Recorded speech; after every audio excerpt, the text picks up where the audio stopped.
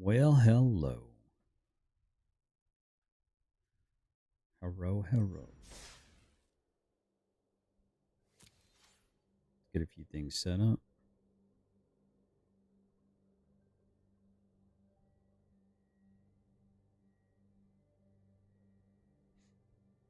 Boom, boom, boom.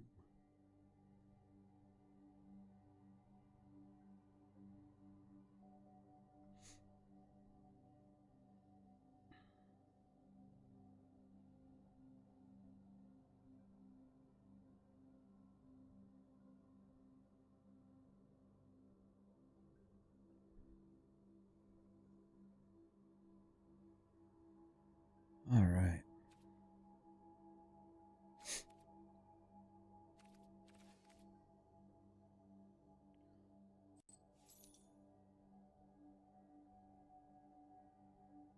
Let's see something real quick.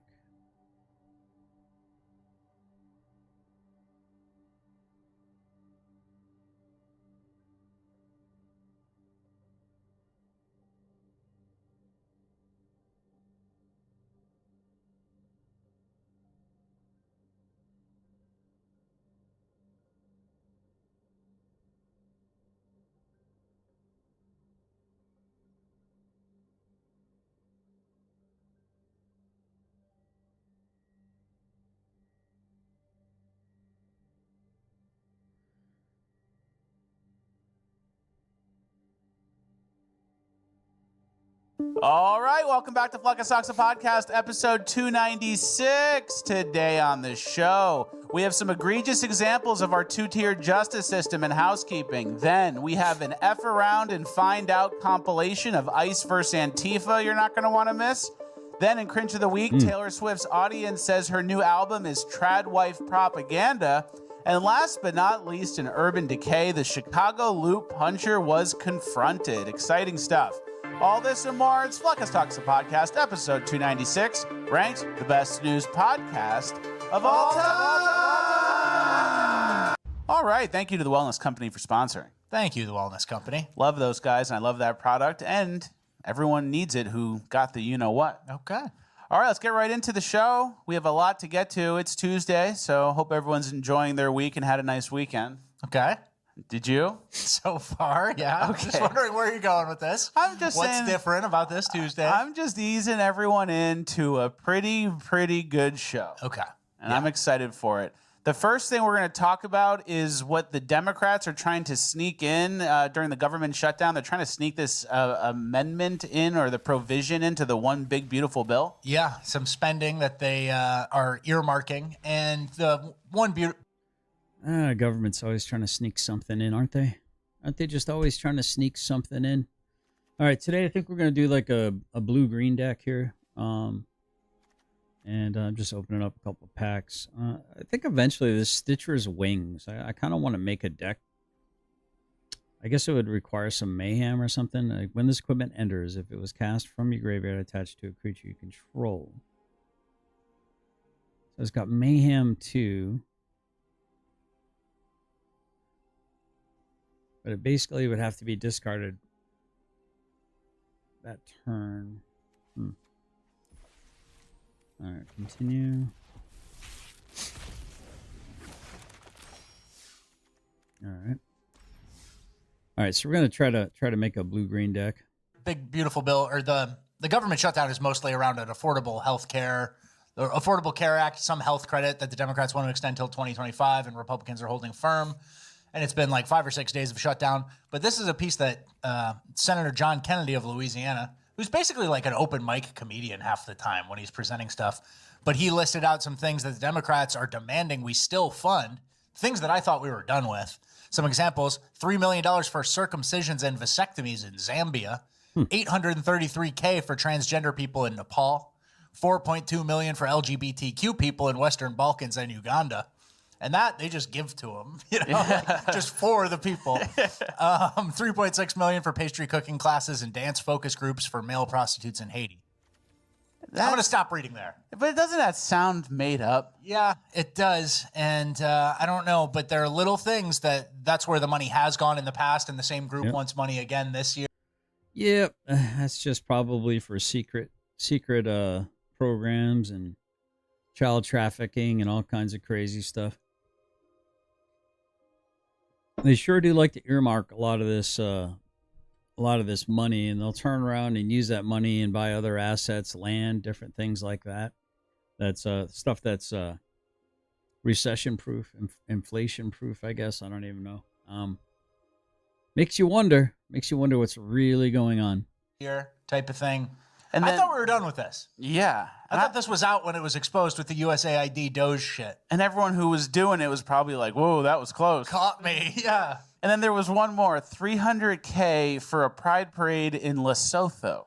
I don't even know where that is. Now, maybe I'm not that cultured or that educated, but I never even heard the word Lesotho in my whole life. I'm not a big geo-guesser, but that doesn't sound You good. go on the Hi. map and you go, somewhere in Africa? I don't know. Somewhere in Eastern. Well, I really can't talk too much about what's going on, for obvious reasons. We'll see. We shall see. In Africa? Lesotho. Yeah. So that's where all of our money was going, or that's where they want it to go. They're attempting to, yes. And hopefully it doesn't work. Appreciate it if they don't. All right, let's get to our next story. We told you guys about the ADL last week and how they had the ties with the FBI, which were cut, but I'm also hearing they weren't fully cut. They're still working in tandem in some ways. But we do have good news about the SPLC, which we also mentioned. Can you read that, please? Yeah, FBI Director Kash Patel announced the Bureau has officially cut all ties with the SPLC, the Southern Poverty Law Center. Patel said the SPLC's hate map has been used to defame mainstream Americans, target Christian groups, and even inspire violence, adding that the FBI will no longer use them, basically. So that's good news. And yes, the SPLC is the same as the ADL. They just label all right-wing, white Christian things as Like the low profile. It's kind of interesting. Yeah, it's the thing. I really would like to talk about a lot of this stuff, but yeah, it's better that they don't see what's coming. In my opinion. Yeah, it's not some kind of weird threat. It's just the reality. It's better to not put all your cards out on the table. A lot of people they just can't really understand how this guy's gotten away with doing what he's doing. I really can't understand it either. So it's a little perplexing to me. But I don't know. It really makes me feel like he might actually be some kind of a Fed or something. It really makes me wonder. I mean, if it wasn't for the fact that they have such weird checkered pasts, I'd be like, these people are 100% state's evidence how protected they seem to be. like extremist, hateful groups. Yeah, the Southern Poverty Law Center really hates white Southern people, and especially if they're poor. So it doesn't make sense. And much like the ADL, I mean, groups that were once more nuanced or more ordinary and have since become just What up, a Billy? partisan Good to wing see you. of the Marxist leftist kind of agenda. And they work in the background. They don't really answer to many people, and they kind of get away with it more. And that's what we see. That's like the All right. trend we've noticed over the years, All right, Billy. I'll try to keep you company and distract the mind. where a group establishes itself in a good way. The SPLC is fighting for free speech or for people not to be defamed or whatever, and then the left infiltrates, hijacks it, and obscures it. Yeah, It's like the same with Disney, the same with all of our institutions, our colleges. Everything has that same playbook where you establish credibility for all these years, and then it becomes gay and anti-Christian. Yeah, and I remember it was either the SPLC or ADL. This is kind of, I just didn't think I was going to bring this up. Thanks, Billy. But there was some sort of Nazi march in Illinois in, I think, the 80s. And it was in Skokie, Illinois, and it was this big thing. And one of those groups, either the ADL or the SPLC, was like, well, we're going to defend them too. I believe it was the SPLC. We're going to defend their right to do it too. And now it's like, it's totally partisan. What? You drinking milk? Yeah. Are you a Nazi? Are you okay, Did Symbol? you go like this? Fuck you. So, yeah, once good organizations, and I don't even know once good. I say that flippantly. have become totally bastardized tools of the left. And Yes. it's not good. It's great that the FBI is cutting ties. And we have some information about what the relationship with the FBI was initially. Yeah, this guy says the FBI used the SPLC as a surveillance cutout to skirt Department of Justice policies. The FBI developed a relationship with cutouts such as the SPLC that could use their own spies to do what the FBI could not. And this is a typewritten document that says information has also been received through the Southern Poverty Law Center about a telephone call from Timothy McVeigh on or about 4/17/95, 2 days prior to the Oklahoma City bombing attack. So SPLC, they got their little, they got their moles in the SPLC. Yeah. So it's good to cut this tentacle off, but also don't forget this. We may have mentioned this a long time ago, but this is like a piece of information that I never forgot. A former spokesman of the SPLC, Mark Poduck, kept a list on the wall next to his desk to track the declining white population in America. Huh. Isn't that crazy? That doesn't seem like the express written statement of what the SPLC was intended to do, but for some reason, this guy got in charge, and that was his number one priority. And in 1920, it's 90%. In 2015, it's 62%, and it's going down every year, and he's happy about that. And he was a Jewish man. Yes. And when Jewish people hate white people, it's called Loxism. Ooh. Loxism. Loxism. Google it. I think there's a lot of Google that going on. Especially this bulletin board material. You're at the SPLC, you're grinding for just fewer white people or more browns, whatever. You don't care. And isn't that crazy that I actually want to hold on, guys, because I kind of want to try out. We'll pause this real quick. I kind of want to try out a deck I saw this morning. Where is it?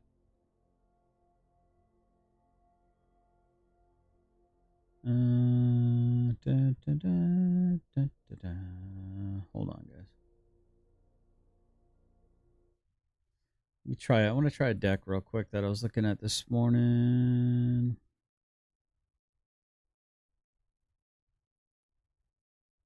No. Well, that's weird. Let's go videos.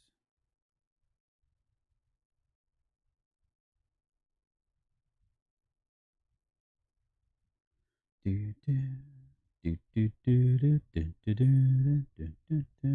here it is. Okay. Okay, guys. So let's check out the deck list. Unfortunately, some of it's hidden. I don't know why she does that, but this is just blue-green.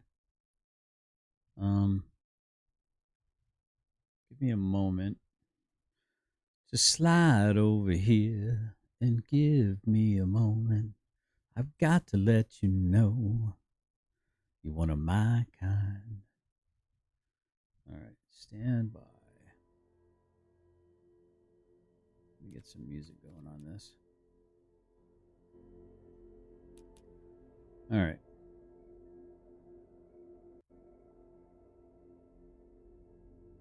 Man, my eyes aren't what they used to be. Let's go 4 of those. Go recruit. 3 recruits.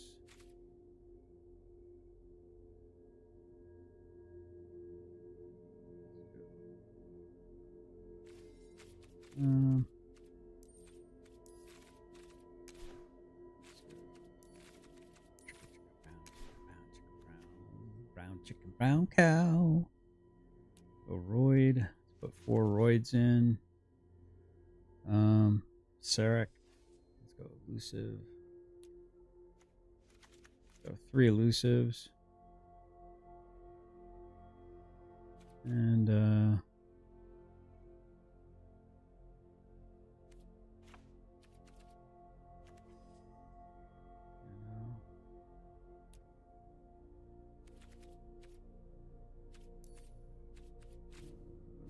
let's see. Genomorph.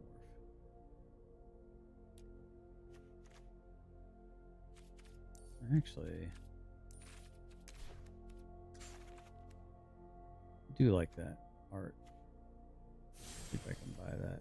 Can I not buy that art? Dang it. Oh. It makes me sad. Sad face. Nope. Okay. 4 of those. 4 of those. What's up, Miss Melanie Salisbury? How you doing? It's good to see you guys again. All right, let's see. Innkeeper's talent. Innkeep. 3 Innkeeper's talents. Azure. 4 Azures. We're going to do the mites. We got the mites, and then we're going to do Gene Pollinator. 3 of those. Let's go ahead and do the fancy one, I guess.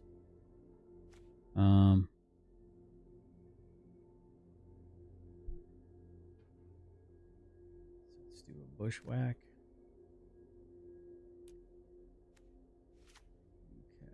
Okay.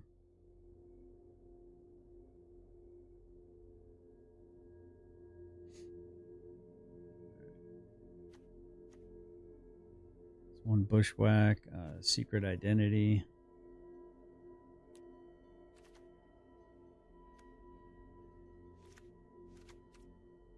Secret identity is kind of an interesting card. Hold on, guys. Once I get this set up here, I'll we got Into the Flood Maw. One of those.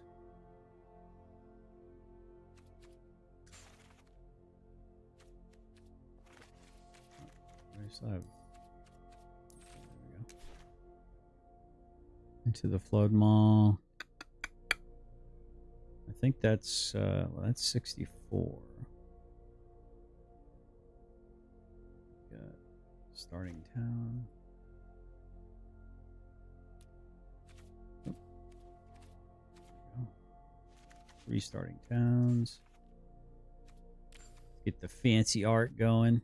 Hope everyone's having a wonderful day. I know the day's just starting off for most of you. Verge. Hope you're all happy, healthy.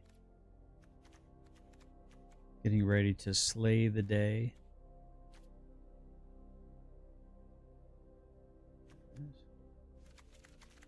4 verges. So restless.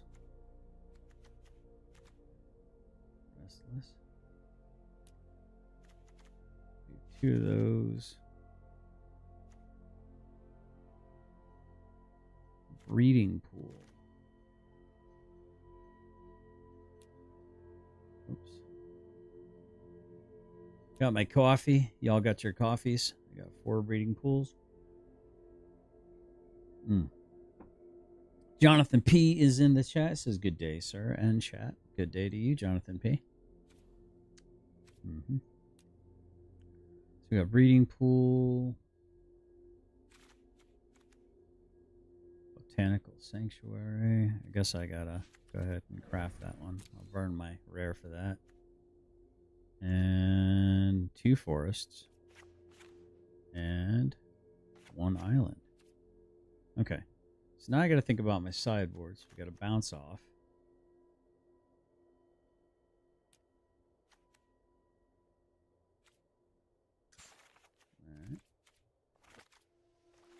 Put 1 of those in the sideboard. Unable to scream.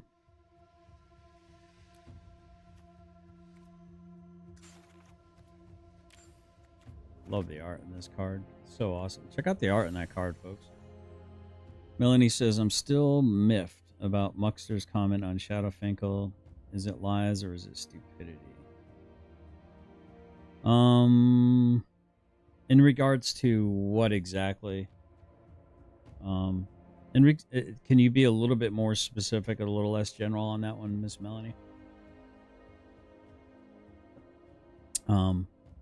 Yeah, I left Muxter a nice little comment. He seems like a Class A Gamma male chair sniffer. He really does, dude. The more I listen to that guy, he's just a catty. He's either super gamma, or like the super like male feminist ally who is actually closeted. But I don't know, man. Look, I have a lot of respect for women. I know people probably will laugh at that statement. Fine, that's fine. It's okay to laugh. Matter of fact, I prefer you laugh rather than cry. But I think when you give females more power than they already have, it's dangerous, man. It's really, really dangerous. Women already have quite a bit of power, and I think any red-blooded American male with a set of eyes knows exactly what I'm talking about. God definitely broke the mold. Or not broke the mold, but really didn't do us a big favor. Let's see if I can counter. I know there's like a red-blue counter spell here somewhere. Let me find it. Un momento, por favore. Ooh, no, I can't do Fang. It's not a creature. It's a instant. There it is. Ooh, I only have one of those? Really? How do I only have one repulsive? Are you serious? That's an uncommon. I should craft one more. Okay, well hold on. Let me get rid of that. Get rid of that. And let me bring. How do I not have a full set of those? Am I on the right account? Melanie says at Just Mucksters. Wow, you remember it. Okay. Just Muckster commented, by the way, since Toddy claims he owns no guns. Oh, that, yeah. His rights can't be violated. Yeah. I don't have any guns in my name. At all. Doesn't mean that we don't have guns in the home.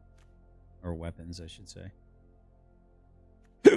Yeah, it's semantics. But hey, listen, semantics is it depends on what the definition of is. Didn't your Lord and Savior Bill Clinton say those words after he did some disgusting things to Monica Lewinsky? The good old Mossad honeypot that basically undermined what I actually think probably was a decent president. Or at least he was allowed to succeed as a president. Somebody that I thought was crushing and doing a good job until he became utterly compromised in order to get him to do what a certain nation wanted him to do. All right, so I need 3 more cards, and I'm really not sure what they are. So, let me see real quick. So this is the deck we're about to play here, chat. Let me show you guys what I'm going to be working with here. I'm going to try this deck out. It's a standard best of 3. What's up, friend, and welcome back to another video here on the MTG Arena YouTube channel. My name is Ash Lizzle, and today we're going to have a look at my absolute favorite deck list in standard right now, which is Simic Aggro. I did also end up playing this deck list in the MTG Arena Creator Tournament, and I did end up winning that with the Simic deck as well, so I can absolutely vouch for it. And it's definitely also one of my higher win rate decks. So I'm trying to find what there's like 3 cards over here, like right behind her picture. I'm trying to figure out what those cards are, I guess. List. I think it's a really solid option in the meta that isn't, red aggro or like VV, and it's just so much fun to play, especially now that we have a new card from Through the Omen Paths, Drunith, Reviver of the Hive. This is a 2-mana 1/1 creature with trample. Whenever you cast a creature spell with mana value equal to Drunith's power, copy that spell. Except the copy isn't legendary, then you put a 1/1 counter on Drunith. Drunith really just allows you to flood the board with creatures so incredibly fast. The dynamics of the deck has changed quite a bit. Like, it used to be Simic mid-range. It is definitely now a Simic aggro deck list because there are so many more 1-drops in this deck list to make Junith a lot better. Like, the goal of the deck now is to really just find a way to enable Junith. You want to make sure that at any given point, you can get Junith to the next level. So if you have the Junith as a 1/1, you want to cast a 1-drop, get him to 2 power. Once he's at 2 power, you want to cast 2-drop, and eventually... Melanie says, my response, wow, that's like saying if you never speak, your free speech rights can't be violated. That's not insight. That's constitutional illiteracy served with misplaced confidence. All right. Yeah. Melanie, are you sure you're a female? I mean, no disrespect, but damn, there's a lot of logic coming out of that. That's a very well stated sentence there. Salute. The end goal with Junith is perhaps copying an Oroboroid. Now, I will say, I mean, it's like, and the reason why I'm saying that is even myself, I can tend to have an emotional response, right? I heard somebody say this morning, it was a black creator, and he was saying he was watching a video. Actually, you know what? Why don't I just show it to you guys? And he said something about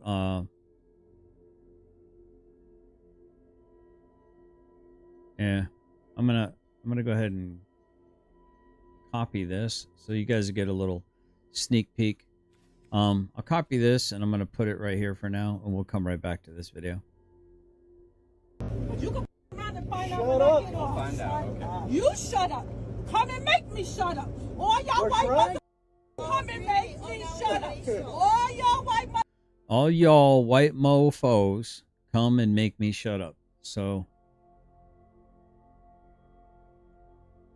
the title of this video is Black Fatigue is basically reaching an all-time high on the subway, basically in New York. Yeah, because y'all talking because he's a white mother.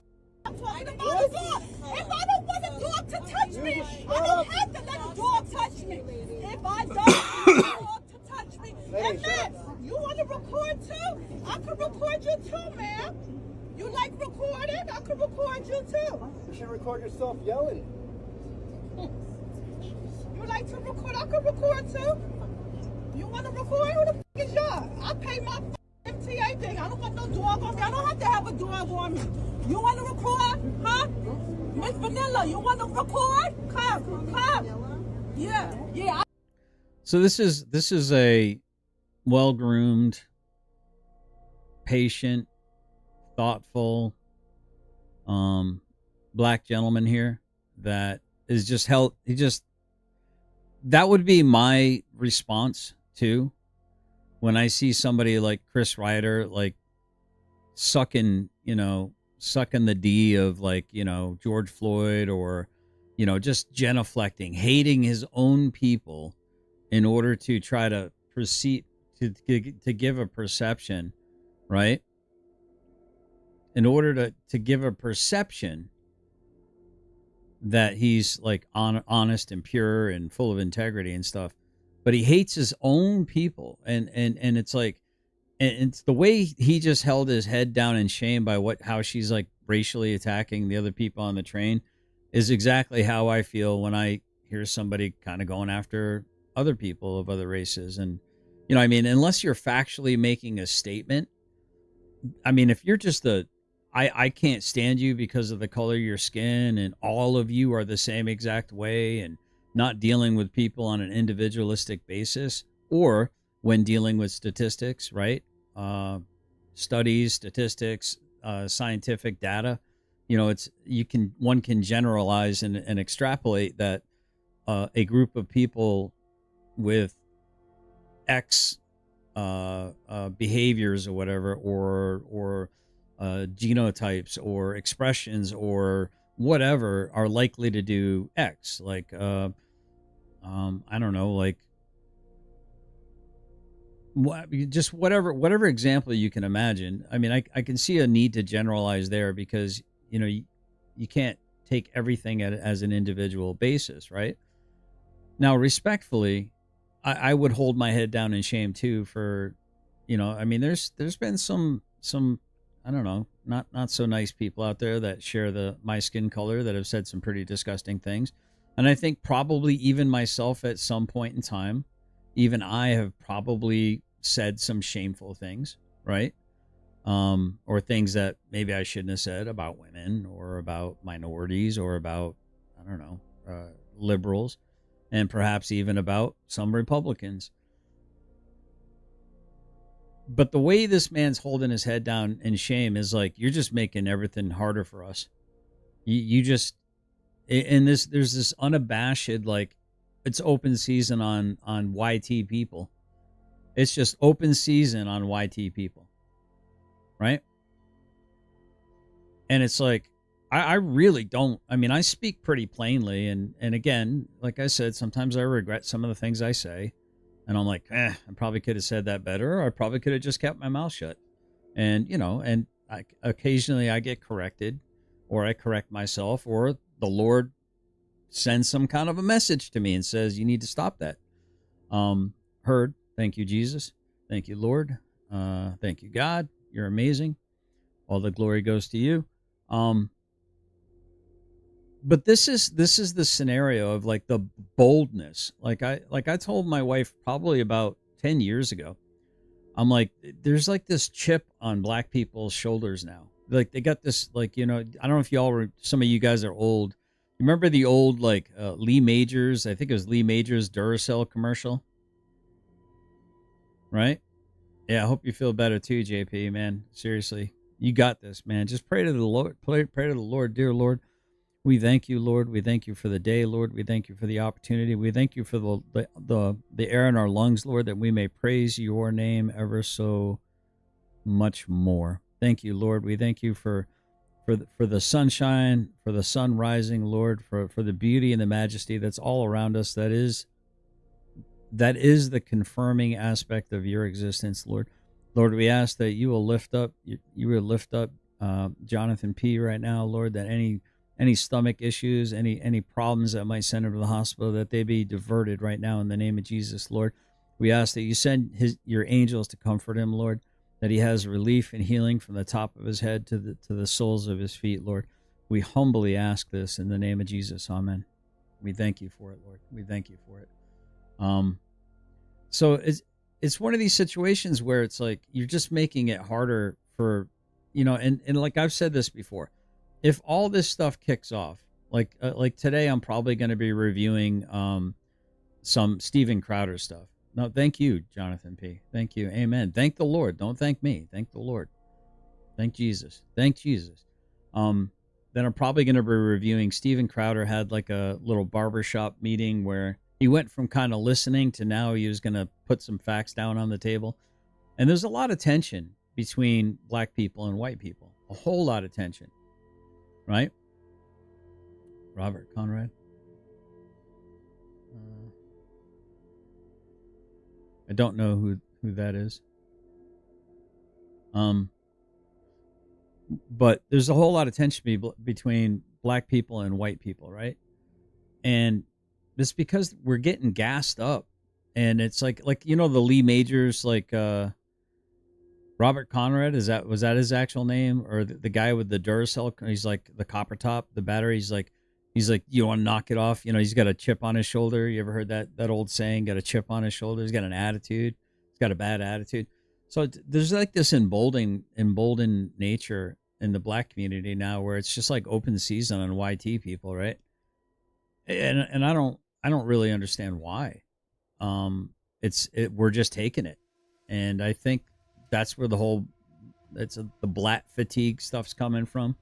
You know, people are getting sick of it. And what's going to happen is, and this guy's shaking his head and lowering his head because he realizes you're making it harder for decent black folk that want to work hard, want to live the American dream right alongside their other American brothers and sisters. And I've said this before where it's like, it's an entitlement. And I've said this before because it's like, I mean, I served with all colors of the rainbow. Some of the best men that I knew had way different color skin than I did. You know, I mean, some of the men I respected highly.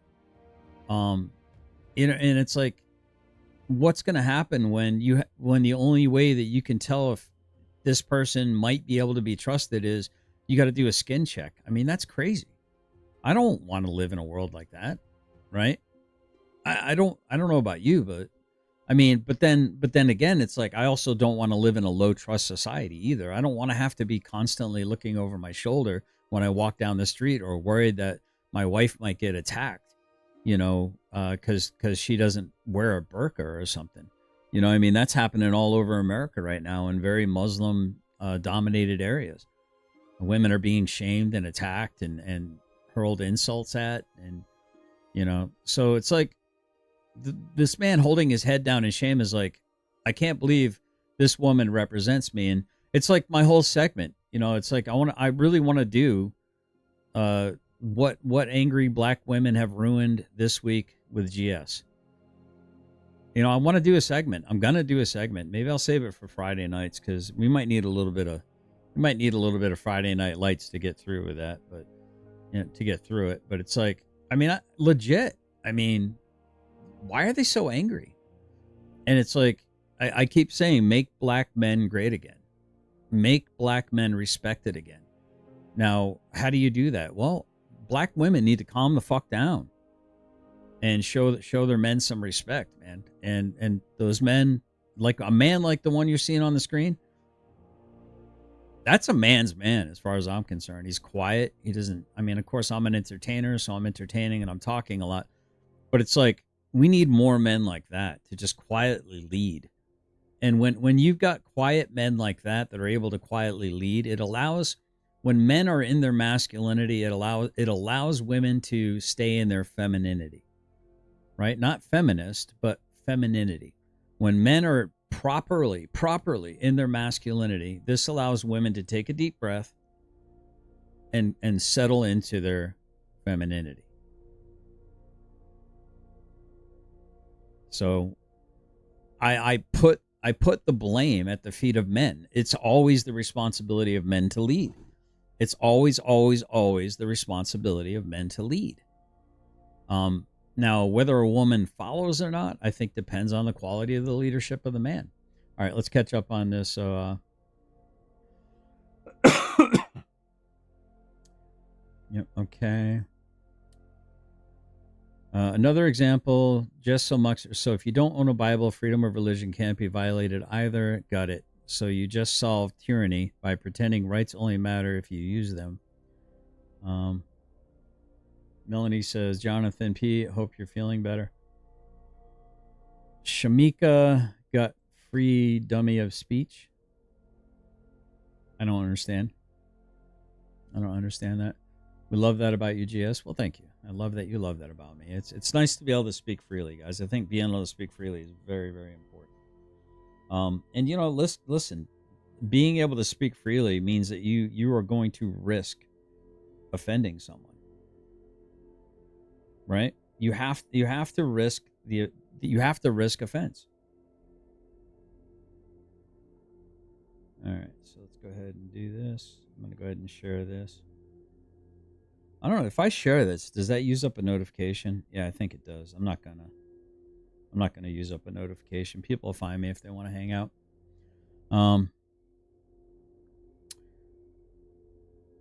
So I started a new medication, had to get it in my system, and it took several days to stop the nausea.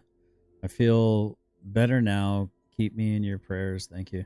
Yeah, I've been dealing with a lot of nausea too lately. I'm sure it's nothing like what you're dealing with though.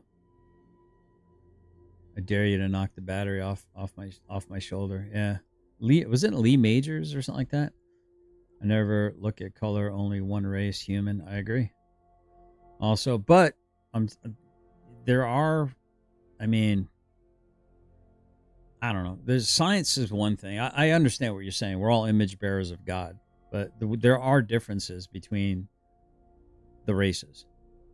That's actually been scientifically proven. Also, GS, the military promotes black females just because that's BS. Yeah, I'm not familiar with that, honestly. I don't. And shut off their EBT baby makers. More childs, more government money. Yeah. Yeah, I don't know if they, I don't know. Maybe I got out of the army in time before they were doing that. You know what I mean? before they were like overly promoting black females. I don't know. It just seems like there's always an excuse for people's behaviors. I said it. What the you want to do? This is the reason why people are. There we go. You can around and find out when I get off. Find out. Okay. You shut up. Come and make me shut up. All y'all white mother come and make me shut up. All y'all white mother. Yeah, because y'all talking because he's a white mother. I'm talking about a dog. If I don't want a dog to touch me, I don't have to let a dog touch me. If I don't want the dog to touch me, and man, you want to record too? I can record you too, ma'am. You like recording? I can record you too. You should record yourself yelling. You like to record? I can record too. You want to record? Who the f is y'all? I pay my MTA thing. I don't want no dog on me. I don't have to have a dog on me. You want to record? Huh? Miss Vanilla, you want to record? Come. Yeah, I said it. What the f you want to do? This It's a level of emboldenedness that it's just like rules don't apply to me. You know, like just rules don't apply to me. You know, they're afraid of canines. Well, it's funny because they say white people smell like wet dogs, but man, dogs don't really. They definitely alert. There's something about the scent, or I don't know. There's just something there that, I mean, it kind of makes as a dog owner, you're kind of like when your dog starts going after like, you know, black people and stuff. It kind of makes you look like, you know, yeesh, you know. like you don't like black people or something, you know what I mean? You're like, no, listen, leave that man alone. He's fine. He can walk, you know? And, I don't know, man. There's just something like, I think it's about a scent or something. I don't know. Like they say we smell like wet dogs. Apparently dogs don't like the way they smell. I don't know. If for whatever reason, you figure it out. This is the reason why people are saying that black women are angry all the time, and even the ones that aren't angry get a bad rap because this type of interaction happens on a train. Now, you already know that if some people are recording you or it turns into an extended confrontation, that you are going to end up on the internet and it's probably going to go viral like it is now. And now you acting an ass. Now, let me extend her some grace, right? Because I don't want somebody's pet or dog on me also. I don't. I'm not interested in touching your dog. I don't want to pet your dog. I hate when people let their dog come up to other people. You don't know whether or not that person liked the dog or whatever. Could be allergic. And so, you know what I'm saying? It's justified if you reasonably have a conversation with somebody and say, hey, you got to control your dog. I don't really want your dog on me. I just got my hair done or something like that.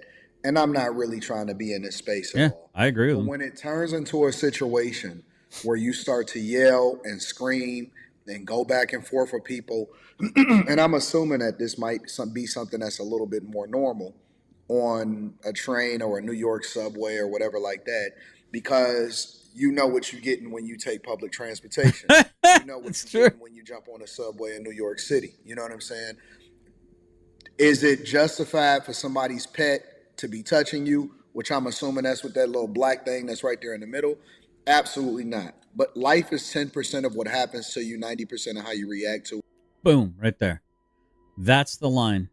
Hear what that man just said. Life is 10% of what happens to you and 90% of how you react to it. That needs to be on a t-shirt. Probably is on a bumper sticker, right? That when I heard that this morning, I was like, see, every now and then people are going to say something that really just resonates with you, right? Yeah, people are going to say something that's really going to resonate with you, and it's up to you to take these little pearls of wisdom and then try to somehow apply them in your life if you're able to. That's the goal. That's the key, if you're able to. 10% what happens to you and 90% how you react to it. That's a big lesson for me right there. That is a message from God's mouth to my ears. And when you start calling people white mother effers and what you gonna do, vanilla and all of that stuff, you got to start asking yourself the question: if the shoe was on the other foot, meaning that it was a white person that was There'd be cities burning. saying that to a black person, how quickly would people be trying to figure out who that person is, where they live, what job they do, and then be sending in the footage to their employer trying to get them fired? Based. Absolutely based. All right, chat. So let's get back to that video real quick. I was going to call into Sage Outcast show today, but he didn't have, for whatever reason, he didn't have StreamYards up, so I wasn't able to call in. Kind of bummed me out because I did have a question for him. Sage, if you do listen to this, which you probably don't watch me anymore, I don't know. But I do enjoy. I want to see what she has. Oh wait, there we go. Now I can see what's in the. I just want to see what she has in. There we go. I want to see what she has in her. Oh, Tide. Okay, so that's a Tide. Sorry guys, you have no idea what I'm doing here. I just wanted to see what she has in her sideboard there. So it's a Tide Hunter, I think. Oops. Tide. Is it Tide? Yeah, so 2 of these. Nope. Dang it. 2 of these in the sideboard, and then there's one other card that I can't quite figure out what it is.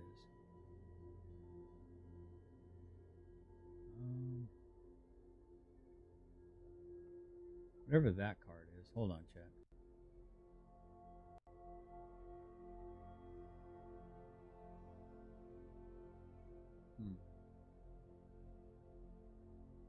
Oh, it's the Keen. Keen-eyed. Well, there's 3 Keen-eyed. Hold on. Keen-eyed. Do I have Keen-eyeds in here? Yeah. Okay, I got 3 Keen-eyeds. Unable to scream. 1 bounce off. 2 Tide Hunters. 2 Heritage Reclamations. Oh, there it is. 1. Okay, so that would be a creature. 3 mana. Hold on, guys. I apologize. We're doing this thing. We're doing the thing. Okay, so now we can go back to Fleckus Talks.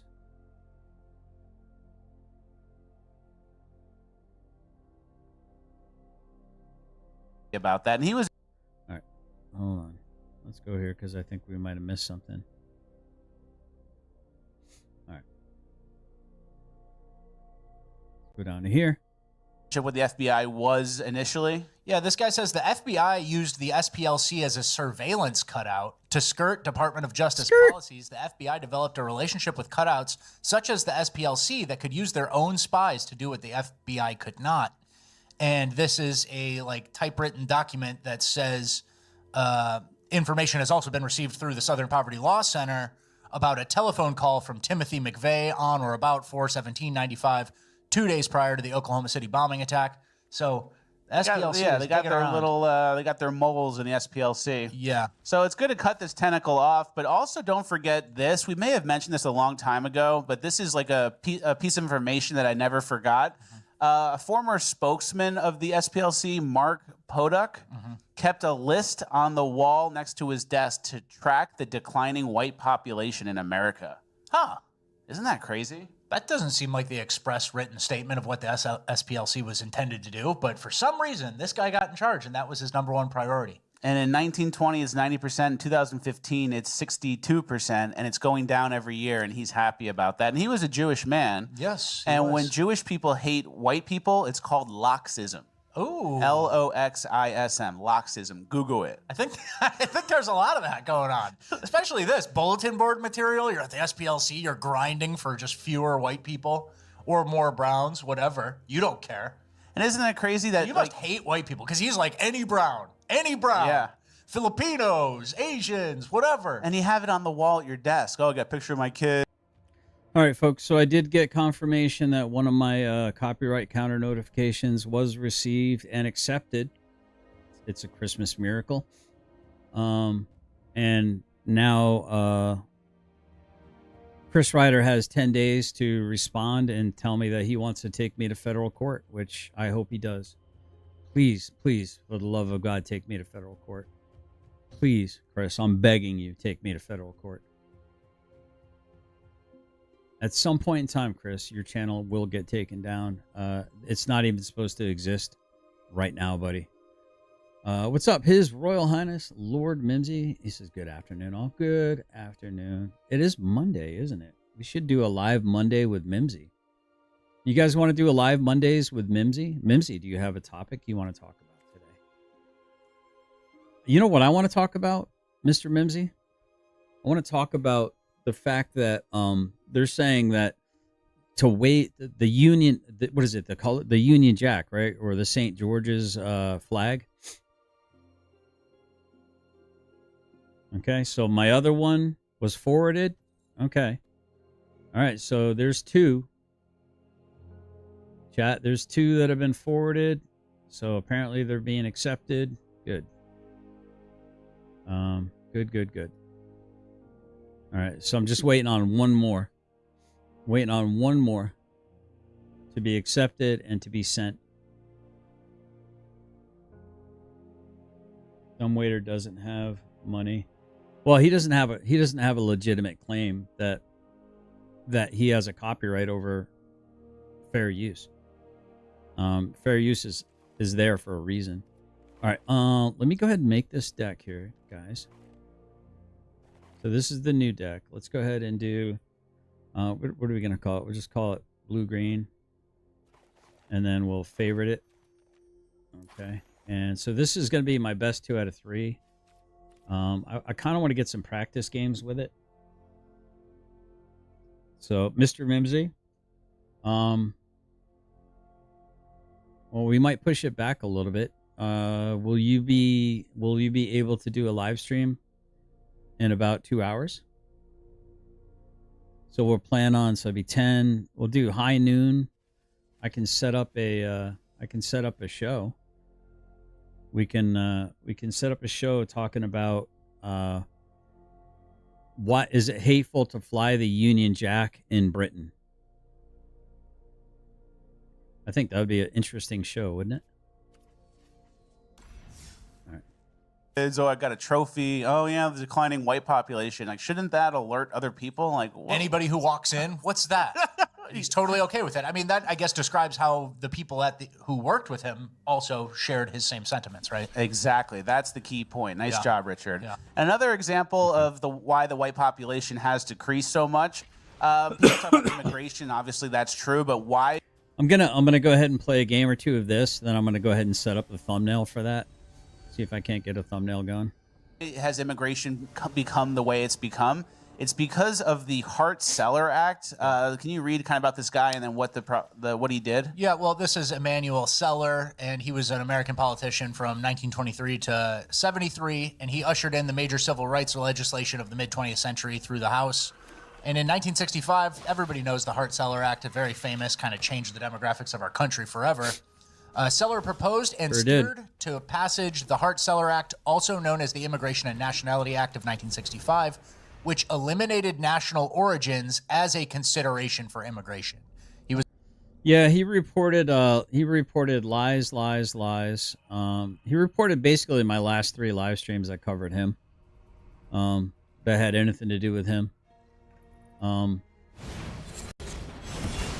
I'm just letting you know, Chris, if you're listening to this or one of your little sycophants is listening to this, buddy, you just keep motivating me more and more. I remember what you said to Christopher Ruff not too long ago, probably about 8 months ago now. You said, I'm going to sue you for everything you've ever had, everything you currently have, and everything you'll ever have in the future. And I just thought that was such a disgusting thing for another human being to say to another human being. But I guess I kind of get it now. I guess I kind of get like how somebody could hate somebody so much that they would want them to not be able to survive. Maybe some people don't deserve to be able to put food on their own table. I don't even know, man. You're really, my worldview is slowly changing from more liberal, empathetic, fair, and loving to Machiavellian. You were slowly but surely turning me into a fan of Machiavelli, or Machiavellian, a Machiavellian lifestyle. He was also the principal author of the Civil Rights Act of 1964 and the blow Voting my Rights Act nose. of 1965. Yes. So basically, before 1965, the U.S. was taking mostly immigrants from Europe. Western Europe, Western specifically, too. Europe. Yep. And then the Hart-Celler Act goes through, and now it basically opens the borders to all these third world hordes. Everyone can come. And then after that, that's when all the Latin Americans started coming. Yeah. And that is why we're now like being outnumbered and replaced by all these third worlders. Part of it was that. Yeah, totally. The more you know. See, we teach a little history lesson here on the show. Yeah, if you don't know about the Hart-Celler Act, it really did change the demographics of this country. And the SPLC guy was going, oh, yeah. He loved it. He So, did. Let's get to our next section. The left wants us dead. Yes. It's unfortunate, but it's true. And Not hyperbole this time. I was going to either. say, it's not hyperbolic. There was a nominee who's running for AG. He's a Democrat in Virginia. Yes. And he was caught with some text talking about violence against the right. Can you read the headline and then maybe some of the text? Yeah, you basically said the headline, but his name is And this is what I tell you, the level of boldness that these leftists are having, not liberals but leftists. The level of boldness it's staggering to me. Jay Jones, and he's running for AG in Virginia, and he fantasized about violence towards his political opponents. And we're just going to get into some of these text messages. Jay was saying, if those guys die before me, I will go to their funeral, piss on their graves, send them out a wash in something. And then somebody says, Jay Jones, like scolding him almost. And he says, 3 people, 2 bullets. Gilbert, Hitler, and Pol Pot. Gilbert gets 2 bullets to the head. And that's who he's running against. Yeah. The Republican. And so he's just talking about fantasizing about violence over text messages. And then this guy whoever he's talking to who leaked these text messages wasn't really having it. And he said, you weren't simply asking questions and you know it. And Jay goes, I genuinely was. I wasn't So I don't know if Ruff's been. Hey, what's up, Miss Anya? I don't know if Ruff has been talking about the flooding that's going on. Where my mom currently is living, they had to evacuate like some rows of some people. And now they're back again. But I mean, she sent me a video like right behind their house, like I don't know, like probably like 60, 70 yards away from where she's living, just a raging torrent of a river. I mean, it's just so I'm gonna be glad when my mom's moved back to Kentucky for good and she's closer. It's gonna be awesome. attacking you. I was trying to understand your logic. And the other guy goes, you weren't trying to understand. You were talking about hoping Jennifer Gilbert's children would die. And he says, yes, I've told you this before. Only when people feel pain personally do they move on policy. Yeah. So he's saying weird, violent shit. And this one too, yeah. At the end, he goes, I mean, do I think Todd and Jennifer are evil and that they're breeding little fascists? Yes. So he's like a little Democrat F slur. Yes. But then he's also talking to someone who doesn't even really like what he's saying and eventually leaked the text. Yeah, the guy is like, come on, man, you know I don't like when you talk like this, saying things like that the whole time. So he's not only a violent, fantasizing loser, What up? but he... What up, U-Haul? Dude, that steak looked really thin, but it actually kind of looked good, man. Your review, was it Cracker Barrel? I never really ate at a Cracker Barrel all that much. Yeah. But yeah, that looked like the kind of meal I'd go for, like a little broccoli, medium well. I gotta go medium rare, but I mean that thin though, I don't know. Maybe it's better. But yeah,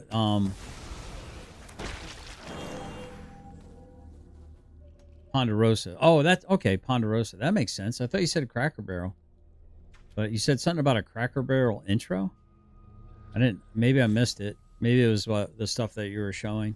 He can't read the room on who he's texting and Yeah. leaving trace evidence on, you know? It's very insane. And And here then, are the little fascists. We have a picture. yeah, this is who he's running against, and this is who he said they're raising little fascists. These It's just two white kids. and you want to kill the guy. And that's why a lot of times when we're talking about these people, when they call someone a fascist or a Nazi or whatever, they don't necessarily believe that, like Trump is doing the same things as Nazis, but they think that it gives them justification to do whatever they want. Oh, after that. no, I didn't see that. No, I didn't. I actually didn't see your Cracker Barrel one, because I thought you stopped doing lives and stuff. So I'm glad you're doing it again. So little fascists, it's like, it's almost a euphemism for like white people who don't let me do whatever I want, left wing, right? It's very true. And the craziest piece of all this is Yeah. after all these texts were leaked, the Democrats, the senators in that state still endorsed him. Should be campaign ending, right? Yeah, it should be game over. Step down, go take some time. But there's this long statement here. I'll read some pieces of it. Like all Virginians, we were deeply disturbed by Jay's comments, and we condemn his words without hesitation. Let us be crystal clear, there's no place for political violence or violent rhetoric in our public discourse, and Jay must take accountability for his actions. But we will not allow this moment to overshadow the stakes of this election or distract from the urgent fight we're all in for Virginia's future. And then I'm going to skip to the last paragraph. Virginians cannot afford another 4 years of Donald Trump and Jason Miyares dragging us backwards. Our rights, democracy, and our future are on the line. Jay Jones has the strength, experience, and values to put Virginians first and stand up to Donald Trump. So you Joint still- statement from Senators Lucas and Locke. So you still endorsed him after all that? Yeah, the sentence, I don't think after you leave your endorsement in place, you can say the sentence, there is no place for political violence Yeah, or violent I hear you, rhetoric Ben. in our public discourse. Because this is the place for it. You just saw it. Yeah. That's the place. It exists. You don't leave the race. It's disqualifying, right? You're still endorsed. Yeah. So it's a huge kind of like watershed moment. And then what you said at the beginning of this, when you said Democrats want us dead, there's a mix. There's a range. This guy, he wants some specific people dead. Other people are apathetic to your death. Other people will laugh when you die. Other people will smile when you die. So like it's a big mix, but there's a range there. There's a very much a range, but it's all not good. Yeah. They fantasize. And then keep in mind, they were trying to give Trump a hard time for when he says we need to fight back, like Yeah. stuff like that. We need to fight back. Fight. Yeah, they gave him a hard time for that. But then for this, don't worry about it. We'll still endorse him. Not good, but we'll still endorse him. It's too close to the election to find a replacement. You're good, brother. Yeah, so it's like we have to almost stop. Well, we do have to stop pretending that like Democrats are like us, but just on the other side. Well, Like they're not. Like they're. I don't say they're evil. They're bloodthirsty. There's something. It's not pretty and it's not the same. It's hard to relate to how their brain works. And Republicans have, or right-wingers in general, have no control over when a left-wing politician who gets caught in a scandal like this resigns. But what we do have is control over our own resignations or peer pressures or intra-party decision-making. And if you're going to leave the death threat guy fantasizing about... I'll tell you what, I like this opponent's deck is pretty awesome, man. It's a really good deck. Man. Yeah, just nailed it. Liliana, Dread General, got a bunch of stuff like that comes back along with the Sib-Sig ceremony. I'm thinking about making like an arena deck with this. Very nice. Very nice deck. little fascists, then we're not really going to retire any of our guys for anything you care about either. So it's a tit for tat security dilemma type thing. And It's almost good because they've set the line. yeah. And the now line it's is- like, all right, if that's the line, you're never going to get one of our guys to step down over like a text or a comment or whatever. And that's the attitude. Be disgusted, spread this, but then don't give them an inch. Don't let them use fake morals that they don't even have to hold you to a standard. Very true. Yeah, it's Saul Alinsky's Rules for Radicals, chat. And we actually have a compilation here, just in general, of all of the leftists kind of liking violence. And Yeah. Matt Walsh should be next after Charlie got shot. And This one has a whole list. Nick Fuentes, Tim Pool, Matt Walsh, Jack Posobiec, Elon next, please. Do Andy Know or Libs of TikTok next. It's like a hit list immediately in the post-Charlie Kirk era, right? Yeah, very true. So as we see, it's a two-tiered justice system when it comes to rhetoric. Yeah. And it's also a two-tier justice system when it comes to violence. We have our bad sentences section here, where it's career criminals getting bad sentences. First, we have a Houston man sentenced to life behind bars for killing an 11-year-old boy while free on bond for capital murder. Yeah. How does that work? I don't know. How does that slip through the cracks? In a lot of these cases, especially this next one, you're going to see vigilantes. I think so. And we can't encourage that or endorse it, but when, It's a byproduct of anarcho tyranny, right? yeah, like what do you expect is going to happen? And this next U-Haul says, "Where's the super chat button?" This is my I only have like, I don't know, what do I got? 361 subs on this channel. So I really don't have any yes, are you going to be 2 hours before you and Lord Mimsy go live? I need to go to the store and get some stuff to eat. Yeah, I'm planning on going live in just under 2 hours. So I'm gonna make a thumbnail for it. It might be 3 hours. I don't know. It might be 1. So just bear with it. It might be 1 p.m. So I'm not 100% sure. But we'll see. So hold on. What does this do? Let's go here. Let's go here. Okay. What happens when I do this? Oh, it's so close, but yet so far. So close, but yet so far. My eyes adored you, though I never laid a hand on you. My eyes adored you. Yeah, you don't have to rush, my friend. Yeah, never rush. Never rush. GS 1 p.m. would suit me better, and I'm happy either way. Okay, perfect. 1 p.m. would be absolutely perfect. That gives me a little bit more time to make a thumbnail. And I think instead of having the ID card, I'm just going to put the is it the Union Jack flag? I'm gonna have to find it. I'm gonna have to do the Mondays with Mimsy discussing the Union Jack. You get used to the smell. So we'll see. Oh, wait a minute. Sorry guys, this is like really too loud for you guys to be trying to listen to a show too. My bad. I forgot to switch it down. story kind of makes that point more clear. He stood up with me on top of him. Just stood up and threw me 10, 15 feet across the room and went after her. Dean Tipton says December 7th, 2015 is a night that changed his life. He says his children woke him up. He then found a man attacking his children. Wow. And when I got to the top of the stairs, he attacked me. Yeah, this He come this happened like last week. You didn't hear anything about this, did you, in the news? Don't speak. I bet you all didn't hear a damn thing about this in the news, did you? at me with the knife. The night took a tragic turn with the loss of a life, his 6-year-old son, Logan. Dean says immediately after Logan's death, he lost his will to live. I laid in bed. I gave up. I gave up on life. I gave up on my family. I gave up on everybody. I just wanted to die. In the years since, the family has done their best to cope, but mentions they are mentally and emotionally scarred. And they are hurt that Ronald Exantis will no longer be behind bars. Everybody deserves a fighting chance to have justice for them, and it's not. I've had my talks with God because I'm not afraid to tell you all. I told the court, if I ever cross paths with him, I will kill the man. I will kill him where he stands. That's what you get in times like this when there's not justice. The guy served less than 7 years. All right, chat. I think we can all identify with how that dude's feeling right now with the whole Tiffany Napier, Chris Ryder saga. I think we can all understand, like, how long are these people going to be allowed to continue to victimize everyone around them? How long are these people going to be allowed to go unchecked? At what point in time is dereliction of duty need to be answerable? And at what point in time do we need to hold them accountable? And what does accountability look like? If you're a prosecutor who fails to do their due diligence or fails, and there's a dereliction of duty situation, what does accountability look like? I mean, I'm just asking questions, not casting any kind of a threat or any kind of a directive or anything like that. I'm just genuinely asking questions.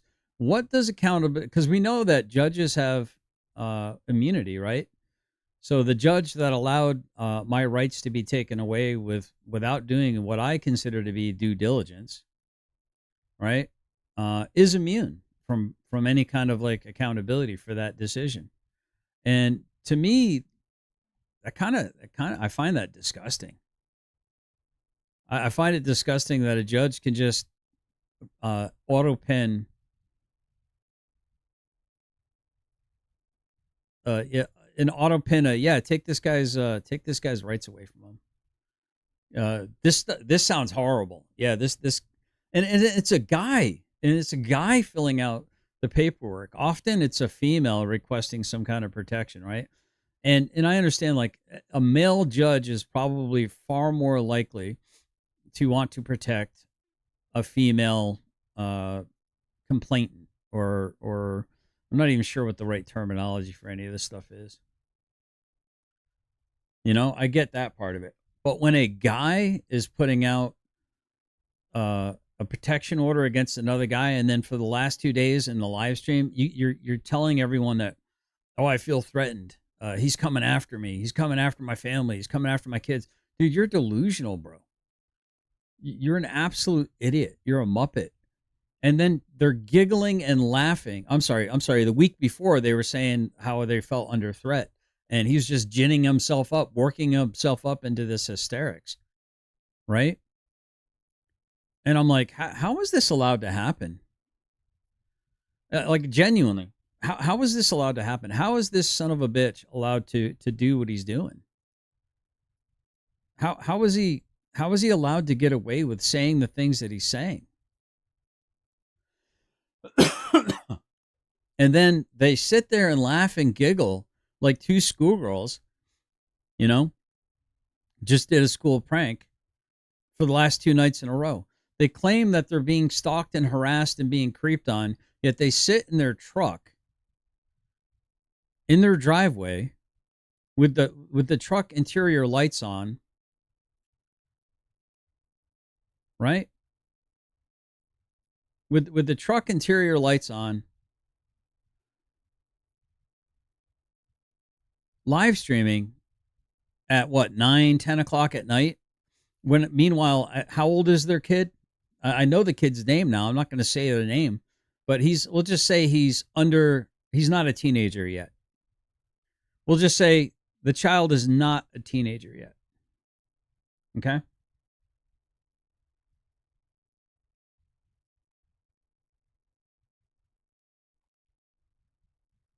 Alone in a house. Now, I know this is probably going to tick off some of you guys. Alone in a house with a pit bull.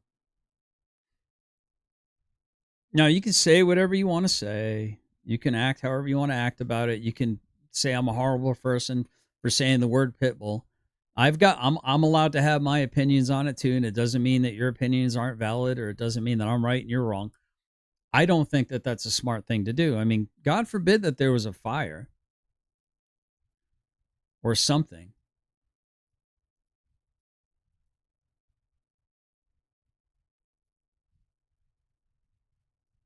And I'm just sitting here and I'm thinking to myself,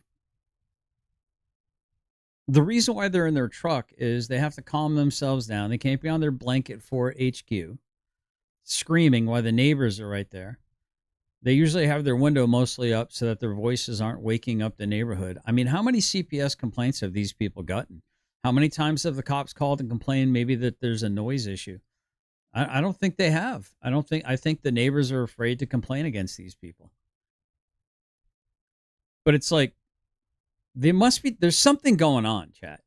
There's something sus going on. Yes, Monday through Friday, POs have nothing to do with gender. Male, female, POs have nothing to do with gender. That rubber stamp EPO, TPO is an unjust system. I'm guessing 11, maybe 12 with the birthday. Yeah, I don't. And Miss Anya says, I agree. They can do and say whatever they want, and no one is doing anything. It's BS. I'm done being nice and quiet. Yeah. So I will tell you this right now. I am highly considering setting up an event. I may be reaching out to people that want to travel. I'm thinking about positioning myself right in front of Sydney Durham's office with sandwich boards. I'll try to get I'll see if I can go talk to the mayor or something and see if I can get a permitted petition, or I'm sorry, protest.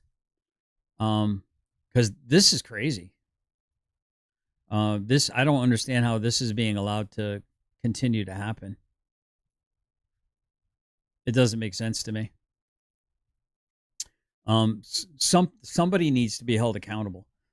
I know she recused herself from all these other cases, but has she recused herself from Christopher Ryder in general? Has she recused herself from responding to emails being sent to her by other victims? I've not reached out in any meaningful way, shape, or form, except for when she was on vacation. I went there because I was going to make an appointment to visit. I'm still trying to formulate exactly what I want to say. To say that I am absolutely disgusted by the lack of care. What's up, Just Cuz? To say that I'm absolutely disgusted by the lack of care that this prosecutor seems to be putting into this situation would be an understatement of the century. Understatement of the century. It's criminal, in my opinion.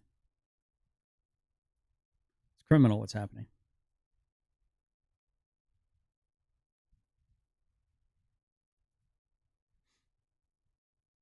Shouldn't be allowed to happen. Why it's happening, I don't know. Dereliction of duty, sidestepping responsibility. At some point in time, there's going to be. I told those cops. They were sitting outside of my house. I said, if this is adjudicated as being fraudulent, there needs to be recompense. There will be a reckoning to this. There needs to be a reckoning. So I am going to be contacting Radcliffe Police Department at some point in time today to find out, to do a follow-up with some things that I've got, some irons that I have in the fire. Do the right thing. You have an opportunity to do the right thing. Will you do it? Question is, will you do it? His Royal Highness Lord Mimsy says, I really think that when he has his arraignment on his two newest charges, if they do not arrange a bond revocation hearing, then some serious questions need to be asked about dereliction of duty. Yeah, I'm going to give it till after Wednesday, but I do have some other irons in the fire. I really do hope that Chris Ryder can expect to be handed some new papers on Wednesday. I really hope that he ends up being handed some new papers on Wednesday. I don't think it's going to happen that fast, but Chris, I told you, bro. You started a game, and I intend to finish it. You started a game, and I intend to finish it. Sentence him, but and he stabbed the kid so hard that the knife blade bent. But, you know, he was probably having some sort of mental health crisis or something, so he's free to go. Yeah, they said he... I'm actually gonna rewind this and big screen this. You guys can see what I'm sure you guys didn't hear about this in the news because, you know, fuck them white babies, right? Am I right? Fuck them whiteys, right? Am I right, chat? You know, that's kind of the nature of it, isn't it? Section here where it's career criminals getting bad sentences. First, we have a Houston man sentenced to life behind bars for killing an 11-year-old boy while free on bond for capital murder. Yeah. How does that work? I don't know. How does that slip through the cracks? In a lot of these cases, especially this next one, you're going to see vigilantes. I think so. And we can't encourage that or endorse it, but when... It's a byproduct of anarcho-tyranny, right? Yeah, like, what do you expect is going to happen? And this next story kind of makes that point more clear. He stood up with me on top of him, just stood up and threw me 10, 15 feet across the room and went after her. Dean Tipton says... So the question would have to be, well, how precisely are you planning on unaliving this guy? If you were on, as big as that dude is, you were on top of him and he threw you 10 feet off of him. So he must have been on something like some crazy stuff or some what do they call it? PC, the stuff Rodney King was on, the PCB or some crap like that. I mean, he must have been on something, bro. He was on that other shit, apparently. But it's like, it's one of those scenarios where it's like, well, how are you? I mean, unless you're doing it with a pew, right? How are you stopping anything? Hi, Ellie. Of course you need to go out. Why wouldn't you need to go out?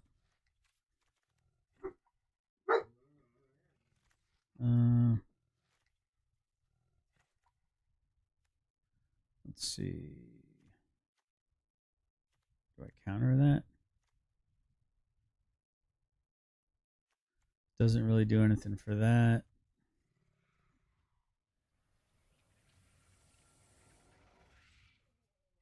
What, buddy?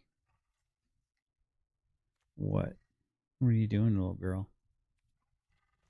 All right. I guess we'll go with that. To be fair, playing the game without fully understanding the rules. Yes. Is that what you're saying? Is that what you're trying to say? Nothing really matters? A little spy? A little subversive? A little bagel? December 7th, 2015 is a night that changed his life. Keep thinking that way. He says his children woke him up. He then found a man attacking his children. And when I got to the top of the stairs, he attacked me. He come at me with a knife. The night took a tragic turn with the loss of a life, his 6-year-old son, Logan. Dean says immediately after Logan's death, he lost his will to live. I laid in bed. I gave up. I gave up on life. I gave up on my family. I gave up on everybody. I just wanted to die.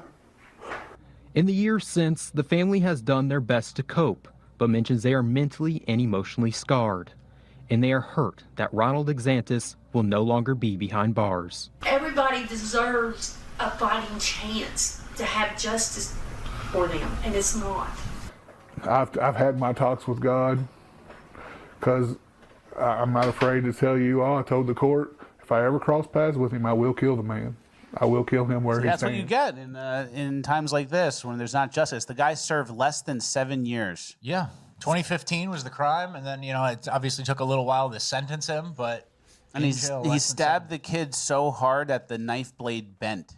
But, he was probably having some sort of mental health crisis or something. I mean, black people are under attack all over America.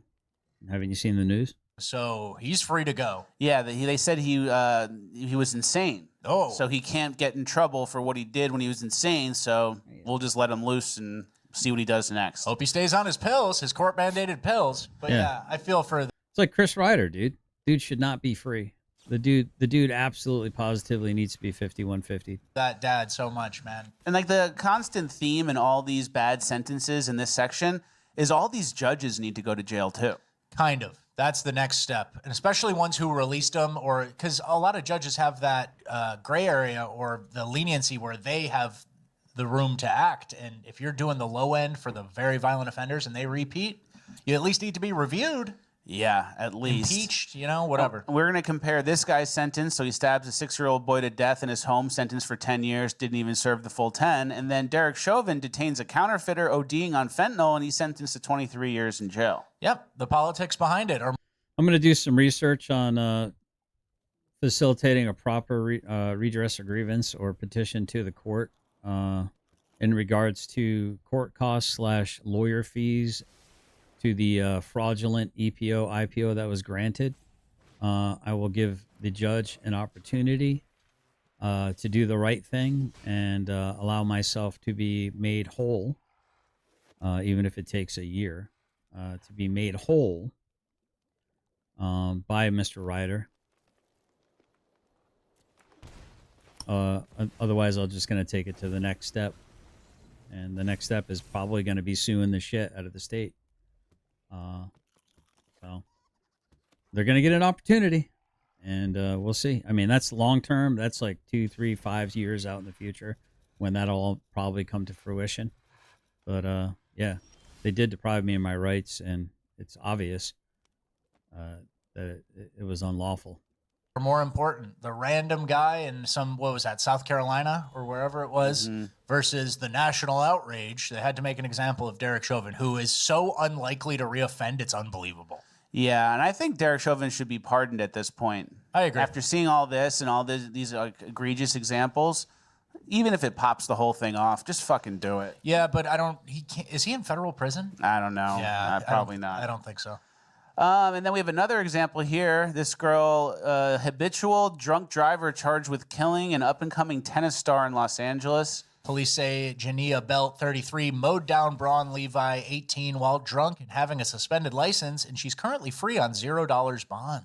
And she had a suspended license for other DUIs. Classic. And then she kills an up-and-coming tennis star, and she's walking free.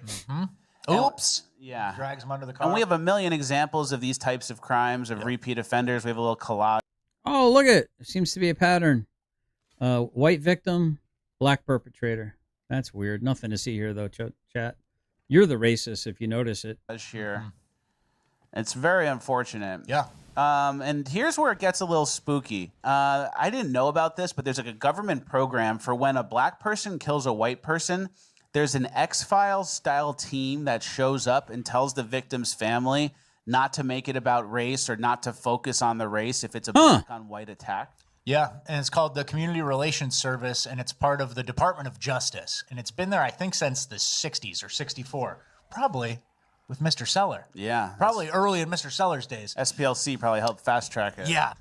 And this, we're just going to add some context about what this group does. And this guy posted, I'm looking into the Community Relations Service and going insane.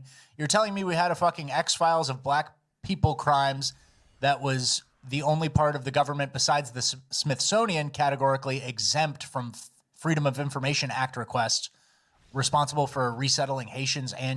Yeah, man, nothing to see here, boys and girls. The Great Replacement Theory. Nothing to see here, chat. Oh, who the hell are you to notice? You need to stop noticing things, chat. No. Just quietly be unalived. Quietly be bred out of existence. Quietly, just shh. There's nothing to see here, folks. Do not put up flyers anywhere saying it's okay to be white, because that's a racist dog whistle, folks. And Cubans. So there's like kind of a multi-pronged thing to it. Another tweet said there was an entire department in the DOJ committed to forcing white parents to forgive the black murderers of their children and claim the attacks weren't racial, even when the attacks were clearly racial. America has been living under the race communist thumb of a Reconstruction regime for a very long time. And so if you look... Can you say Bolsheviks? I can say Bolsheviks. Can you say Bolsheviks? I can say Bolsheviks. Can you say communism, Marxism? So, listen, I'm rooting for you, Finkel. If you're listening, buddy, I know you seem to be getting all kinds of fucking scares on my channel. I know you're on a vacation right now. But you used to be on my channel. You used to say hi. But I guess the good old Muckster, the tyrant, the bully, Muckster, decides that he wants to keep his bitch under control. I don't know. I don't think you're a bitch. But I definitely think Muckster is a wannabe bully. I mean, he's an impotent bagel with impotent bagel rage. And to be fair, yep, I call him like I see him. The issue I see here, the issue that I see here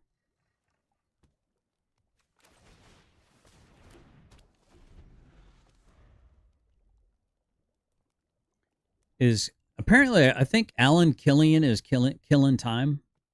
So I think I can put that together. Muckster, Ariel seems to be the only one that seems to be level-headed and not, which is ironic because he's the only non-white in the entire the group of four of them, and everyone thinks that I'm like I hate non-white people or something like that. It's kind of weird how I think the only reasonable one seems to be Ariel, which is I don't know if he's Puerto Rican or Mexican or whatever he claims to be. I don't know. It doesn't really matter to me. No shade. Not saying you don't matter. I'm just saying it don't matter what your background is, unless we're ignoring stats, in which case, unless they got a whole DOJ trying to run in and tell white people not to be angry that they're getting murked by black people all over the place, then apparently color does matter, right? Apparently color does matter. But it seems to me, I started enjoying Finkel until Muckster comes on it. Yeah. I mean, he started getting really good numbers because, frankly, listen, man, I don't have a huge following, chat. I really don't. I'm not all pumped up with whatever faults, this, that, and the other thing, pride, any of that stuff. I really don't have big numbers, but what I do have is a pretty awesome community. That if I say, hey, go check out this show or go support this person, they tend to go support that person. Now, it's bit me in the ass quite a few times because they tend to take advantage of that generosity, use me, and then leave. That's happened quite a few times to me already. It's probably going to happen quite a few more times. I understand that. I kind of expect it's going to happen. Ain't much I can do about it. I don't really want to fundamentally change who I am as a person that likes to support up-and-coming channels. I hope that those channels remember, if they end up eclipsing and dwarfing me, that when they had no followers or no subscribers, it was I that was pushing them forward and trying to get them jumped in the algorithm, promoting their channel left and right. Hope they don't just like kind of look in the rearview mirror and go, peace out, motherfucker, survival of the fittest. All right. I mean, because I can get Machiavellian. It's not a problem. I prefer to not be that guy. But just pay attention. Look around, and you'll start to see some patterns. You'll start to notice some things that people don't want you to notice. You know? And then there's subversives that always have to comment. I'm guessing that's one right there. Let's see. Let's do this. Let's go ahead and pay 2 life. Let's drop this in here. All right. Perfect. Back in some of the content we may have covered, things like where a parent gets up and their kid was clearly killed or beat up because they were white, and they're kind of like, oh, if they're in front of. Yeah, I mean, you can keep running your cock holster, but guess what? Somebody who had their channel taken down still has a channel on YouTube. His name is Chris Ryder, and I know you're one of his fucking retards. The press saying we don't know this is a racial attack. We don't want to make it about race. Yeah, usually the Community Relations Service had their thumb on the scale in that case. I agree. And Trump wrote a memo in April of this year saying he was thinking about getting rid of it, and then I think. Yeah, Mux says the cuckster is so blinded by his deep-seated antipathy towards UGS that he is actually negatively affecting Finkel's channel. When you and he are having interesting conversations, it's a shame. Yeah, he's such a jealous little girlfriend. Oh, he's so jealous, dude. It's the weirdest, creepiest thing ever. All right, next. Whose turn is it? Is it my turn? Do I do this? Then do I do... Let's see. I'll do this. Yeah, let's do that. Auto pay. I think formally got rid of it at the end of September this year. Like a couple weeks ago. The end of this fiscal year. And when Trump released that statement saying he was thinking about getting rid of it, the NAACP calls for the maintenance of the Community Relations Service. So that's who it helps, right? The NAACP has a vested... Yeah, just understand that Nothing Really Matters is actually just a subversive little bagel. Understand that. I sussed you out like a week and a half ago. Interest in minimizing black crime because there's so many black on white murders every year that the parents of a slaughtered kid need to be told, hey, whoa, let's not ratchet up the racial tensions. That's the express written goal of the CRS, is to keep racial tensions low. And so keeping racial tensions low when it really only goes one way, black on white, means you're just keeping white people down and in line, right? Yeah. And it's not like, oh, and then we do it for the black people too who get killed by the white people. It's like, which one? It's actually the opposite. Yeah. It's backwards and upside down for that reason, because you're minimizing black violence, which is a giant percentage of all these crimes. Yeah. And then you're maximizing whenever a black person is the victim of a crime from a white person. Yeah, so you have CRS downplaying, and then you have BLM upplaying. Yeah. And all of a sudden, that's how you get this, whoa, it's racist. Black people shouldn't be pulled over and stuff. You get this backwards, upside down And it's view of the backwards world. and upside down, because it's not only is it not true, but you're promoting the opposite of reality. Whenever a white person does something to a black person, that's all anyone talks about, which is the opposite of reality. So it's backwards and upside down. And so we've known about the Community Relations Service for a while. I know you said you just learned about it, but I'm sure you've heard it alluded. What up? Lone Bull, good to see you. How am I? I'm doing all right. Hanging in there. Just doing the challenge here. I don't know how good. I don't know how well I'm going to do. But I'm doing like the standard meta challenge or something like that.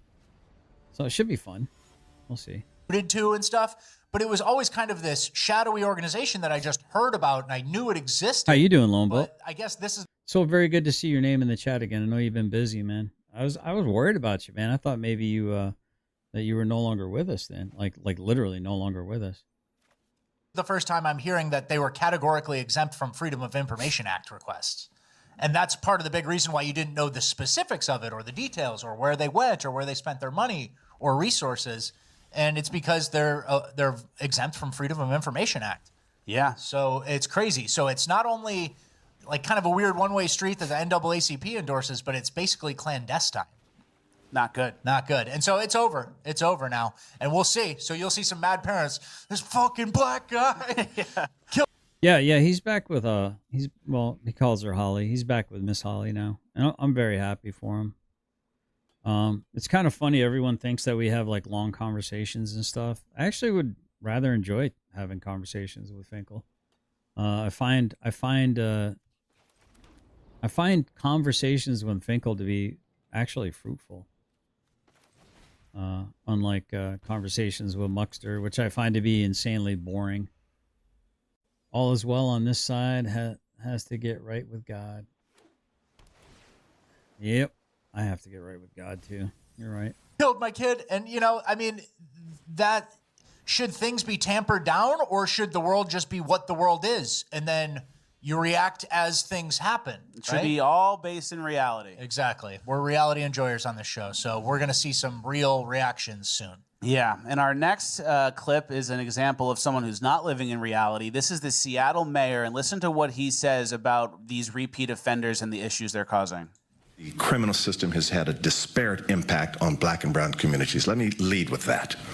So when this person is committing 6 or 7 crimes, I don't know his or her story. Maybe they were abused as a child. Maybe they're hungry. So my remedy is to find their life story to see how we could help first. I have no desire to put them in jail. What the fuck are you talking about? He was hungry, so he clubbed that old elderly woman in the back of the head several times. And what do you think, is Aladdin? Yeah, it's not Aladdin, and Memetic Sisyphus would tell you that. But this type of guy saying this type of shit doesn't fit either. This guy should be like running a household. Like, we don't do that here. Yeah. Instead, he's like, I lead with empathy. 6 or 7 crimes? It's communism. That's okay. This is like what communism looks like. People think it's like a little more in your face. Yeah. It's like this. Yeah. It's like this empathetic way of going about the world. And I saw a tweet that I thought... And disparate impact goes both ways, too. You know? Oh, there's a disparate impact on black and brown people in jail. And there's a disparate impact from black and brown criminals that means. Yeah. We're already past you go to jail, Yeah, enjoying I agree. Rounding everyone up. It's Our like, entire system is built it's a around disproportionate impact. Yeah. And that's after we let everyone go still. Yeah. So we should have more in jail. Mm-hmm. And I saw a tweet that summed up that guy's mentality. Peacekeepers tolerate evil to avoid conflict. Peacemakers drive out evil to have true peace. Yeah, there's a big difference there. I agree. So we don't want to avoid conflict. We don't want to. Let's just let the guy go. He's a little crazy. Boom, elderly woman beat up. Boom, and then child what happens? Sexually assaulted. You know, Exactly. That's what happens when you release people because you go, "Hey, man, on the stand, were you hungry?" Yeah, it's like a Snickers commercial. Trying to understand the mindset of the murderer, the violent repeat put him offender. in a fucking box. Yeah, We don't need to understand anything. We saw what he did. Oh, he's crazy. He didn't take his pills. He didn't have breakfast. Put him in the box. It doesn't matter. Yeah. Everyone else has those rules. Mm-hmm. And then we have some examples here of a more two-tiered justice system. Yeah, the man who attempted to assassinate Justice Kavanaugh only got 8 years in prison. And the judge spent 7 hours today justifying a shocking 22-year downward departure from sentencing guidelines for the man who attempted to kill Supreme Court Justice Brett Kavanaugh. At one point saying she was glad the crime made his mom accept his... Now, I'm going to be doing a review tonight on my show at 6 p.m. Eastern time. I've switched my time from 9 p.m. to 6 p.m. I'm going to try it for another week or two. If I'm not liking the time switch, I'm going to go back to my 9 p.m. Or I might do 6 and 9. Who knows? I might just break it up into 2 different shows. I haven't decided yet. I like doing my content and really enjoy doing my content. So, and we'll see how it goes, man. We'll see how it goes. I do like Steven Crowder. I'm gonna be doing a review on the what do you call it? The Blatt fatigue interview he did at the barbershop. So I'm gonna be reviewing that a little bit and see how that goes. His transgender identity. We're fucked, guys. And then this person quote tweeted it and said, the man who attacked Paul Pelosi was sentenced. The only thing I don't like about Crowder is sometimes he gets like real high pitched and whiny. And it like he gets real shrill with his voice. I just started watching him recently and it's like this guy was hidden from me. No, I don't know. I think sometimes I think he's a little bit, what's the word? Controlled. Sometimes I think he might be a little bit controlled. I don't know. Oh, shite. Let's go. Let's go here. Let's go here. All right, let's see what happens here. To life in prison. And that's the two-tiered part of it. Yeah. It's all about politics. And we He actually got triggered by the word boring. What, when? He's super boring, dude. He's just like, he's a conversation killer. have more examples here. The Proud Boys. Enrique Tarrio sentenced to 22 years despite not even being at January 6th. David Dempsey, 20 years for rioting on January 6th. Proud Boy Stuart Rhodes, 18 years for organizing quick reaction force near Capitol. Proud Boy Ethan Nordine, 18 years. Proud Boy Joseph Biggs, 17 years.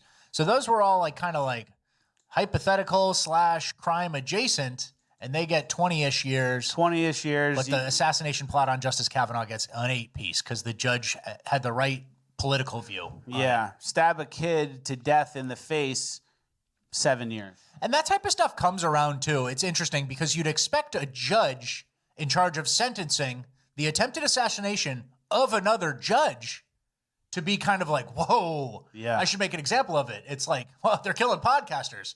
I got to condemn this shit. So the fact that she didn't makes you believe that it's all political. Well, it's all political, and then she knows it's all political from one side too. Yeah. She's not worried about handing down an easy sentence because she knows the right wing doesn't do that type of political violence. It all comes from one direction. It's very true. And if this judicial stuff isn't fixed before the next time Democrats take power, we will all be in jail. Yeah. Yep. And you might think, oh, jail could be fun because it's all MAGA people. They're going to keep us in solitary. They'll stuff us with Muslims or keep us in solitary. And they're going to torture us. All right, let's get to our Israel section. We're going to go fast. Yeah, that would definitely trigger him. He hates it when I use the word interesting. But I guess when Chris Ryder does it, he thinks everything's interesting. Yeah, I find the world to be a very fascinating, interesting thing. Through this, it's nothing crazy. Well, it is crazy, but it's not a lot of information. Yeah. It turns out Apparently there that's a was crime. a data collection from American Christians going to Israel, from geofencing, from churches, and Turning Point. Yeah, this person says, holy shit, guys, I just put all the events of the influencer campaign that I can find on a timeline that I'll post tomorrow morning. For now, if you live in these states and go to church, you're getting geofenced, tracked by your phone, and targeted with Israel ads. California, Arizona, Nevada, Colorado, all Christian colleges. And they call it the largest geofencing and targeted Christian digital campaign ever.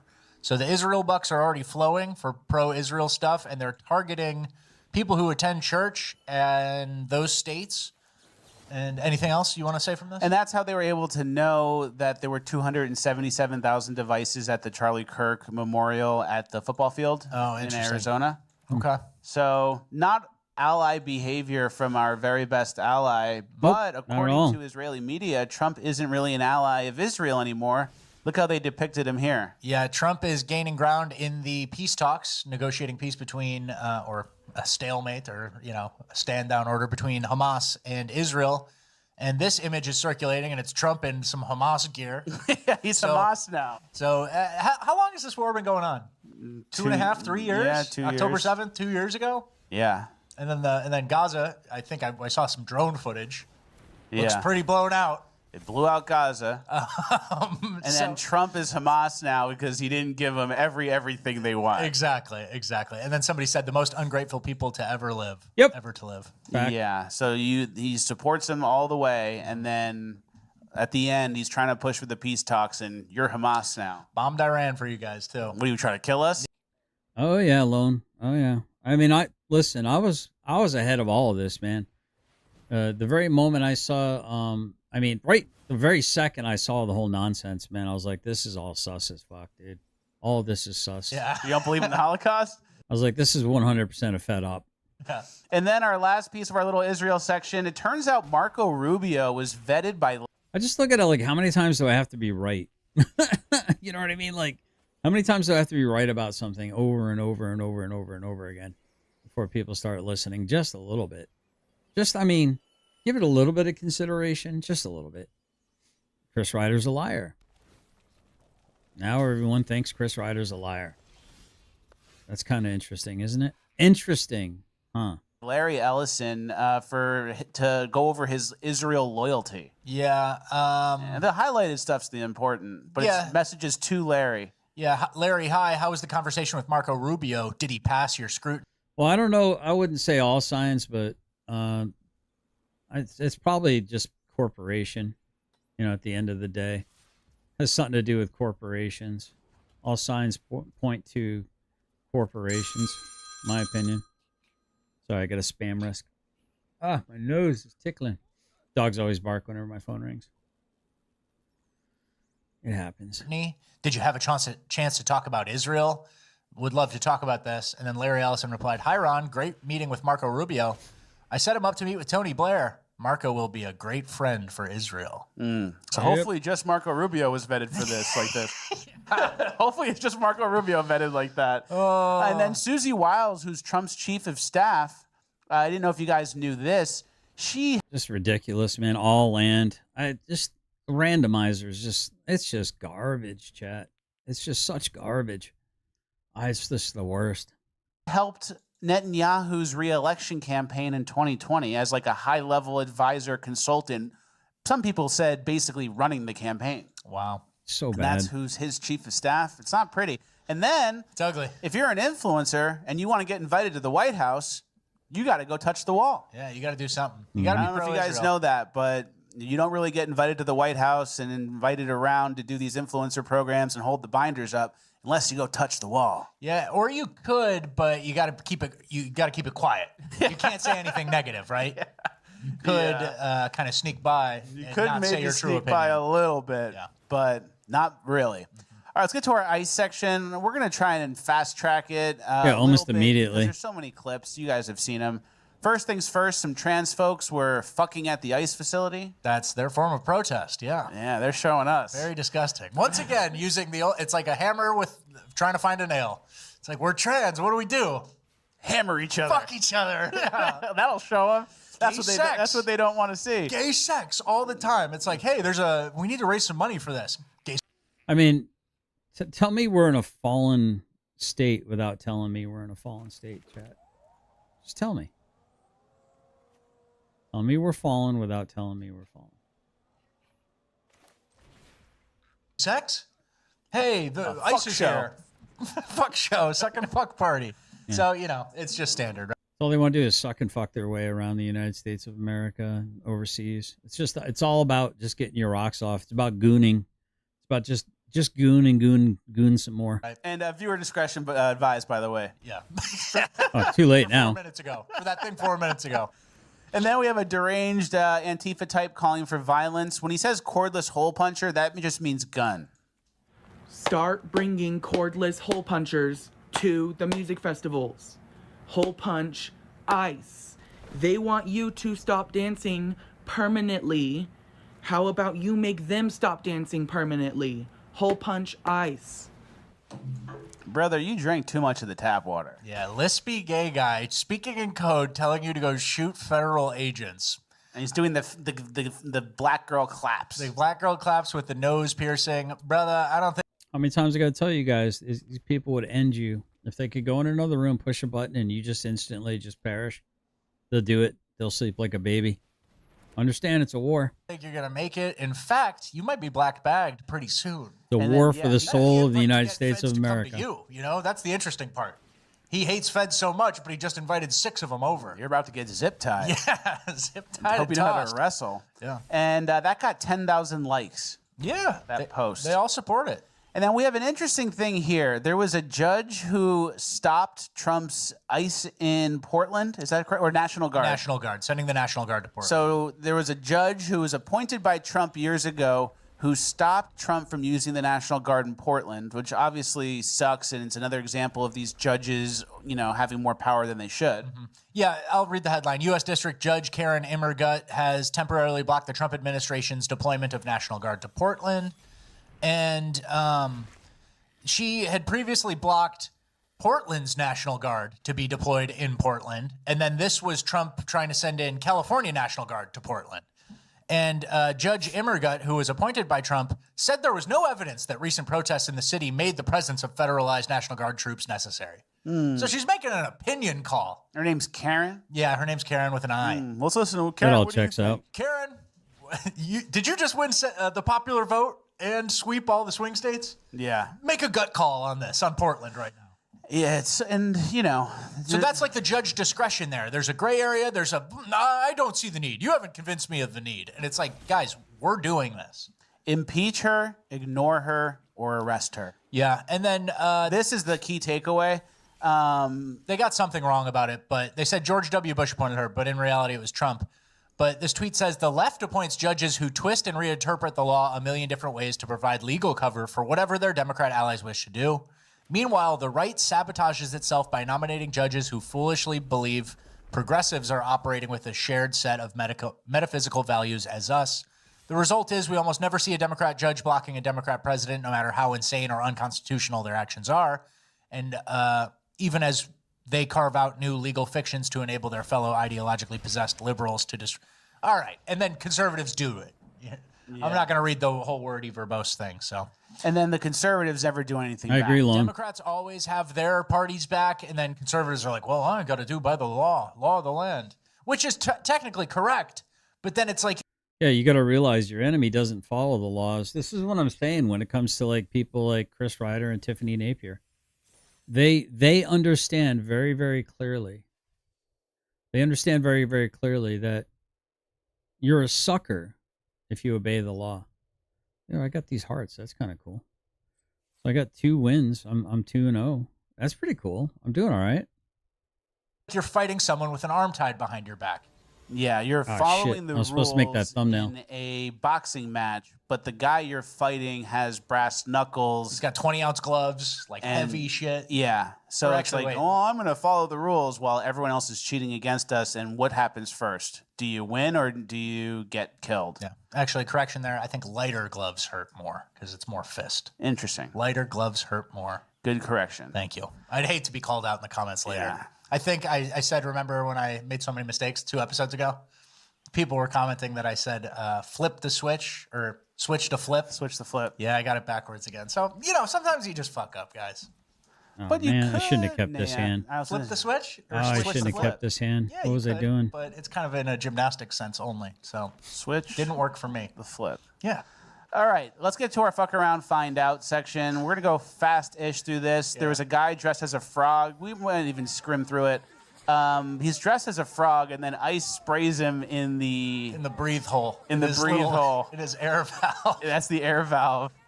When he went to the hospital and had like a collapsed lung or something. No. But he was on a ventilator overnight, but he's Oh, back. that's messed up.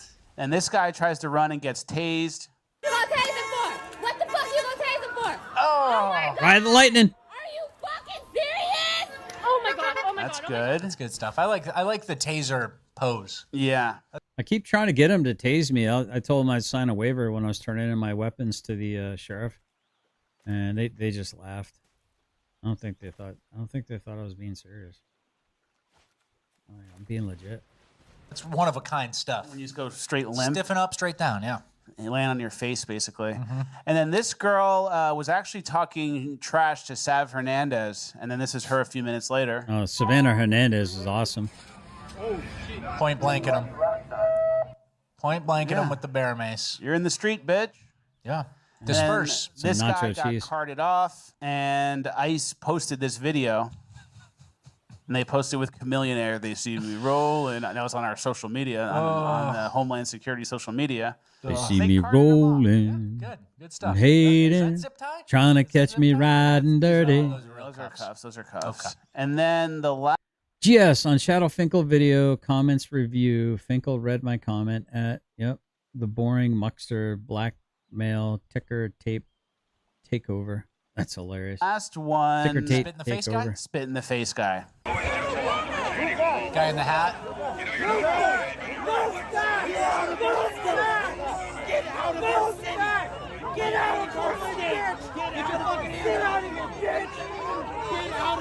Telling you, man, you spit in my face, you're gonna eat a short elbow. That is a promise. You can call it premeditated if you want. That's fine. Not very smart. Well, I want to see that actually. Hold on, I want to see that. See, this is what I'm saying. These people, these fucking retards, got really emboldened by the fact that men were not fucking putting boys in check for a long time, and now that the gloves are starting to come off, these fucking retards are gonna have the craziest rude awakening they've ever experienced. Get out of our state. Not very smart.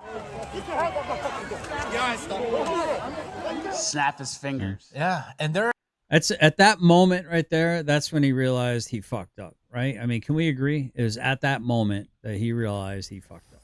thrashing him around. Just not very smart. He gets caught in a 4K video. They instantly grab him. What's the plan? You know, I thought these guys were a little smarter than that with their tactics. Exactly. I thought they would know, like, well, they can't touch me unless I blah blah blah. So I'm gonna say These are the Wyatt types. You know, the Wyatt, the Aaron Queen, the Gloria 80 types. These are the types that just, no matter what you do or say to them, no matter how much you lie to them, they believe what they want to believe. whatever I want and get as close as I can. But then he just lost his cool and spit. Mm-hmm. And it's like, what do you think's gonna happen, brother? Yeah. You're getting zip tied. You're getting thrown on the ground by like 4 of them. This ain't the Biden administration feds. So mess around, find out. It's good to see. And you know, my question is, why did it take so long for Law and Order to start kicking back in again? Sometimes they get away. There's a video I saw of in Chicago. One the guy on the bike. guy got away. You know, it's you win some, you lose some, but you're going to lose most of them.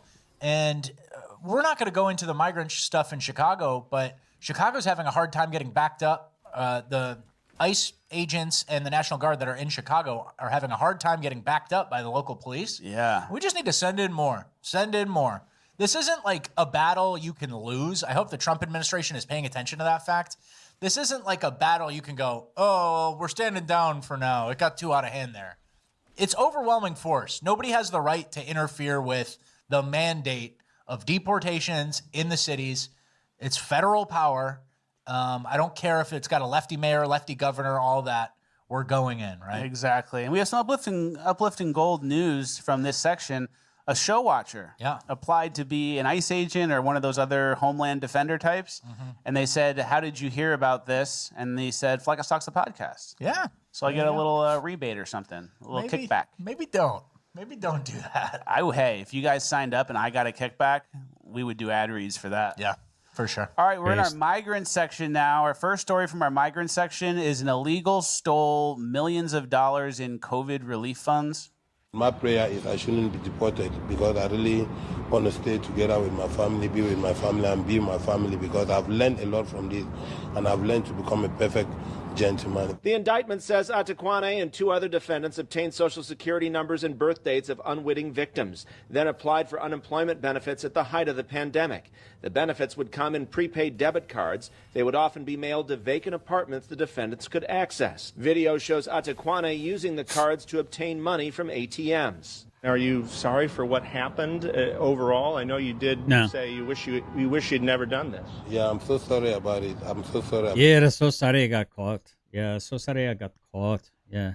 Tell me that it's not NGOs that are, it's like Israeli-run backed NGOs. We're sending $3.8 billion a year to Israel, who's got only $400 million in debt, or $400 billion in national debt. Their economy is booming. Why the fuck are we sending welfare to Israel? Federal prosecutors say he defrauded one victim with limited mental capacity. I mean, you know, every time we turn around, well, why shouldn't they be rich and have all kinds of power? They're very talented, but give us your welfare. Give us your welfare. And then they turn around, they take the money that we send them, our taxpayers are on the hook for it, to turn around and to fund NGOs that are going to then funnel a bunch of Islamicists into our country in order to muddy our waters. Oh, what is that? Is that a dog whistle? Is that a dog whistle? I don't know. You tell me. You're going to hate me no matter what I say. You're going to twist it no matter what I say. They try to muddy our waters because they know that the biggest threat to world domination for Israel is a strong European bloodline. Who was in his care at a group home. The overall scheme involved $2.7 million in fraud and 600 victims, prosecutors say, using COVID relief as a piggy bank to line their own pockets. Co-defendant Gladstone Yoakum got a 54-month sentence. They all got sentenced. How much do they get? 54 months. He got 18 months. He had the lowest, but as a combination, 54 months, 24 months. They had more than they take, though. Yeah, yeah. He's like taking advantage of like a disabled person he was caring for. Yeah, yeah. 600 people, they stole their cards or It's pretty good math, huh? Almost like they're the elite. their social security. 600 people. Stole their identities, and then... Almost like we found them. The bourgeoisie versus the proletariat. But please don't deport him. He wants to stay with his family. He's a perfect gentleman now. He learned. So Everybody sorry. out. Everyone you've ever met out. Yep. And then we have, is it Omar Fatah? Yeah, Fatah. I'm not going to learn And he's running for Minneapolis mayor. Mm-hmm. And he was doing an interview, and they asked him about like what his number one priority is, and this is what he said. Day one, if you were elected, what would be some of your top 2-3 priorities for the city? Well, a Semite is a geographical region, no Lone Bolt. Just the fact that you allow yourself to be tagged with some kind of potential label that's supposed to discredit the facts that you're saying is just, it's silly. It's silly to accept their bullshit labels. And I mean, if you look at all the divisive language that's come out over the last 40, 50 years, it's been created basically by the ADL types, the SPLCU or whatever, SPL, Southern Poverty Law Center, SPLC. Yeah. It's been created whole cloth in order to tear people apart, in order to pit people against each other. You're not allowed to notice these things, right? A Semite comes from a geographical location that includes ancient Aramaic language, ancient Hebrew, or Aramaic, ancient Hebrew, Koine Greek, and there's like one other cuneiform. There's one other language that was spoken. So to say that I'm against the, especially when my, 11.8% of my bloodline is Greek, to say I'm against Greeks, no, go fuck off. So that's a very good question. So the first I would say would be a hostile federal government with not only Donald Trump in office, but he has essentially a trifecta, both chambers of Congress and the Supreme Court. And a lot of our neighbors, especially our undocumented residents, are very concerned. So day one as mayor of a city in Minnesota, you are planning to oppose Trump to protect illegal immigrants. That's the top priority. He just spelled it out for you. And this is like a microcosm of what they want the whole country to be. It's basically enough migrants who will vote against the will of real American people. Yeah. Yep. So then it's like, that sounds crazy and retarded. Who would ever say that? But he might win because they've already loaded up Somalis into that area. Yeah. And that's like their actual plan. If you extrapolate that to the whole country. Get them all out. They got to go. They can't stay here. You got to go. Get them all the F out. Get them out. Get them out. It's going to be too late. Get them out of Europe. It's going to be too late. You were warned. It's going to turn into, like, guys, I'm telling you, I keep saying there's another crusade happening. There's another crusade on its way. And I'm actually during Mimsy's when I don't know if Mimsy's still in here. Remind me, Mimsy, there's a short I want to play about the Templars coming back. The Templars are coming back into play, my friends. They're coming back. All right. Yeah, I don't know what's going on, dude. This deck is not showing up at all. It's like, oh, this makes no sense. This is anti-American. This is normal American people's values. Anti-taxpayer, anti-American. And it doesn't matter because everyone here is voting and they're going to just vote it through. Yeah, they're not net taxpayers. They're net benefit receivers. They want the money train to keep going. And just being vaguely anti-Trump is big business for Democrats, right? Yeah. So that's his number one. He couldn't think of one other thing that really actually matters to Minnesota. It's stop being mean to migrants. Yeah, we're going to snowplow right away. That actually matters in Minnesota, too. It's about that. And that's a microcosm. Yeah. That's what they're doing. That's what their plan is for the whole country. I just think it's time to cleanse, dude. I really do. I think our country just needs a giant enema. It just needs a 100% just a suppository. We got to clean all the shit right out of this country. That I think that's the only thing that's going to fix it. I mean, maybe when I said that 2/3 of the population of the United States of America was going to get cold, maybe this is what I'm talking about right there. Maybe this is what I'm foreseeing. Is there is going to be a great cleansing. You call it Fed posting. I'm not saying it as a call to action. I'm just saying this is what I foresee. When people that want to be left the F alone are being messed and bothered with people that won't leave them the F alone, this is what happens, my friends. This always is what happens. It's unavoidable. It will always be what happens. Country is to have the normal voices of normal Americans flooded out by everyone else who says, "Oh, make sure they don't get rid of us." Yeah, it's pretty bad. And we have a graph here I thought was pretty telling. It's about immigration, but other things too. Yeah, the top graph is the estimated percent of 30-year-olds who are both married and homeowners from 1950 to 2025, and the bottom is total foreign-born white-collar workers in the U.S. by year. And this is kind of more H-1B stuff, or just in general, foreign-born white-collar workers. And the 30-year-olds who are married and homeowners is a straight trend down, and the foreign-born white-collar workers is a straight line up. Not pretty. I think they are correlated. It does look like it. And causation as well. We do have some good news refugee-wise. Trump is going to reduce the ceiling on refugee admissions from 125,000 down to 7,500, reserving many of the remaining slots for white South Africans. Yeah.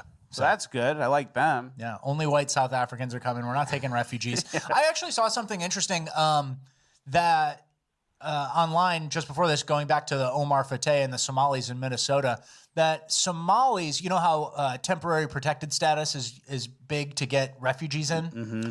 Somalia has had temporary protected status since 1991. Or maybe 93, whatever Black Hawk Down was. 92. That's probably why they released Black Hawk Down. Temporary. To go, oh, yeah, those people are dealing with all that shit. The guns firing, and they try to get the guy in the helicopter. What the hell, Temporary man? protected status, and it's as old as me, you know? Crazy. So that doesn't really make sense. Does not. And there is there's a Democrat who's running for Senate, I believe. Yeah. And Graham Plattner. Yeah. And he's the new tough guy.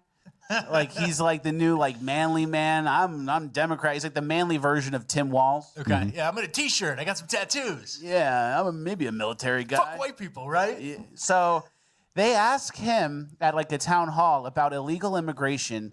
Listen to the question. It's about what are we doing about illegal immigrants, and listen to see if he actually answers the question. Probably doesn't. What's your plan for the illegals that are in this state that get free benefits? They don't. Wow, the indoctrination. We're cooked, man. America's cooked. We got to clean all these fucking libtards out of our country. Send them to Russia or something. Send them to Ukraine. They like to fucking wave that nation's flag. Send them to Palestine.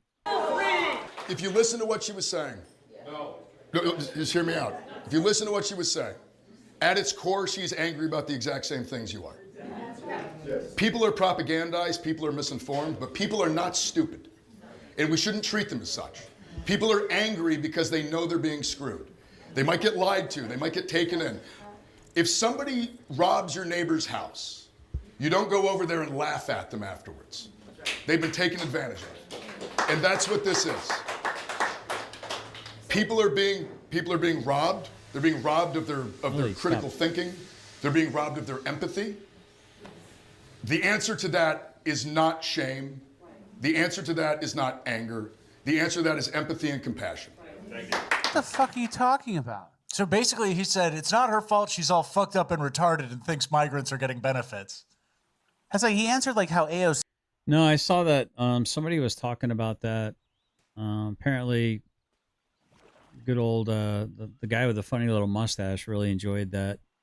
I've never read that, man. I'm not really into a lot of that crap, dude. Honestly.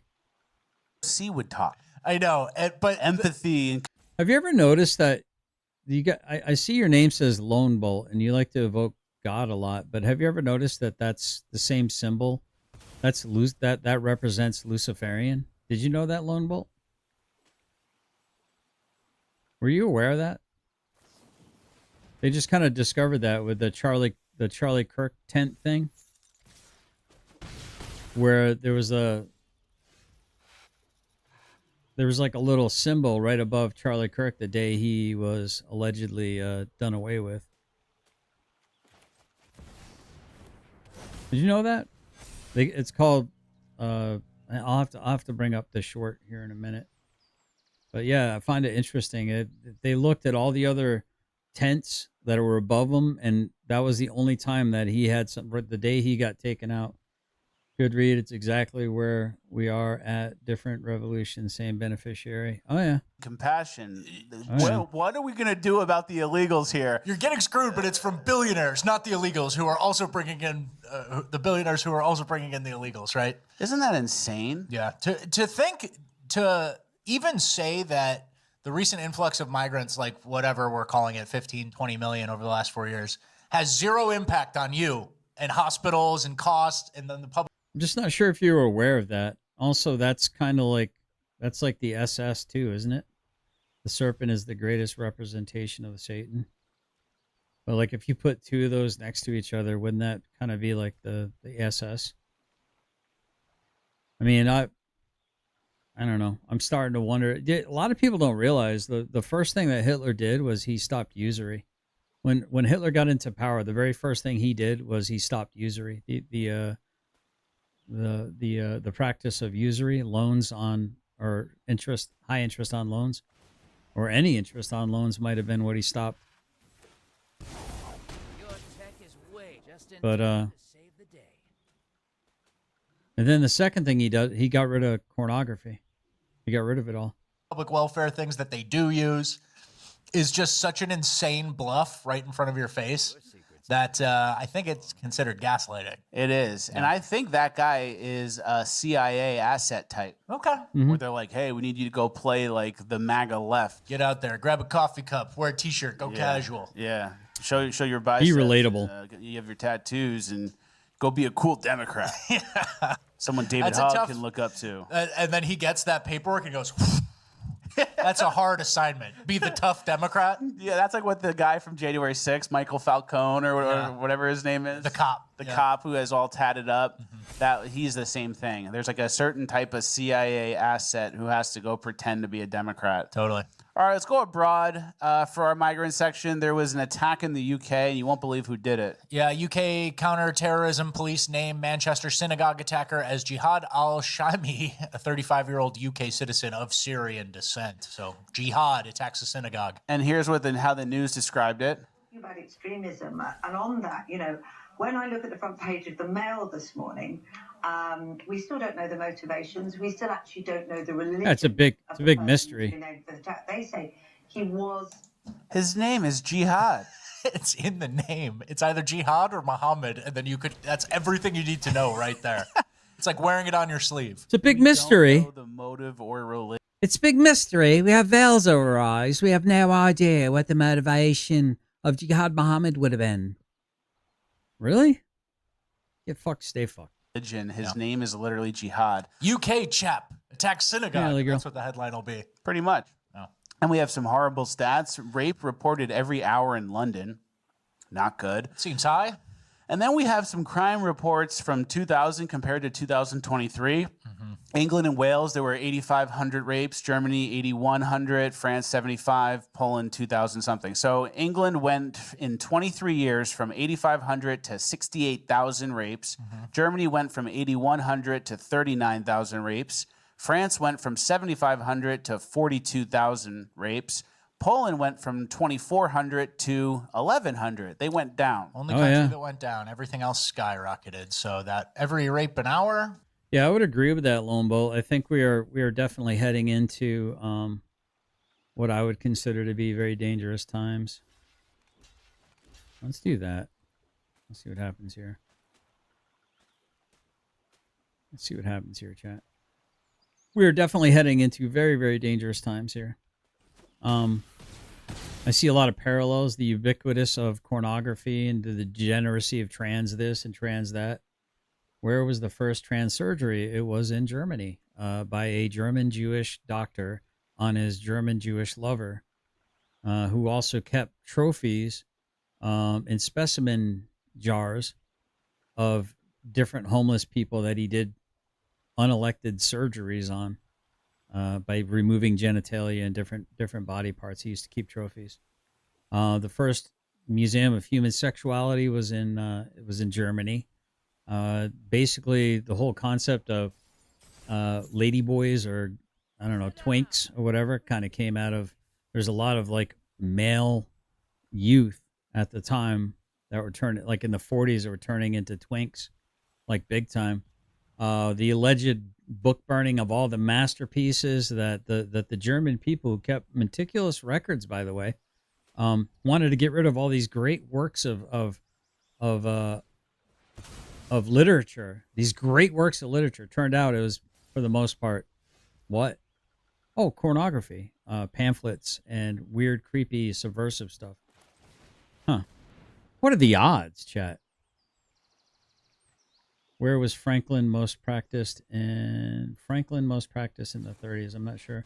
Poland, the only European country that has zero tolerance on illegal immigration, and the rate has dropped. Imagine that. Oh yeah. Frankism. I'm not sure about. I'm not familiar with that terminology. Sorry, man. Not familiar with it. Yep, there we go. We won. We win, chat. All right, let me get this thumbnail going here for oh, no, never mind. I got to do this. Actually, I could work on the thumbnail for a second. It's mostly migrants. It's insane. And we have some other crazy stats about Algerian immigrants in Germany. Can you read that, please? Yeah, Algerian immigrants in Germany commit violent crime at a rate that is 135,000% higher than the rate that Japanese immigrants commit violent crime in Germany. So that's 1,350 times higher. So Japanese people in Germany, very nice. Konnichiwa. But Algerians in Germany, violent crime. Yeah, konnichiwa. And they twist it. Yeah, and they twist it. So all cultures are not equal. Very much true. And then here's another crazy stat. There are more foreigners in the city of Berlin than there are in all of China. So not everyone's playing this bullshit game. Poland, China, some countries are opting out, and they're going to be the safe experiment. That's called being the control. Yeah. And then, England, Wales, Germany, France, they're all the experiment group. Very true. They're all the test subject. And then this next clip, when you have all these migrants, all they do is like scam, and they do like these gypsy scams. And then, not a lot of honest work. No. And I'll give credit to the Hispanic immigrants, class of 08, some of those earlier guys. They want to paint houses. They want to do some shit. And yeah, they skip a couple safety regulations. We're not very OSHA compliant. I go on the roof. No spotter. It's okay. No rope. I go. It's okay. But yeah, the new age ones are scamming, like that guy who we said at the beginning with the COVID funds. Yeah. And then this is more literal scam. There's two different types of scams. The interpersonal scam, which is like Gypsy, the Mediterranean guy who wants to sell you a gold chain and he's driving an SUV because it's worth $500, but he needs $100 because the airport lost his luggage. And then there's scamming the government.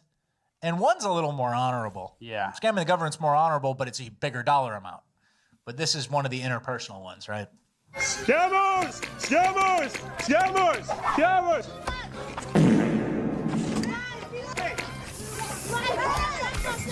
This is fun. This is a fight. Devils!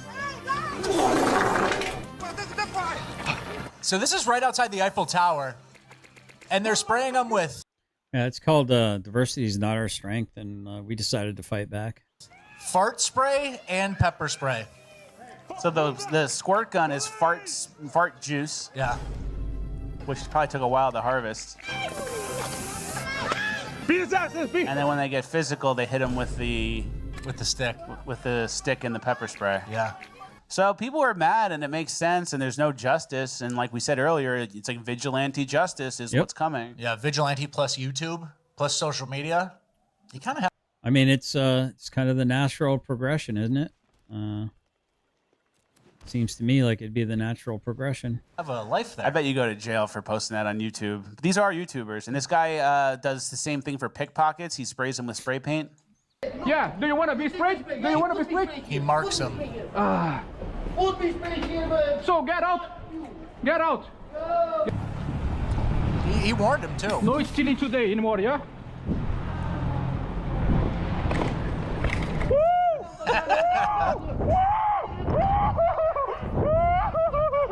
That gets you going. And that's part of it too. The people keep getting released or slapped on the wrist, and they don't really face any consequences. So society at large has to kind of stand up and do something about it. Pepper spray them, paint them, ruin their day. You got to do something.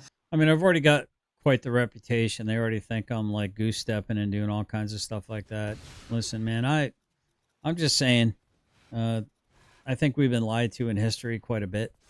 And think about getting you're a criminal and you bit. get paint sprayed on you. There's kind of like a you got me. They say that the victor gets the winners get the right history. Seems to me who won World War II? Well, Israel ends up existing. A bunch of other nations destroy themselves and use up their resources. You know what I mean? Destroys themselves and use up their resources. So guess who won? Seems pretty obvious to me who won. Israel. Who always wins? Israel. You marked me. I was doing that. Think of how much worse of an inconvenience losing your wallet in Paris is. Losing your ID or getting a bag stolen that has your passport and phone in a foreign country. The value stolen for the value lost from the victim of that is like so disproportionate. The guy makes $80 and makes a couple of credit card charges. You have to go to an embassy. Your whole trip is ruined. A $1,500 cell phone, whatever. So You need a new credit card, but you don't have an old credit card now, so you have no money, no wallet, no nothing. Stranded. Crazy. All right, our next clip is a tech CEO in the UK. Hey, mate, what you doing? Oh, I'm gonna have to video, mate, you fucking silly cunt. Look at state here, what the fuck you doing? Well, go fucking clean it up then, you scruffy cunt. You scruffy cunt. He runs a whole tech company. Yeah. He hired his cousins, too. Yeah, they like the shit. As you guys know, they have the shit party once a year where they roll around in it. Mm-hmm. That's cow shit, though. That's different. That's different. They had By the way, guys, check out Fleckus Talks, the podcast. Big shout out, big fan, big show watcher. I don't know. I kind of want to do like a Fleckus Talks like fan page or something at some point in time. Probably should reach out to him, make sure it's okay. Probably even doing what I'm doing here. I'm hoping that I'm transforming it enough. And if they ever want to reach out to me and ask me to stop doing it, I'm more than happy to stop doing it. But I love you guys' content, and I hope I'm transforming it enough. But I feel like it educates people. It's a message that needs to be heard. I mean, I got a tiny audience, so I don't think I'm really taking a lot from them. But yeah. Draw a line. Yeah. They don't do human shit stuff. It's not disgusting. And then next, I found this on Twitter. It's like an English grammar teaching website account. And it says, improve your English. I'm agree. That's not right. I agree. And look who they got getting it wrong. Yep. And who they got getting it right. Yep. It's also fake and contrived against white people. I know. Crazy. And then it's like, if you think about it, everything we're seeing is a pure attack on white people on all fronts. Yep. Of course. Like getting replaced by mass migration, murdered by repeat offenders, and then our history destroyed and distorted, and then we pay for it all. Yep. It's actually like a sick satanic trick. The U.S. taxpayer is really letting this whole thing ride. Boy. Crazy. All right, well, that's the end of our migrant section. We're now moving on to our final page of housekeeping. Okay. where I can say whatever I want. For ICE Time. jobs. Apply for ICE jobs. Yeah, let's add that. All right. All right. I have a Anything. short final page, but I'm going to cook. Go ahead. Feel First free. things first. For the first time in 10 years, there has not been a September hurricane to hit land in the U.S. Which is great for us. We're in Florida. It's very good. I don't know how And to the help you, reason bud. is because Trump finally took control of HARP, the weather control technology. Okay. And then this next clip is Hurricane Milton from 2024. This is before Trump took control of HARP, and look what it did. So it starts in the Gulf. It gets bigger. They start feeding it, right? Yep. Yeah. Category 3. Uh-oh. Category 4. It That's gets us bigger. right there. Yep. Boom, hit us. Then it hits us. And then it keeps turning inland. And then it turns inland. Gets North Carolina right before the election, right? And then it goes, right to the coast. Yeah, they stirred the shit out of that thing. And it gets stronger out here and then comes. So it's like it's perfectly done to just wreck as much as possible. Yep. And then there was a hurricane 2 weeks ago. And look at that 90-degree turn it did. Have you ever heard of anything like that? I haven't. That's how it works. But I don't pay attention to the maps very much. But that's what they do. Like, I've never seen a hurricane take a 90-degree turn. We have control of HARP. We have the example of what they do with it when they're in control. They run it through every city and every red state they can. And then when we're in control, we send it away 90-degree turn. We don't care if they even know we're doing it. Okay. So that's good news. We're in control of the weather control machine right now. Okay, great news. All right. It's in our hands. Yeah. And we have no nefarious intentions. Well, that's good. The good guys have it. Okay. Patriots are in control. White hats are in control. Smart. All right, next, we've talked about this before. Richard and I were both O-linemen in college, and we know all about O-line lore. And we told you about that one story where the guy jumped on someone, and I kind of defended him because it's good to be a nasty O-lineman. Yeah. I found an example of what it looks like to be a nasty O-lineman. He gets this guy. He gets him down. And now he's all over him, tapping his head, fucking with him, putting all his weight on him, making him mad. That's He's like, what? Yeah. And then he goes, like, I didn't do anything. Yeah. That's like that's the correct way to play. Okay, smart. I endorse that as well. That's fine. And I wanted you guys to see that. And not everyone knows the O-line lore. If you're on the football team, you know O-line does their own thing. But if you're an O-lineman, that's like a very special type of community and camaraderie. So if you guys are O-linemen, let us know in the comments. Tell us some O-line stories. All right. All right, our final piece, and maybe the most important part of the show.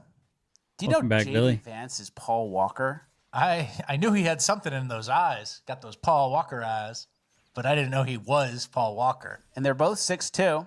Ooh. So that proves it. Okay. That proves it. That's it. And then it says, Vance is being played by Paul Walker and possibly JFK Jr. I don't know about that JFK Jr. They just threw that in at the end.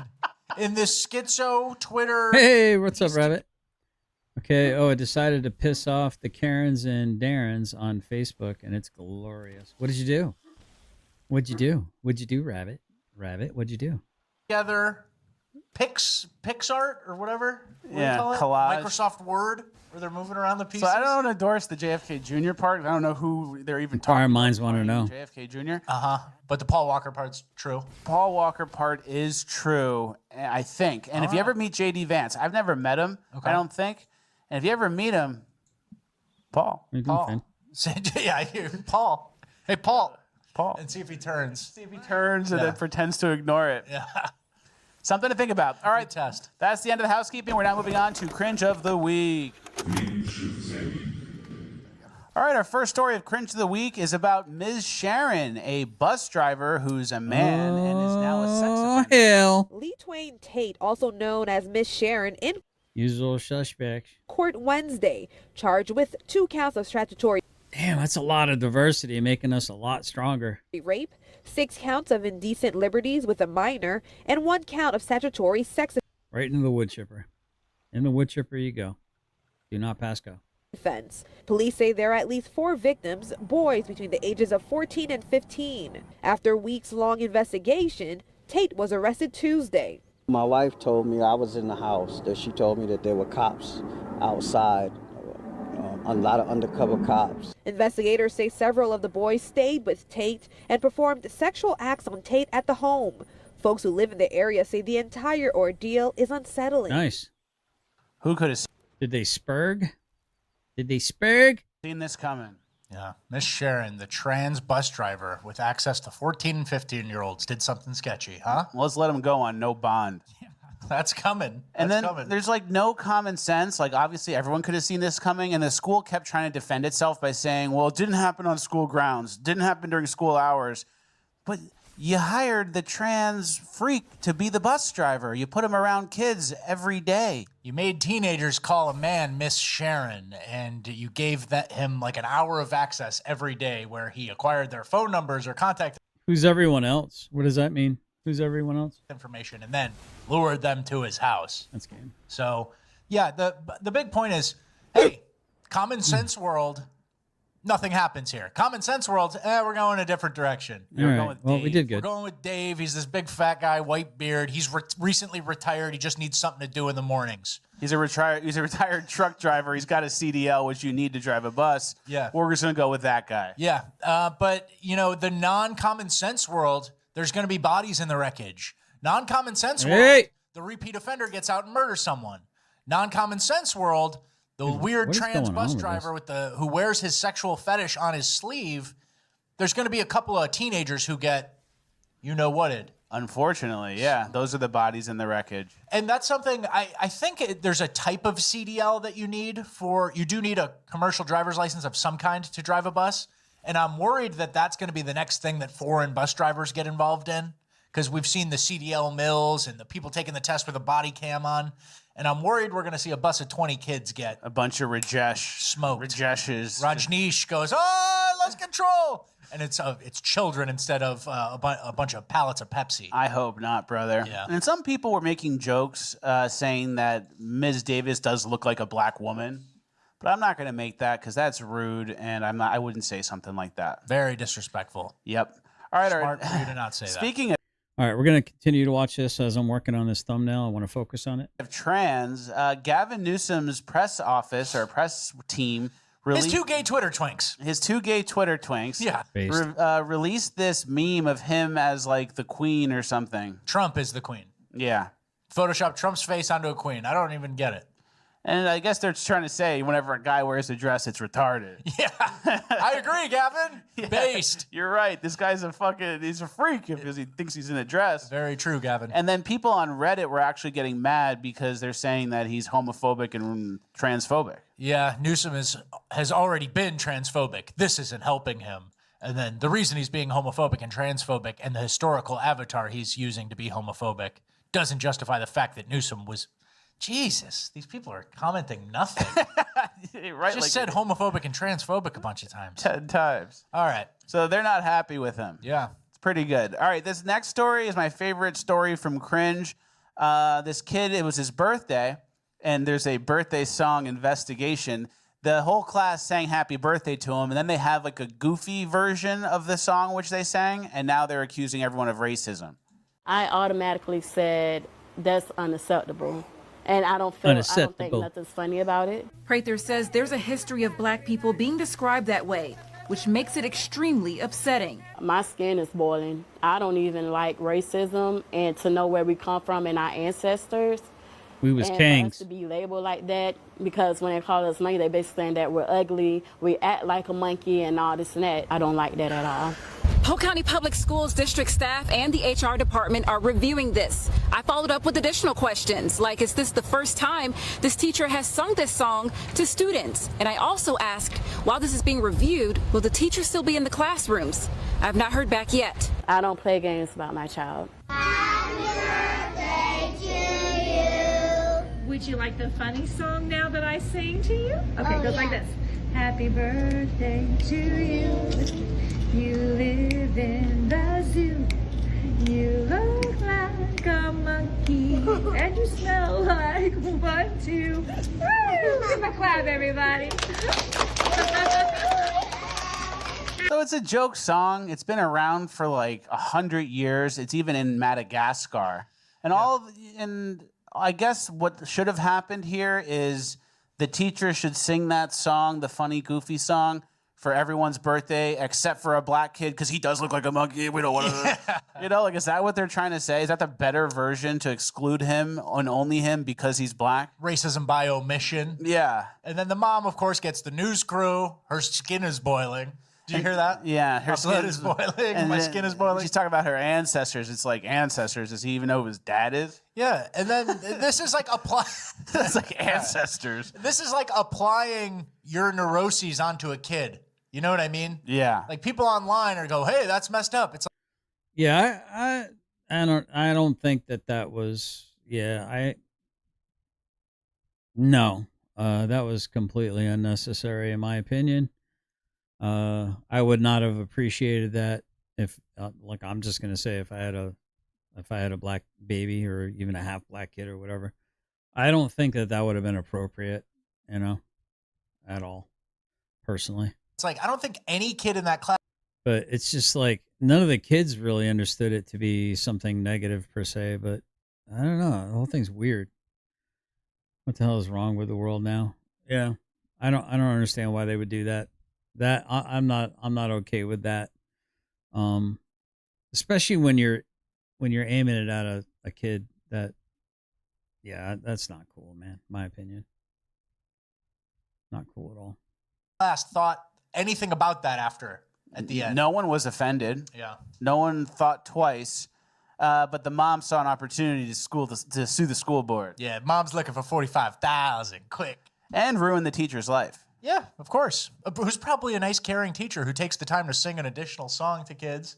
But no, he's too close to a monkey, so you can't do it. Imagine the teacher singing it, you smell like a monkey. And she like really racisms it. She's like a nice woman who spends her day with like 7-year-olds. Yeah. These people aren't just racist, you know? It's crazy. And now you're like wiring this kid's brain to like think everyone's trying to get him in a racist way. Yeah, to be looking for it. He's scanning now. Well, otherwise, he would have just laughed, everyone clapped, happy birthday, you go home. How was school? It was fun. It was my birthday. It was great.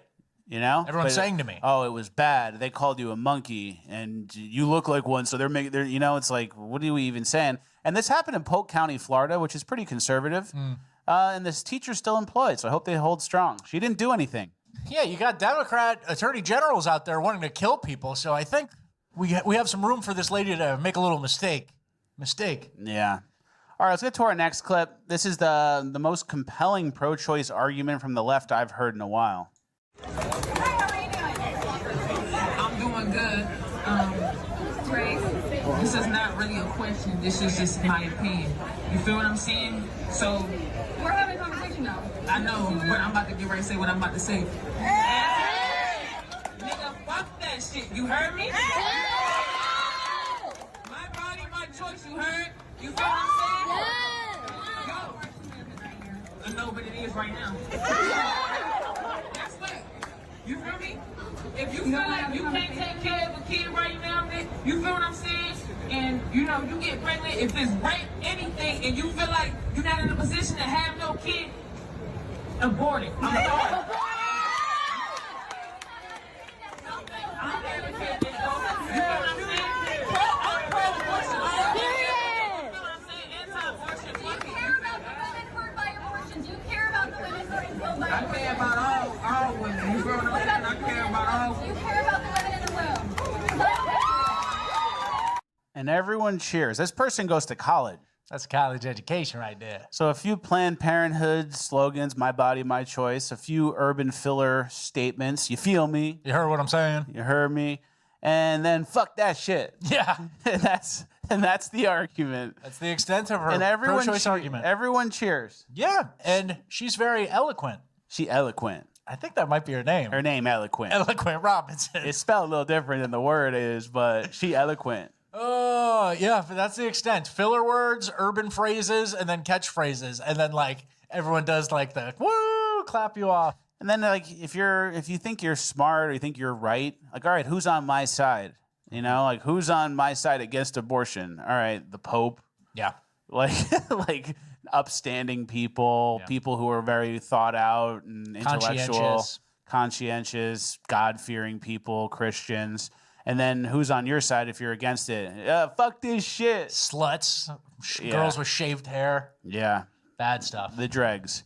All right, let's get to our Taylor Swift section. This is exciting for maybe some of you. There's a new album. Yeah, hopefully not too many of you. Some of you, though.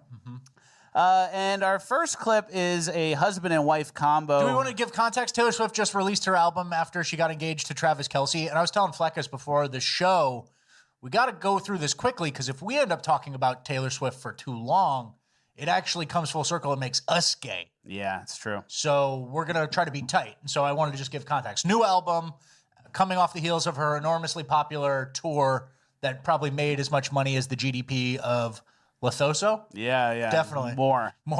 So our first clip is a husband-wife combo, and this is their reaction to finding out that Taylor Swift liked one of their Instagram posts. What? Guess who liked our video? No! Taylor? No! You're fucking fat! No! Are you kidding? No.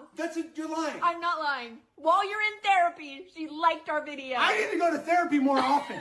Are you joking? No. We're gonna frame it. We're gonna frame it. I told them we're telling our grandkids. Taylor Swift liked your photo. Liked your whatever. photo. Frame. And then here's the content or something. This is them dancing. Do a dance to it. So yeah. Give me your wallet. Yeah, you're actually going to have to give that up. I don't have a weapon, and I'm not really... Just give me your cash. Give me whatever you got. Empty your pockets, Phone. squid. Yeah. This is so... it has everything. Borderline gay guy enjoying Taylor Swift. Histrionic, wide mouth, like acting about it. Mentions of therapy. It's like the gayest reel I've ever seen. Yeah. This made me want to spit. And what happened here is the girl was on birth control. It's fried her brain. She's attracted to feminine guys. That's a feminine guy. Okay. She's going to get off birth control so she can have children. They're going to get pregnant. She's going to hate his guts because I'm married to a twink now. Okay. Yeah. What's up, Don? That's Happy not Monday. even like, I don't even need an orb. Good to see you. I don't even need to look into the future. It's just like that's what's happening here. And we're going to go over some of the lyrics from her new album. It's kind of heavy-handed. Just cleaning up some files, guys. Yeah, very. You want to just get into it? Yeah. This is from Eldest Daughter. Every eldest daughter was the first lamb to the slaughter. So we all dressed up as wolves and we looked fire. And then... boss babe. And then one of the lines is, oh, you boss babe too close to the sun. So there's like this energy of like, oh, is Taylor like becoming traditional and like turning on us boss babe progressive types? We'll get to that, I guess, in a little bit. And then when I said I don't believe in marriage, that was a lie. So she kind of rug pulled her audience a little bit. She's rug pulling the childless cat ladies who she's been LARPing as. Because, well, not LARPing as. This whole persona of like this love-torn, emotional, like I can't find the right guy, but I'm fine because I'm doing it my own way. Everyone keeps playing me. And then now like one of the themes of this album is like being in love and like finding Prince Charming. And now I think some people are mad. Yeah. Plus, once you're in love, you're blinded and you start writing heavy-handed sentence. You know the phrase show, don't tell in writing? You show it, you don't just say it. I think she's just telling it. Yeah, she's changing her lyrics. Or actually, men are good. I do want to get married and have a family. And I'm a billionaire who married an NFL star. Good luck. I lied. I switched. I'm a super billionaire. I have 10 houses. Good luck, you guys. It'll work out for you. You guys didn't believe all that, right? Yeah, she's the one who led everyone to slaughter. Yes. She's the Judas goat, it's called. Yeah. Here's a picture of this girl. This is just, a lot of these are like reactions, like people moving around and with music. So we just screenshotted. This fan said, "Get this trad wife propaganda away from me right now." You should listen to Taylor Swift. And that was in reference to this lyric that says, "I just want you, huh? Have a couple kids, got the whole block looking like you. Tell the world to leave us the fuck alone." So she doesn't want to be around migrants. But Taylor Swift wants white kids and no migrants. She wants kids who look like her and the whole block to look like her and everyone else to get the fuck away. Or her husband. She wants them to look like her husband. Well, that's pretty good. And then, so we're going to play this video of this girl who, this had like 500,000 likes on TikTok. And look at how much she's turned on Taylor Swift. Taylor Swift is handing the conservative agenda on a silver platter to the masses. We're going to start with the rollout of the album, the announcement of the album on our Boyfriends Football podcast. Our boyfriend, who plays for the NFL, who we are now aligning our brand with, who is one of the most racist and problematic industries in our country. Why are we sharing what you are saying is the best piece of work you've ever put out, and you're going to share it with a man? This is where the optics with are a starting. man? We are creeping our way down the conservative pipeline, and before you say that's a reach, I'm not done. The engagement. They got engaged as a package deal with the album rollout. Yes, they did.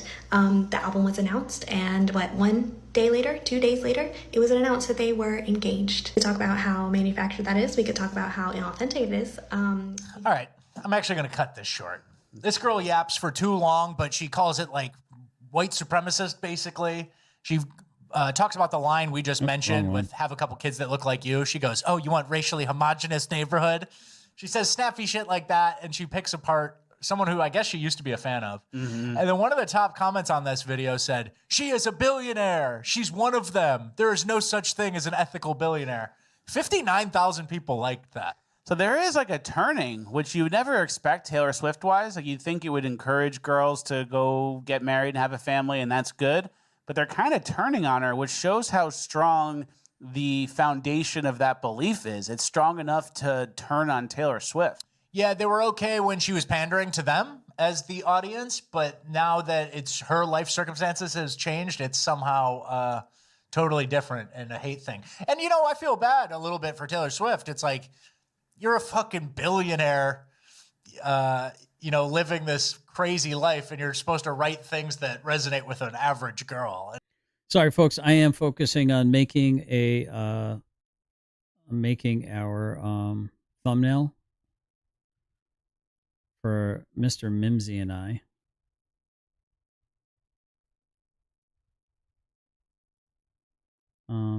We're going to have a show today at,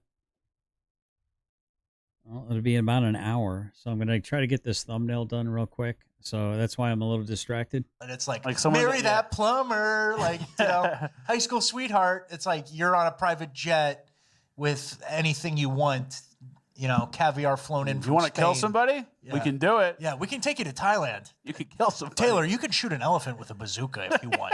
You have the money. But yeah, I don't know. It's all interesting. And then the lyrics just seem flat and like heavy-handed. You want to play Tony P? I don't know. We'll play it. Let's play it because he has the music in the background. Tony P, he's trying to find a girlfriend on Instagram, and he's doing this goofy shit. I'm not trying to bully him.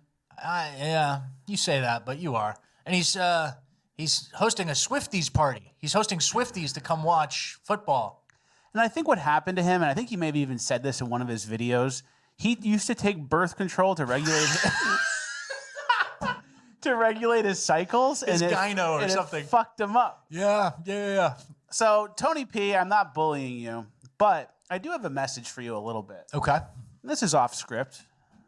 Sure. Tony P has this thing of he's trying to like rebrand what masculinity is. Yeah. And it's always, instead of like, he always says it's like a Mr. Rogers is the right form of masculinity. And the problem with masculinity is it's too masculine, and you have to be empathy driven and all this like gay stuff. Yeah, words, empty words. Empty words that feel good and you think girls want to hear. Mm-hmm. But he never says men should protect women. Interesting. So like every question is like, what is a man, or what should a man be, or how should men act? That's like all the questions he gets. And it's always compassion and with empathy. But he never says men should be protectors. They should protect the people who need it, women and children, Space Miner? and the most innocent. Good to see you. Stuff like that. He never talks about protection. He never got back to basics. He never got back to basics. All right, And if you hold on, ask guys. Tony P, do women... Hold on, guys. I might have blurred the screen a little bit here for a second. Let me make sure this is caught up. Yeah, it's going to blur the screen for just a second. I'm doing something real quick. Let me remove the background. Perfect. That's awesome. I did a good job. I did a good thing, chat. Let me go ahead and file. Let's save this as Union Jack. All right. Let's go ahead and close that down. Close this down. Close that down. You are closed, my friend. All right. Oh, okay. Let's go ahead and add import media. There we go. All right. Need protection from men, I think he would say no. Yeah. And that's retarded. Yep. So Tony P, answer the question. Do women need protection from men? He'll go, no, anyone can protect themselves. Everyone's independent. Everyone can protect themselves. But they also shouldn't own guns either. Yeah. Guns are bad. Everyone can protect themselves. No, they can't, Tony P. And that's the problem. And that's why I'm obsessed with you. And that's why I DM you so much talking about the migrants and talking about trans. You need to start listening. Yep. All right. Any last thoughts on Taylor Swift? I think she's alienated from her audience, and I think she's on her way out, kind of. She's going to pop out 2 kids. They're going to be great, you know? That's going to be fun for her. Yeah. A billionaire having 2 kids? That's sick. NFL tight end? White? White as the and she's white as the fallen snow? And she's tall, too. Yeah. She's like 5'11" or something. Yeah. So they're going to turn on you even more. It just kind of goes to show you all the There's no winning. Support is conditional. Yep. There's no like, oh, he's a good person. I can trust that him doing this had good intentions. It's all super conditional. You know what I mean? Yeah. And it's flimsy. Very. The lefty support is flimsy. Yeah, it's good. It's good to see. You never thought that would happen, you know? All right, that's the end of cringe. Now moving on to Urban Decay. All right, our first clip of Urban Decay, the loop puncher, that 6'7" giant black guy that punches women and people not looking, he got confronted the other day. Hey, fo, you be punching motherfuckers, fo? I'm dead. Fo, you not even like that, little bro. Punch me. Oh, B, punch me.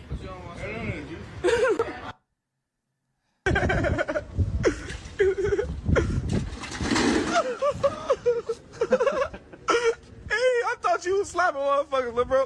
What happened? Yeah, slap his head, little bro. Yeah. Oh, B. Come on. But he can't control himself because he's crazy. Yeah. You know? But when 2 guys fuck with him, he doesn't act crazy. He doesn't. Yeah, it's kind of like Chris Ryder, isn't it? That's Chris Ryder in a nutshell. He's a real tough guy around women. But when he's facing a man, suddenly he turns into a giant vagine. That is so interesting. That is so interesting. I'm trying to figure out how I want to do this. I'm going to make this a little bit smaller.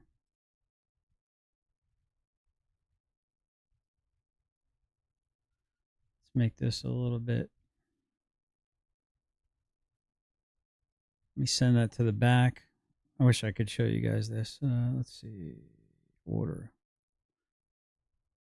Send to the back. Nope. Okay, never mind.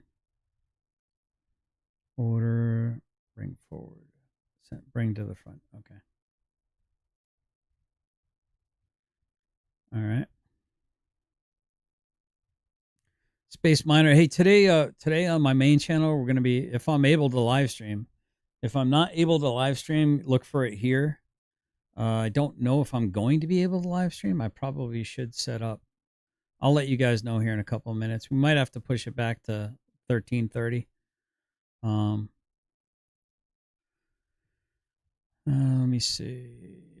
There we go. All right. So here we go. Doesn't start swinging at everybody. He only punches girls and people who aren't looking. Yeah, he's only crazy around women who he sucker punches. But he knows how to square up to 2 urban youths who actually confront him. So yeah, and that's kind of like the theme of the episode, the vigilante justice. Like people see him, they know what he's doing, they know he should be in jail and he's not. So they kind of go fuck with him themselves. Totally. And yeah, that's a huge point. I mean, a big part of the whole incompetent to stand trial or he's crazy or that sort of thing. These people, and we it's long been a theme for our podcast, like EBT scammers know what they're doing. These thieves, they know the limits. They know it's 1,000. Anything under 1,000 is a ticket. Sometimes they get caught up when it's on sale and they can't do the math. Goodwill Hunting. But the credit, they don't give a lot of credit for knowing situational stuff. And this guy clearly knows like who he can and who he can't take advantage of. Yeah. These people are more predatory than they think. Oh, he's just a crazy guy having a bad day. No, he knows to attack weak women and women will not do anything and run away. Mm-hmm. He knows who gives him a reaction. Notice the crazy guy's never attacked a group of bodybuilders. Yeah. It's very fascinating. Very Like that fascinating. self-preservation is deep in the brain, and but he's just crazy. It's like he's a We'll see how it goes. We'll see if I can get it set up. This next story, this is just a article, but can you read the gist of it? It's pretty sad. It's from New Orleans. New Orleans Almost chef done with a carjacked thumbnail and right killed now. while picking up child from daycare, and he was carjacked, and he was the sous chef at Brennan's restaurant, which is a very famous restaurant in New Orleans. Yeah, and someone else said a great man with a family and career was murdered senselessly in Wow. broad daylight while picking up his son from daycare Wow. by a black criminal thug who stole his car. There will be no vigils or national news stories about this. There will be no changes at the DA's office who let this criminal thug No out of flag at half staff. jail before he murdered an innocent person. And he was like a Half-mast. staple in the community. That restaurant is great. And this happened in mid-city New Orleans, which is like a nicer area compared to the others. Yeah. Horrible stuff. Again, that's one of those things. Send in the CRS, Community Relations Service. Yeah, nothing to see here. But Five-time repeat offender. Ooh. Who Another could one. have seen this coming? Yep. All right, our next story. This is pretty interesting. This is one of my People got to realize at some point in time, American citizens are going to take matters into their own hands. It's either the justice system has justice or it's the injustice system. Justice delayed is justice denied, right? All right, so what do we got here? Hold on. File, save as PNG. We're going to call this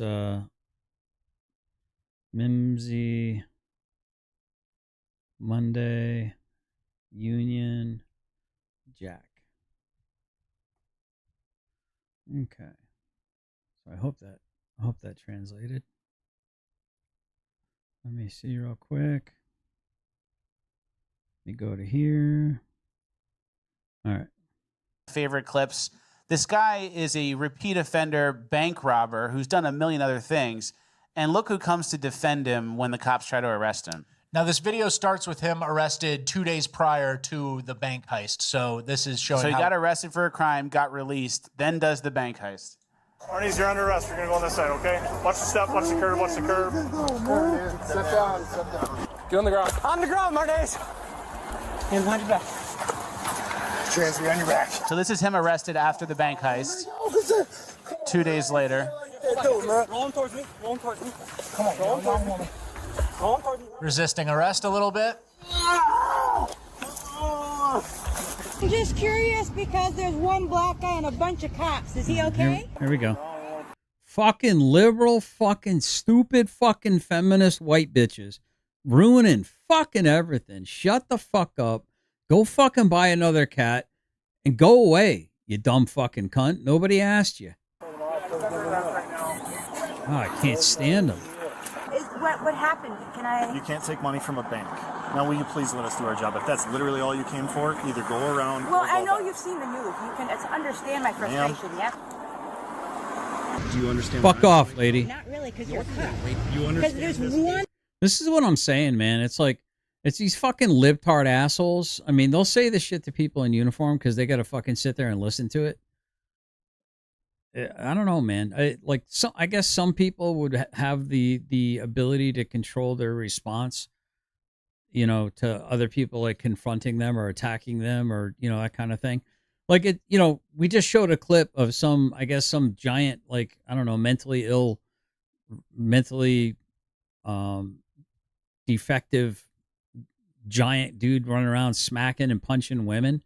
And then all of a sudden 2 urban type youths confront him. And suddenly he has the ability to control his emotions because he doesn't want to get his ass kicked, you know, by 2 dudes that have no impulse control and want to basically feed him his teeth. Right. So it's like, but we don't say shit about that. But if those were 2 white dudes doing that to that black guy, no matter what that black guy had done, oh, it would have been fucking, there would have been Wendy's burning to the ground. Oh, it just would have been bad, chat. It would have been so bad. It would have been so bad. One black dude right there. And that's all you're basing your analysis on, ma'am? Ma'am. All you've seen is a snapshot, and you're making judgments. I've also, it looks So like either you got please 1, take 2, your 3, children 4, and go 5, back. 6. What's that, sir? It's all good. We gotta go. All they else want to go shit. Fuck out of here, so don't even know.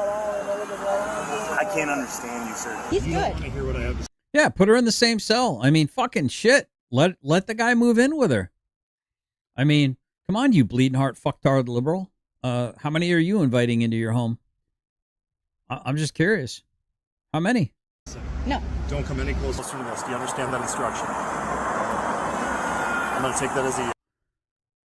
She just stepped one. I mean, this is like direct. This is the female directee right here. Wonder if she's gonna get arrested. Why are you instigating? Because I'm concerned about this dude. Here's a dumb bitch who doesn't get any attention at home, and just needs a male to put her in her place so desperately. Are you okay, hon? We're waiting for an ambulance. Okay, are you don't want okay? to take enforcement action because it's not appropriate. Are you You have okay? the ability to stop this. He right doesn't look okay. now. Okay. Ma'am, are you okay? Do you need any kind of mental health intervention? Cool. So I'll let everybody know. Exactly, Lone. What's your name and badge? Steve Kearns, 2591. Thank you. Your name? My name? Yes. Doesn't fucking matter, does it? Unfortunately. So this clip perfectly sums up America today. You have a fat liberal white woman defending violent black repeat offenders because the police are white and the criminal is black. And the black offender can't even articulate a single thought. He's mumbling. The police can't even understand. And she's going, "Are you okay, sir?" And yeah, she's breaking down what the problem is here. Mm-hmm. The And passerby. And these blur marks around her, she's with kids. She brought kids. And you could see her little Free Palestine thing. Every issue. But as long as you're a black man and the police are white, you could have just shot up a whole church. You could have done anything. But as What long are as these you police doing to you? Yeah, as long as you arresting me for robbing a bank. Yeah, as long as you look uncomfortable, she's going to come to your rescue. So that's another just indication of where we're at, right? Yep, very much true. This next clip, this is a fast clip. I just want to show you how someone reacts. This woman got arrested for DUI, and listen to how she reacts in the cop car. They're spawning again. I said you a fuck nigga. You a fuck nigga. You see how you do me in front of my little sisters? You threw me on the ground in front of kids. Hurry up and get me to this place. Hurry up. Because guess what? My people got money for the damage too. Hurry up. Get me to where I need to go, please. Y'all relax. Babe! Babe! Babe!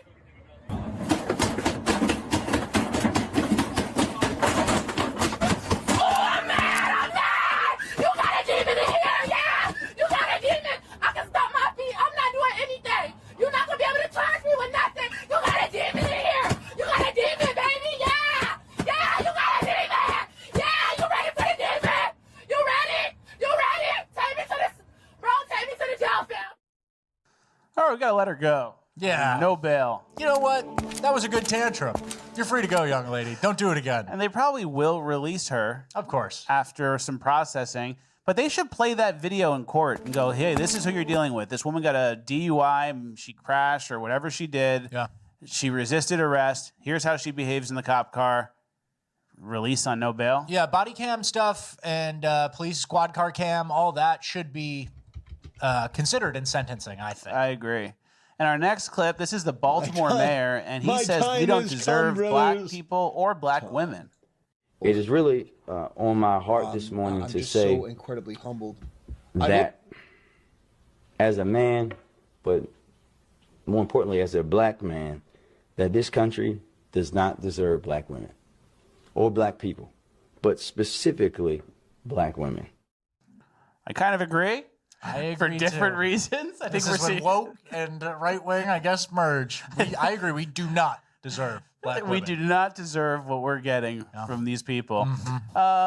We've all seen a Carnival Cruise. Yeah. We can tell who doesn't watch Urban Decay. Yeah. It's not good. Let's go over some of the stats of what we would miss if black people somehow disappeared. U.S. population will decrease by 11.3%. The number of employees will decrease by 1.4%. What? The number of prisoners will be reduced by 48%. Make that math number make of gangs sense. and other criminal groups will be reduced by 53%. The country's average IQ will grow by 7.4%. Holy crap. The average score of the SAT will rise to 1,100 Hey, y'all. points from What's up? 1,000. The number of AIDS patients. Wait a minute. That's like Left them simple. that's like a 1.5, wasn't it like almost a 1.35 standard deviation increase in IQ? Wow. All right, let's go with we're going to go with 1300, so we're going to go with 1. We're going to go with 130. That'll give me time to get a few things. So we're going to upload a thumbnail. All right. We're going to apply this. And yeah. Go ahead and create the live stream. Let's see if you guys like the thumbnail. So I'm going to get that going. All right. And I will send you, Mimsy, I will send you the StreamYard's link. Don't forget to remind me. Call me if I don't get it to you soon. I'll send you the link. And let's go ahead and get rid of that. Well, it looks like one of my copyrights did not come back. And it was not forwarded to the claimant, so I'm not exactly sure what the deal is with that one. So I'm not sure which one it is. So I might have to resubmit it again. All right. Yeah, so it's going to be set for 130, guys. I'll show you. Here we go. Patients will be reduced by 65%. Chlamydia decreased by 59%. Gonorrhea decreased 69%. Patients with syphilis will decrease by 57%. Annual income will rise. Number of people living in poverty will be reduced by 54%. The number of homeless people will be reduced by 65%. Welfare recipients reduced by 52%. And the Democratic Party will lose 26% of its voters. That's what it would look like. We don't deserve them. Don't deserve them. All right, well, that is the end of Urban Decay. We are now moving on. That was like a giant win. Gold. Don't get too down or too depressed. We have uplifting stuff today. All right, uplifting gold. We have uplifting stuff today. It's not our usual uplifting of like babies riding puppies or whatever. Okay. Kids catching fish. Okay. It's a little different, and it's because we didn't have a lot of uplifting stuff. So... Okay. So I don't care. It's okay. It is uplifting, 10 minutes of the show, but it's different. Okay. First, this guy is running for, I believe, Congress, Hey, Mimsy, do you have a problem with it being like an open panel discussion? I think in the beginning, I would like us to talk a little bit, and then I'd like to open it up to see if any other people would like to talk about it, and if any of it.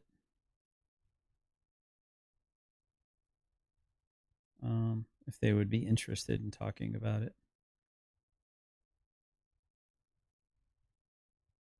All right, let's say done. All right, so I'm sharing it basically with, I think I even shared it to you, Mimsy. That way you'll have the link. Are you okay with that? He's running for re-election, and everyone in all of his constituents are calling him out for AIPAC. What are you doing about the starving children in Gaza? What are you doing? Taking money from AIPAC with respect. That's something that is infiltrated our government. AIPAC money. Watch Congressman Jake Auchincloss.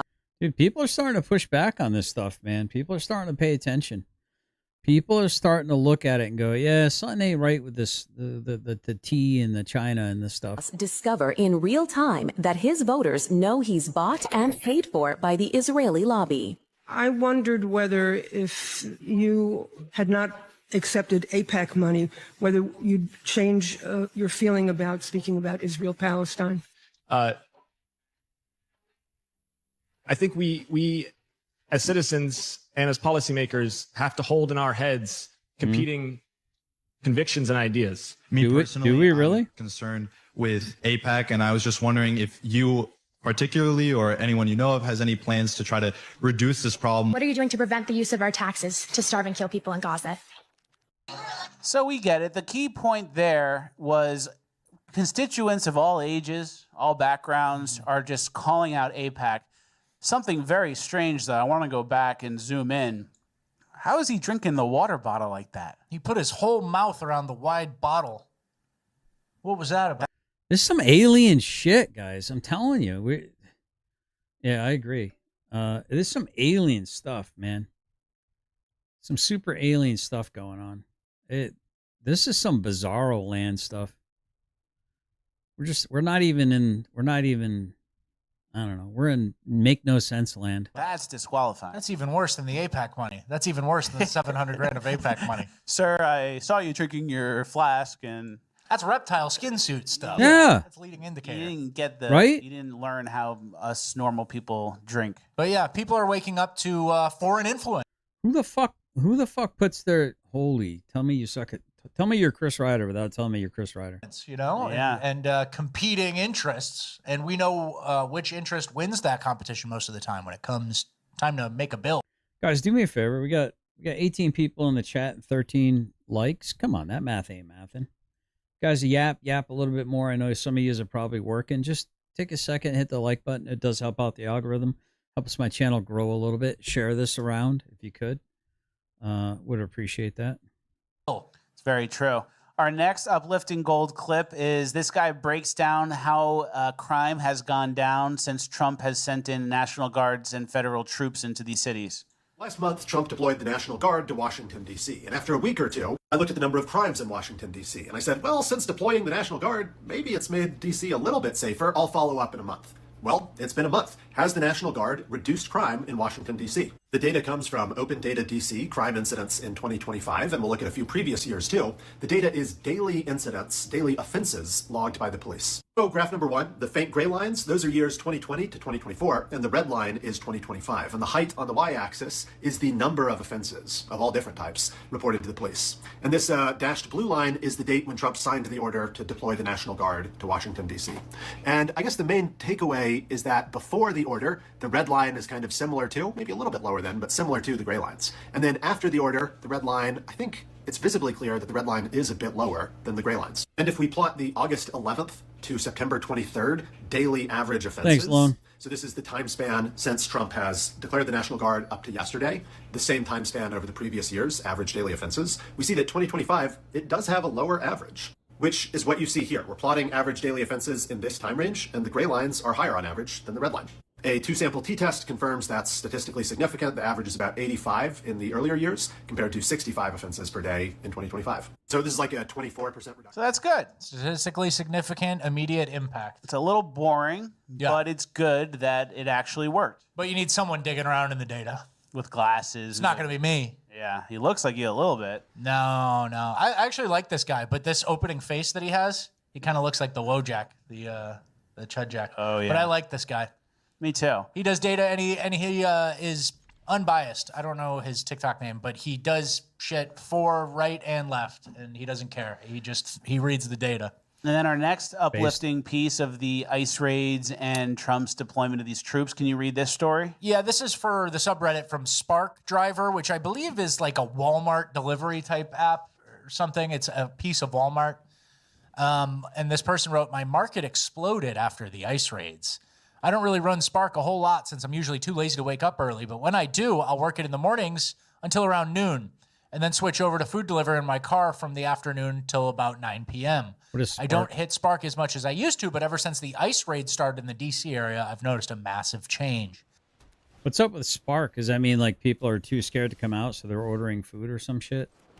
Just follow where you're delivering most of the food, and then just kind of stake them out and find out if the cockroaches are hiding in there. Things suddenly got extremely busy.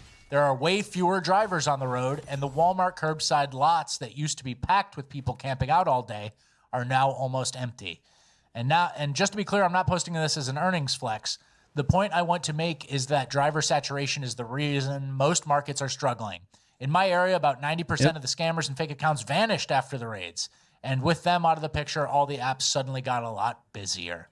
And then somebody said, "I know a lot of people are going to dislike my comment, but 95% of the cheaters in my market are all Venezuelans. Ever since they all came to my market, Spark, Lyft, Uber, DoorDash, everything went to shit." Yeah, so that's uplifting. So that's Americans literally competing with illegal immigrants and illegal immigrants who are scamming, and things immediately getting better when federal force is applied. Very cool. So that's uplifting, is how easy it is. We can't forget, we face hurdles, bad judges, mayors dragging their feet, governors who don't want to help, the superintendent of the police telling the cops to stand down. But when you actually go through with it and do it, it's really so fucking easy to make life better. So true. So, all right, our next uplifting clip is Lana Del Rey. As you guys know, she married a gator hunter type. Yeah, gator tour boat, fan boat, Louisiana guy. Yeah, and she seems to be very happy. And here's her doing an interview, and listen to what she says. You're so hot!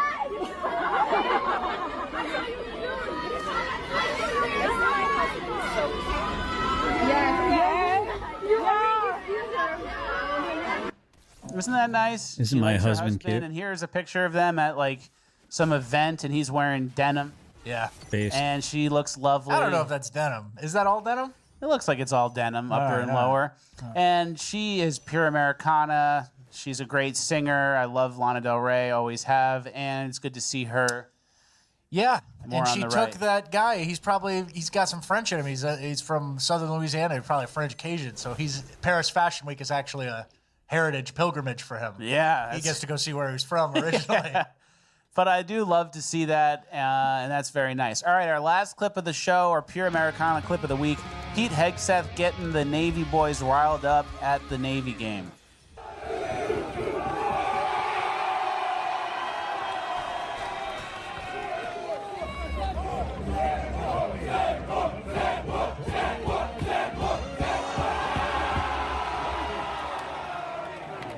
Isn't that nice? That is nice. They love him.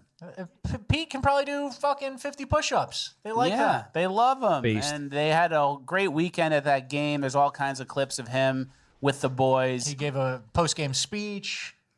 I think Trump was on an aircraft carrier too. They were doing some military stuff this they were weekend. showing him. So that's good to see. It's good to see our military improve, but not improve to the point where we should go use them in a war for Israel. Certainly not. Oh, everyone's ready to go. Let's go to Iran. Yeah. All right, folks. Well, this has been fun. It's been real. Has it been real fun? It's been real fun for me. Has it been real fun for you? Good stuff. Go check out Fleckus Talks, the podcast. Let me go ahead and make sure I put them in the link. Comment there. There we go. Actually, where's all my mods been? I don't think any of my mods have shown up today. Well, I think I had Karma at one point. Dawn popped in for a second. It has been a blast. Where my mods been at? All right, let's go ahead and pin that message, and we can just sit here and chat a little bit while I'm winding down. See you later at 1:30. Oh, you're here. Okay.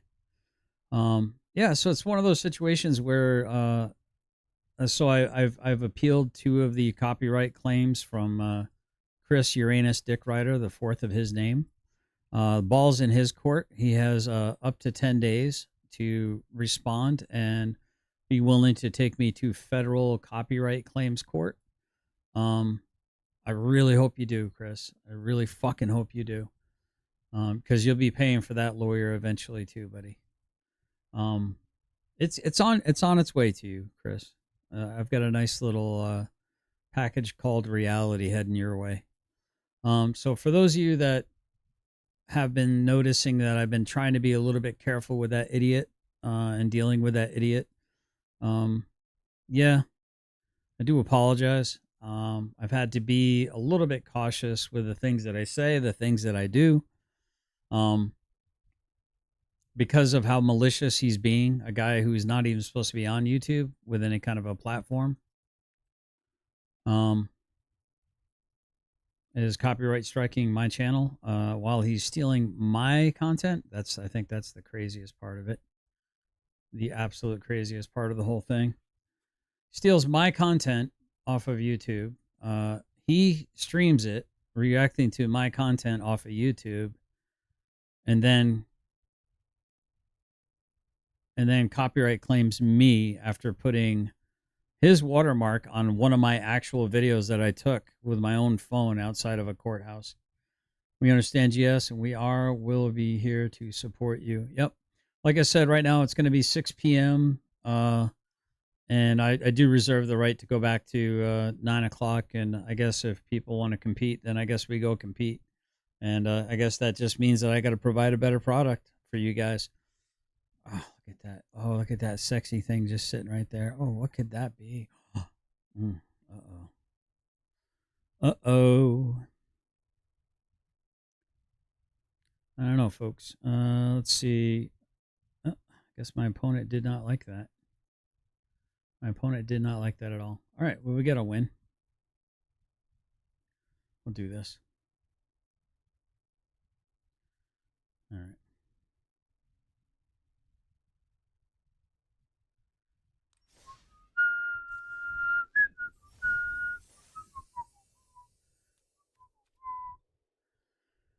Calvary, the mighty Calvary. Day and night we are creeping, Calvary scouts come a-creeping all around. The mighty Calvary, the mighty Calvary, hey. That's what we did in basic training back in the 80s. Used to go, breathe in, let it out. Breathe in, let it out. You know, I just do that like 3 times. Then I think it was like fight, and it was like then we do the little chant there. There's plenty of available content, plenty of time. No need to get extra. Yeah. Yeah, he's doing some stuff that's I think he's too far over his skis, and I'm so happy he is. I really am so happy that he is. He thinks he's winning. But here's the funny thing. Everyone's like, hey, man, you got to win. You got to win. You got it dismissed. You got to win. You should be celebrating. You should be happy. I'm like, nah, you guys don't seem to understand. You really don't seem to understand. He's not done, chat. He's not even close to done. As long as it doesn't cost that prick a single dime other than a little bit of time and a little bit of gas money, and he can grift for gas money. As long as it doesn't really cost him anything, he's gonna keep doing it. He's gonna keep trying to hit me. You know what do they say? It's the process is the punishment, right? That's what they keep saying. The process is the punishment. He knows exactly what he's doing. And you all keep underestimating him. Y'all keep saying he's dumb and that he's not bright and he's not intelligent and he's just a big doofus. He's laughing at you guys the entire way, dude. He's like I said, he's got that old simple country boy, aw shucks, trying to sell ice to Eskimos. And he will. He'll succeed. He will succeed at some point in time to sell that ice to those Eskimos. He's always going to find an Eskimo to sell ice to.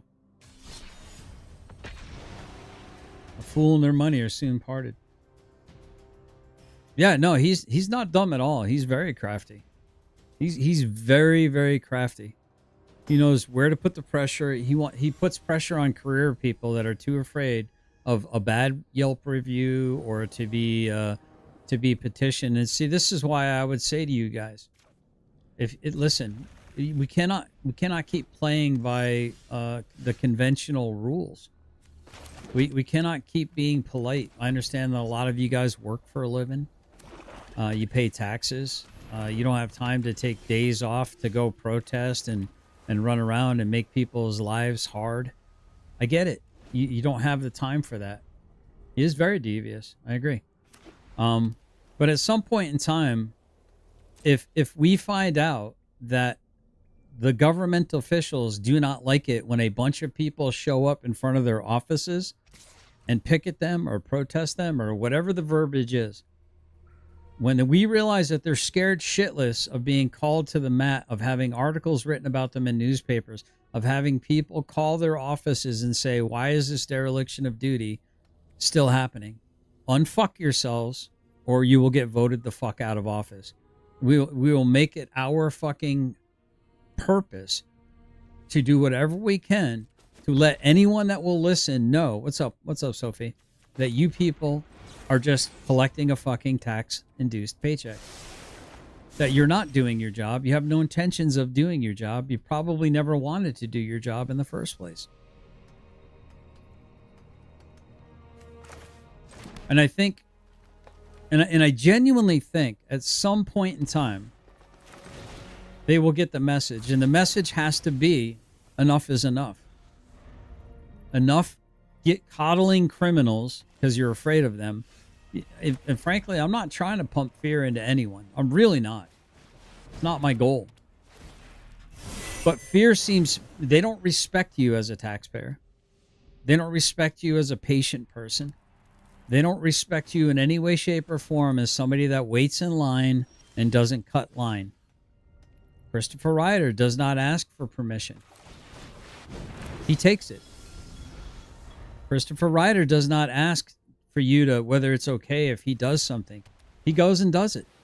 What's the old saying? It's easier to ask for forgiveness than it is to ask for permission.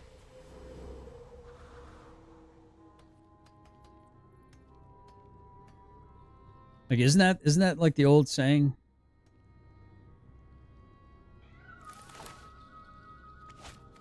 I think it is. Christopher Ryder's not asking for permission. He just does what the fuck he wants to do. He's asking you to stop him. He's saying, stop me or catch me if you can. He's saying, you're impotent. You're a sucker. You sit here and you obey the law like idiots and retards. Meanwhile, I do whatever I want to do. My name's Christopher fucking Ryder. And there ain't a damn thing you can or will do about it.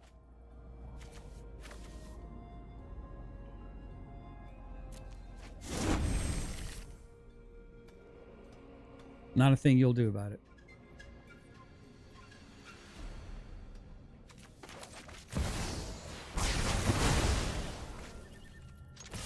So, I'm not exactly doing a call to action, but I'm sitting here and I'm looking at it going, well, what would the solution be, my friends? What should the solution be when you've got a degenerate doing degenerate stuff and seems to get away with it carte blanche? The fact that he continues to have supporters that dump their wallets for him is a testament to his superior manipulation skills, or it's a testament to just how evil the world is, right? Like Habakkuk, right? The wicked surround the righteous. The wicked encompass the righteous. Therefore, perverse judgments go forward. There's a reason, I believe strongly, that there is a reason. There's a reason why Habakkuk speaks to me and calls to me. There's a reason. Because we are in that time. Yeah, I agree. I agree, Sephora. I agree. There's a reason. We are in that time.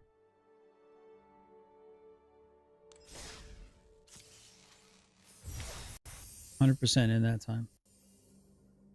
Pay attention, folks. When the devil tells you what it's doing, you should probably listen to it. Listen to the devil. Not listen to the devil as in follow what the devil tells you to. Don't get that twisted. Nope, not that one. Hold on, I got something for you guys. Oh, here we go. Okay. Let's go ahead and get this. Let's go. All right. The Book of Habakkuk.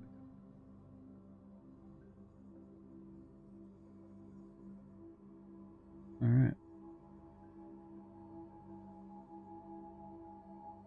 Habakkuk. Okay, so apparently that's how it's pronounced. So let's go ahead and check this out, chat. Let's have a little Bible study here. Habakkuk, chapter 1. The burden which Habakkuk the prophet did see.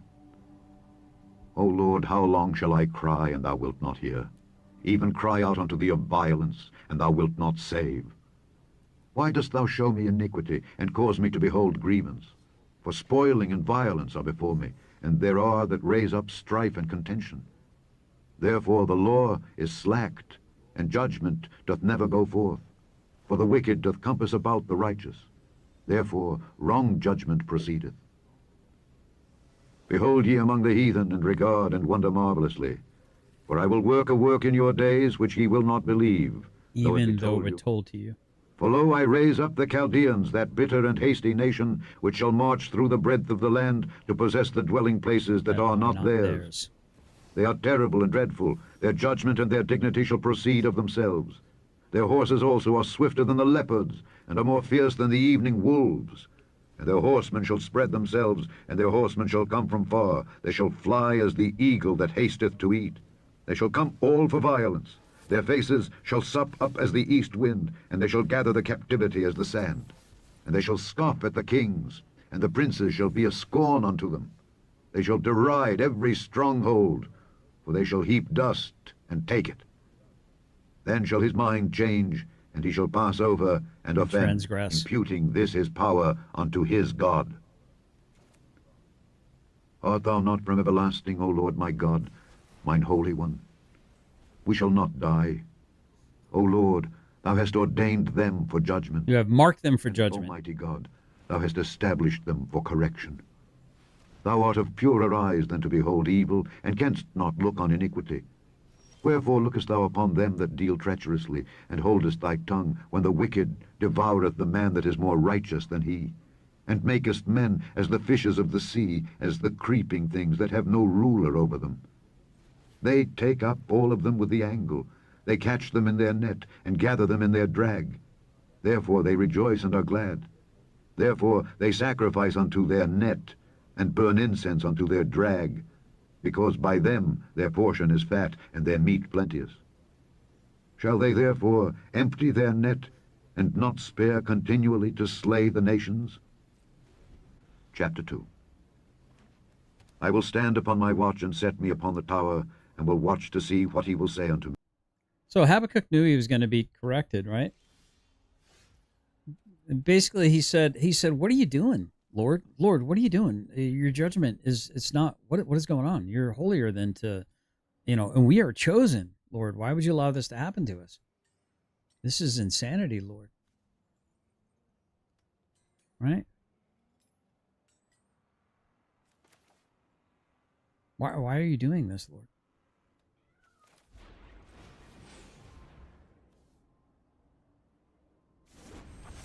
And the Lord responded basically saying, "Baby, you just ain't seen nothing yet. Here's something you ain't never gonna forget.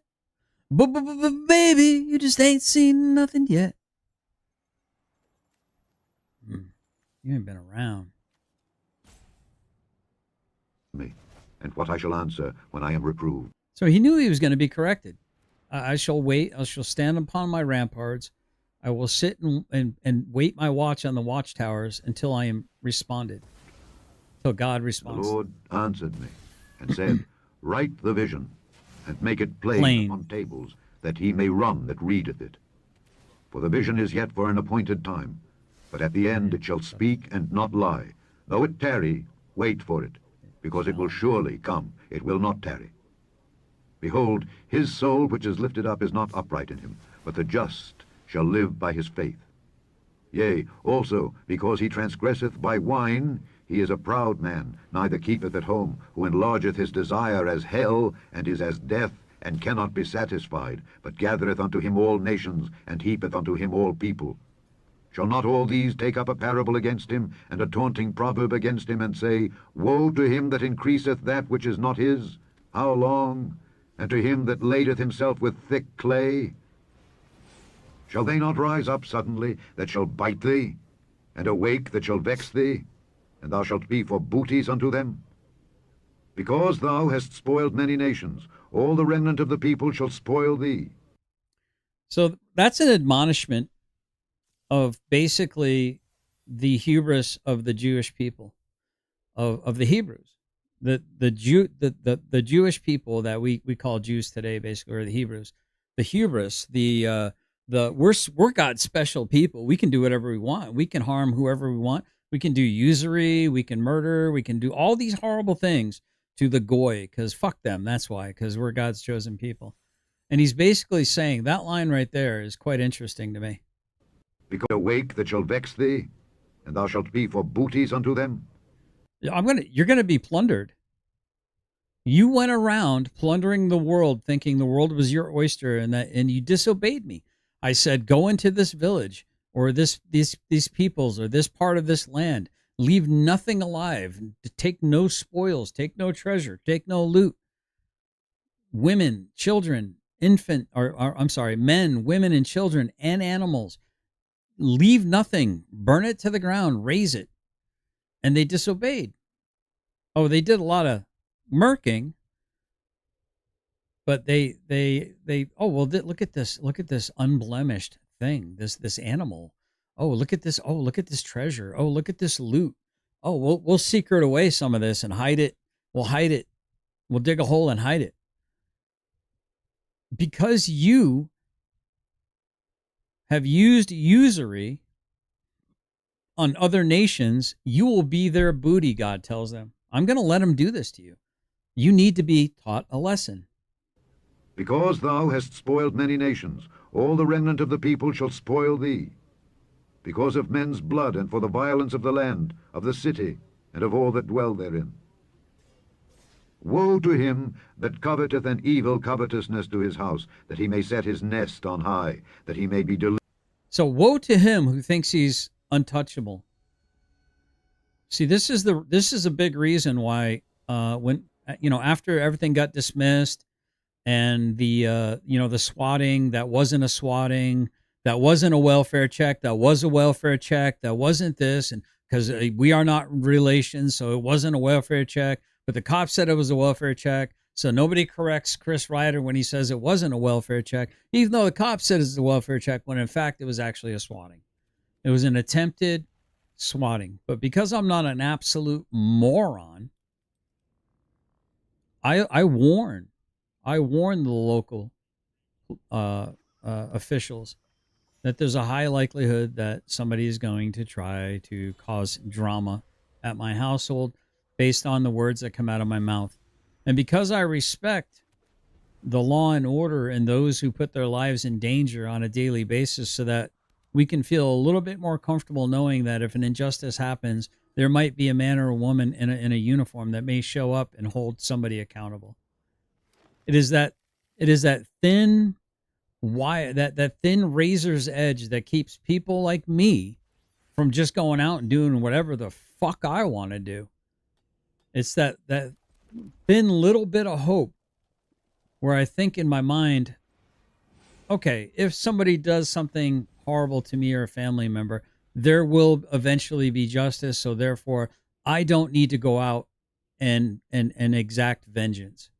That I need to wait and let the system deal with the injustice. I hope you guys heard what I just said. It's because there are systems like this that are supposed to be in place, my friends, that are supposed to adjudicate, that are supposed to protect us. Even sometimes it has to be after the fact. It's this little bit of law and order, that this semblance, this mystique, that do we actually have justice in this country? Do we actually have a justice system in this country? Should we not seek our own remedies, our own recourse, our own reckonings? Yeah, there was a thing back in the day called frontier justice, where they if they saw something happen, they just grab a rope, find a tree, hang them high. Great freaking movie.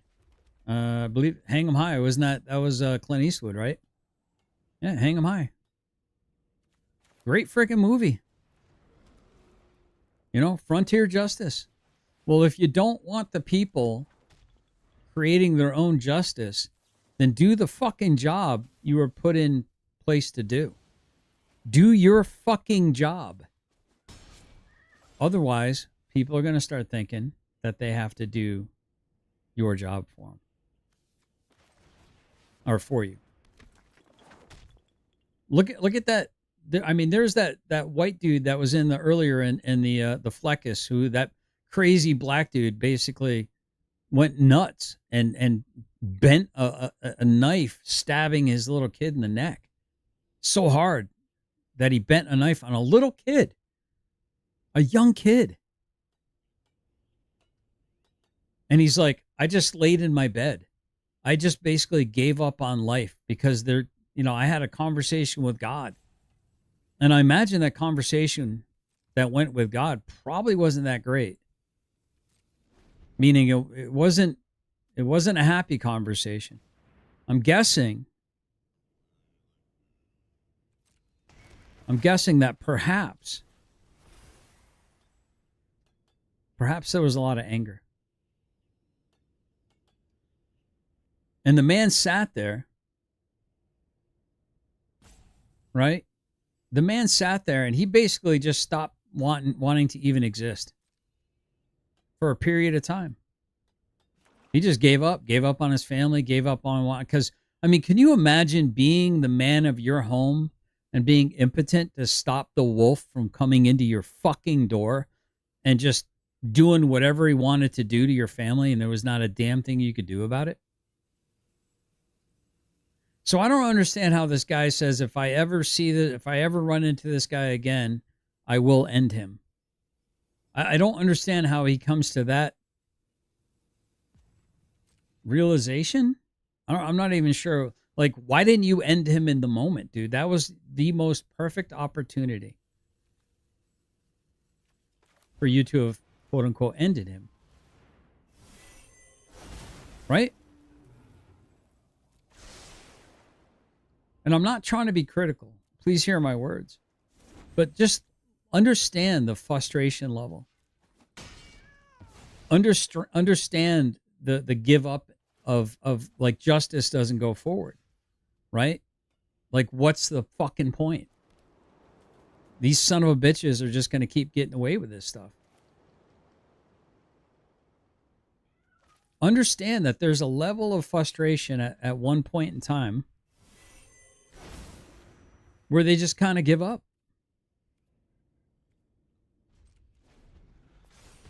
Because there is no justice.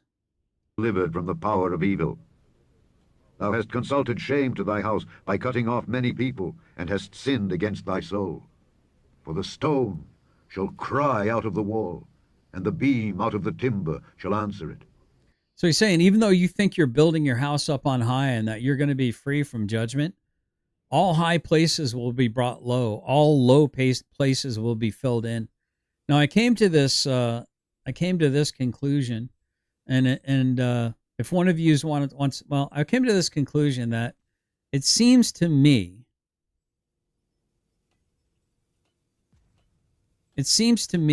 hold on, let me do this real quick.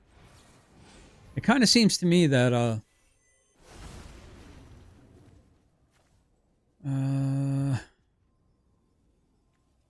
go do that. Seems to me that that God is like sandpaper. Well, what does that even mean, dude? What do you mean? Like, because sandpaper is rough, right? It's got high places, low places. And usually what you're using sandpaper on, you're trying to take the high places and plane them down and even them all out, right? So here's the interesting thing. As iron sharpens iron, so does one man sharpen the countenance of another man. The friction, right? The back and forth, right? So the sandpaper, the process of the sandpaper doing what the sandpaper is meant to do, which is to smooth out the wood, both things become smooth. Both things have their high places brought low and their low places, quote unquote, filled in, whether directly or indirectly by making the high places low. So it's interesting how God is like, it's like in a carpenter, right? Jesus was a carpenter, smoothing things out, right? Making things level, or, you know, I don't know, man. It's interesting parallels. Woe to him that buildeth a town with blood, and stablisheth a city by iniquity. Behold, is it not of the Lord of hosts that the people shall labor in the very fire, and the people shall weary themselves for very vanity? For the earth shall be filled with the knowledge of the glory of the Lord, as the waters cover the sea. Woe unto him that giveth his neighbor drink, that putteth thy bottle to him, and makest him drunken also, that thou mayest look on their nakedness. Okay, so that's that right there is interesting.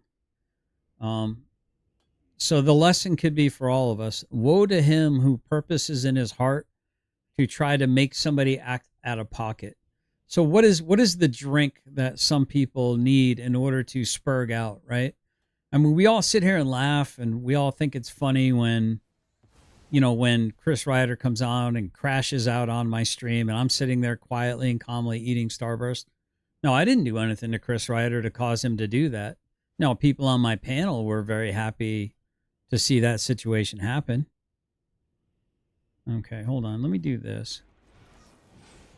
Right? There was quite a few people that were happy to see him struggling.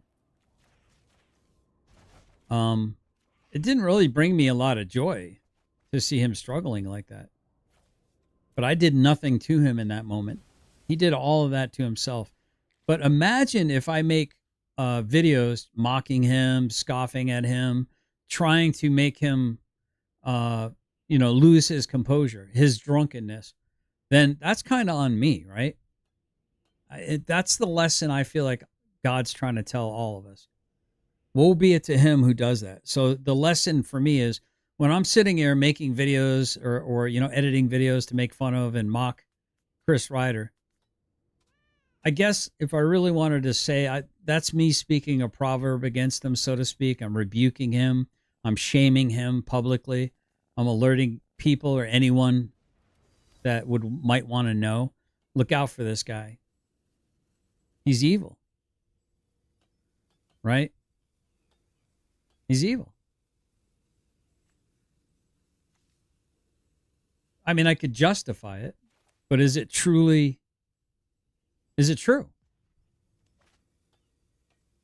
Right? I'm not even sure if I'm saying the right stuff here.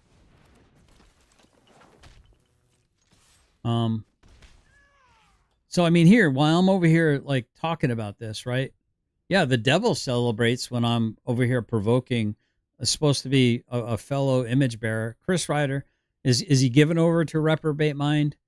Is there still hope for Chris Ryder? I don't know. I don't know. I genuinely don't know. I'm not the judge, I'm not the jury, and I'm not the executioner.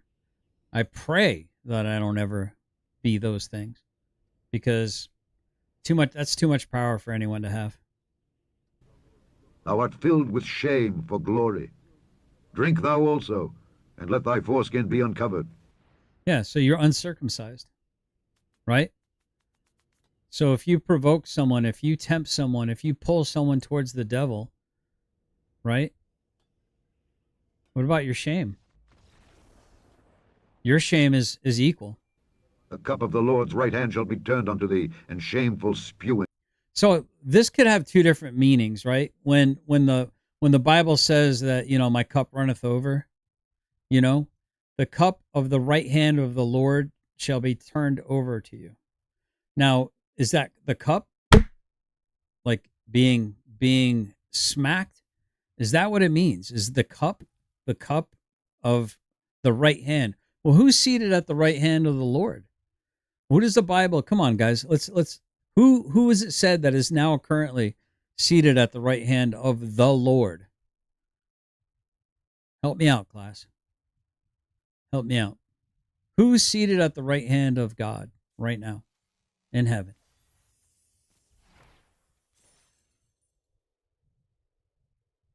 Come on, guys. Can be unfilled with shame, can also that giveth his neighbor drink, that putteth thy bottle to him. Guys, come on. A little bit of interaction. Jesus. Thank you, Jonathan. Yes, Jesus is seated at the right hand of the Lord, of God. So if the cup of the right hand, if he is going to smite you, smote you, strike you, man, you do not want Jesus being the one that has his turn, Or is it, if your cup runneth over and he turns it, then your cup is now empty, right? You have no more salvation in the Lord. You're given over to a reprobate mind. And makest him drunken also, that thou mayest look on their nakedness. Thou art filled with shame for glory. Drink thou also, and let thy foreskin be uncovered. The cup of the Lord's right hand shall be turned unto thee, and shameful spewing shall be on thy glory. For the violence of Lebanon shall cover thee, and the spoil of beasts, which made them afraid because of men. The vial of leaven. You're puffed up with hubris. Blood, and for the violence of the land, of the city, and of all that dwell therein. What profiteth the graven image, that the maker thereof hath graven it? So here's the interesting thing, right? What's up, Ellie girl? Here's the interesting thing. What profit the graven image? Why would you worship? Why would you cut down a tree, hack off a limb, cut up a piece of that limb, whittle out an idol, put the idol on a shrine, burn incense to that idol, and pray to the idol? Why not pray to that which created the tree? That which created you? It's foolish. The idol's not, it's not alive. Jesus lives. The molten image, and a teacher of lies, that the maker of his work trusteth therein, to make dumb idols. Woe unto him that saith to the wood, Awake! To the dumb stone, Arise, it shall teach. Behold, it is laid over with gold and silver, and there is no breath at all in the midst of it. This is basically saying you've inlaid it. You've inlaid it with gold and silver. You've made it look like something special, but at the end of the day, it doesn't breathe. It's not the living God. It's not Jesus. But the Lord is in his holy temple. Let all the earth keep silence before him. Chapter 3. A prayer of Habakkuk the prophet upon Shigionoth. Shigionoth. Okay, so that's how you pronounce that, Shigionoth. Basically, that's like an upheaval. My understanding of research that I've done with it is Shigionoth is basically like a really, really big upheaval. So like a kind of like an apocalypse, like a Ragnarok, if you're like a pagan, I guess. O Lord, I have heard thy speech and was afraid.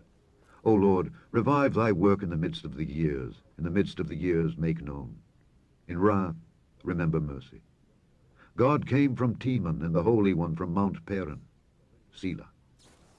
His glory covered the heavens, and the earth was full of his praise, and his brightness was as the light. He had horns coming out of his hand, and there was the hiding of his power. Before him went the pestilence, and burning coals went forth at his feet. He stood and measured the earth. He beheld, and drove asunder the nations. And the everlasting mountains were scattered, the perpetual hills did bow. His ways are everlasting. I saw the tents of Cushan in affliction, and the curtains of the land of Midian did tremble. Was the Lord displeased against the rivers? Was thine anger against the rivers? Was thy wrath against the sea, that thou didst ride upon thine horses and thy chariots of salvation? Thy bow was made quite naked, according to the oaths of the tribes, even thy word. Selah. Thou didst cleave the earth with rivers. The mountains saw thee, and they trembled. The overflowing of the water passed by. The deep uttered his voice, and lifted up his hands on high. The sun and moon stood still in their habitation. At the light of thine arrows they went, and at the shining of thy glittering spear. Thou didst march through the land in indignation. Thou didst thresh the heathen in anger. So this is alluding to Revelation. This is alluding to like when the blood will be up to the bridle of the horses. We talk about the different horses that are going to come down. In my opinion, this seems to be alluding to Revelation. And when Jesus comes again, you're going to be marked for judgment. We're all going to be marked for judgment. Thou wentest forth for the salvation of thy people, even for salvation with thine anointed. Thou woundedst the head out of the house of the wicked by discovering the foundation unto the neck. So what does that mean? Thou woundest the head, right? You cut the head of the snake, the serpent, from the foundation. Well, where does that, what is the foundation of the neck, the head? It's your torso. Decapitate. Right? So they're talking about decapitation. Right? Decapitating the snake. I don't, maybe I'm getting this wrong. Maybe I don't understand the Bible. But it seems pretty clear to me. Selah. Thou didst strike through with his staves the head of his villagers. They came out as a whirlwind to scatter me. Their rejoicing was as to devour the poor secretly. Thou didst walk through the sea with thine horses, through the heap of great waters. When I heard, my belly trembled. My lips quivered at the voice. Rottenness entered into my bones, and I trembled in myself, that I might rest in the day of trouble. When he cometh up unto the people, he will invade them with his troops. Although the fig tree shall not blossom, neither shall fruit be in the vines, the labor of... So what this means right there is it's going to get tough, guys. It's going to get a lot more difficult before it gets better. The Bible tells us, it warns us of that constantly. There will be the great tribulations, right? There will be the mark, right? That no one can buy or sell unless they have the mark, unless they take the mark. Things are about to, they say in the end times, there'll be a great falling away of faith. There'll be a great falling away of faith.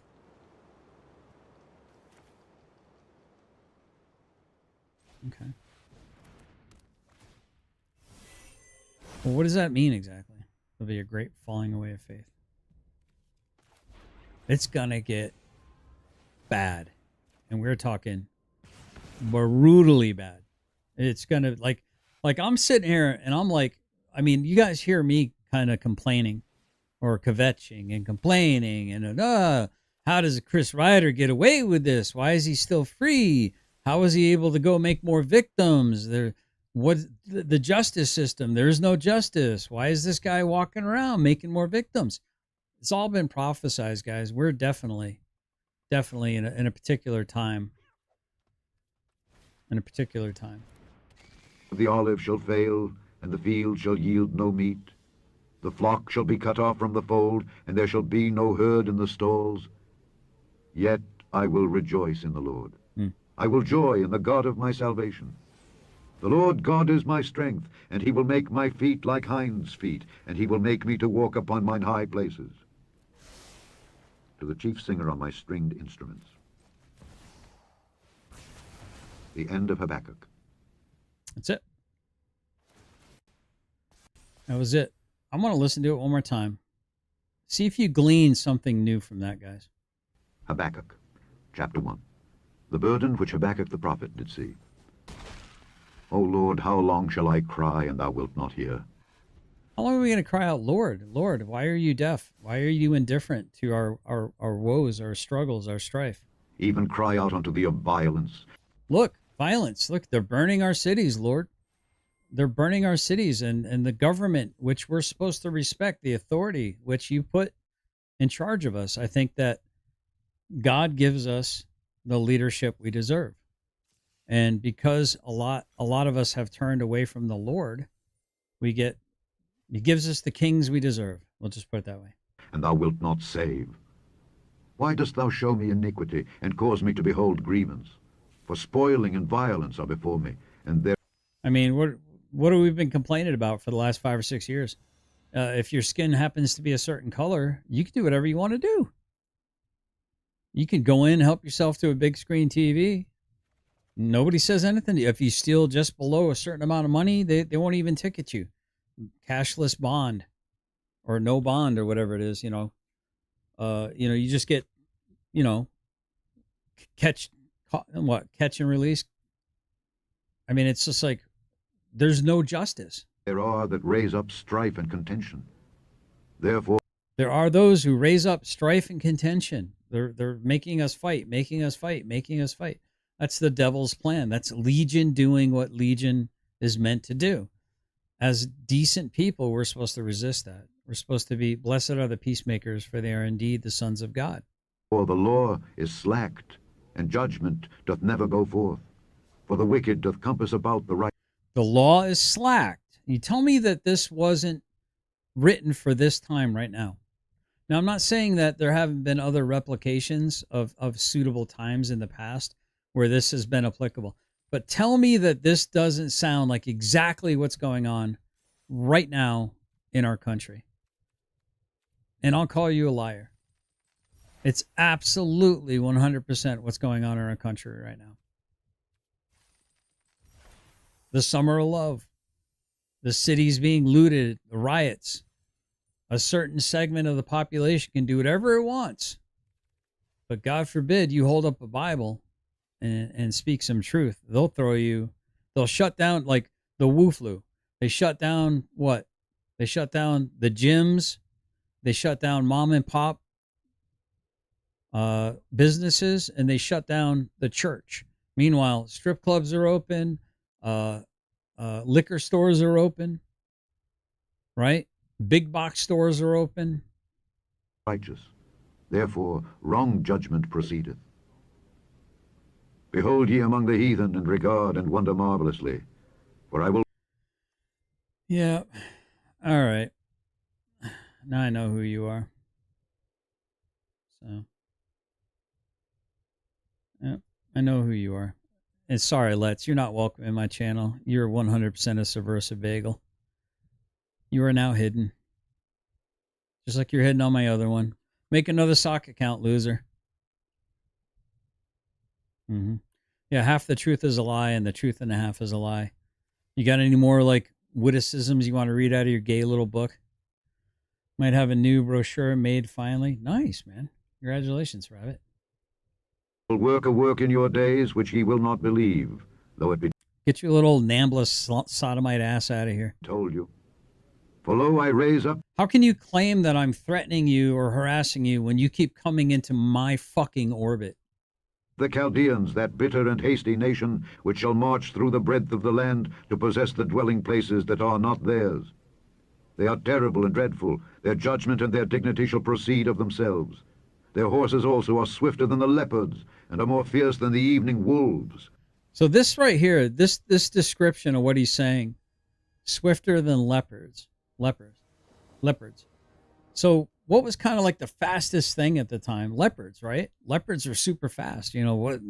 Cheetah might have been a little bit faster or something. But it's like, okay, what in that time when this person was getting a vision could they have compared it to? A very fast cat, right? So the translation says leopards. I mean, an M1 Abrams hauls ass. You know, motorized whatever, you know, and these fixed wings aircraft and rotary bladed aircraft. You know what I'm saying? It's like all these things, man. This is talking about now.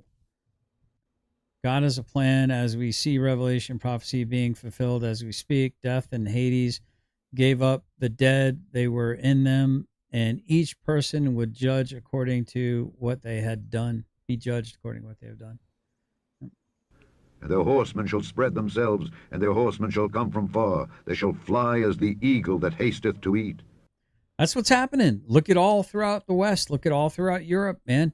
Look at all throughout America. They are infiltrating us with a bunch of people whose faces are set like the east wind. They come from the east. I mean, what's east of the West? Africa, Asia Minor, Asia Major, Russia. I mean, it's telling you right there.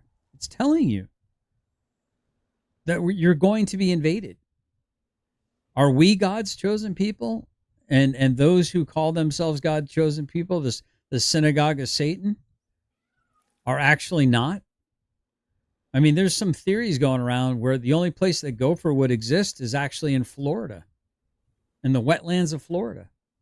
Gopher wood. That's what Noah built the ark out of, from my understanding. Gopher wood.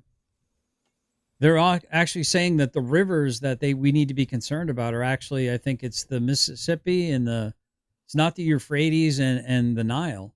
It's actually the Mississippi and the Ohio. I forget. I don't know what the other one is, but it's the Mississippi and something else are the actual rivers that the Bible is actually talking about. Allegedly. Allegedly. They shall come all for violence. Their faces shall sup up as the east wind. They all come for violence. Look at what they're doing on our subways. Look at what they're doing all over the streets. They're just murking people right in the streets. And they shall gather the captivity as the sand. And they shall...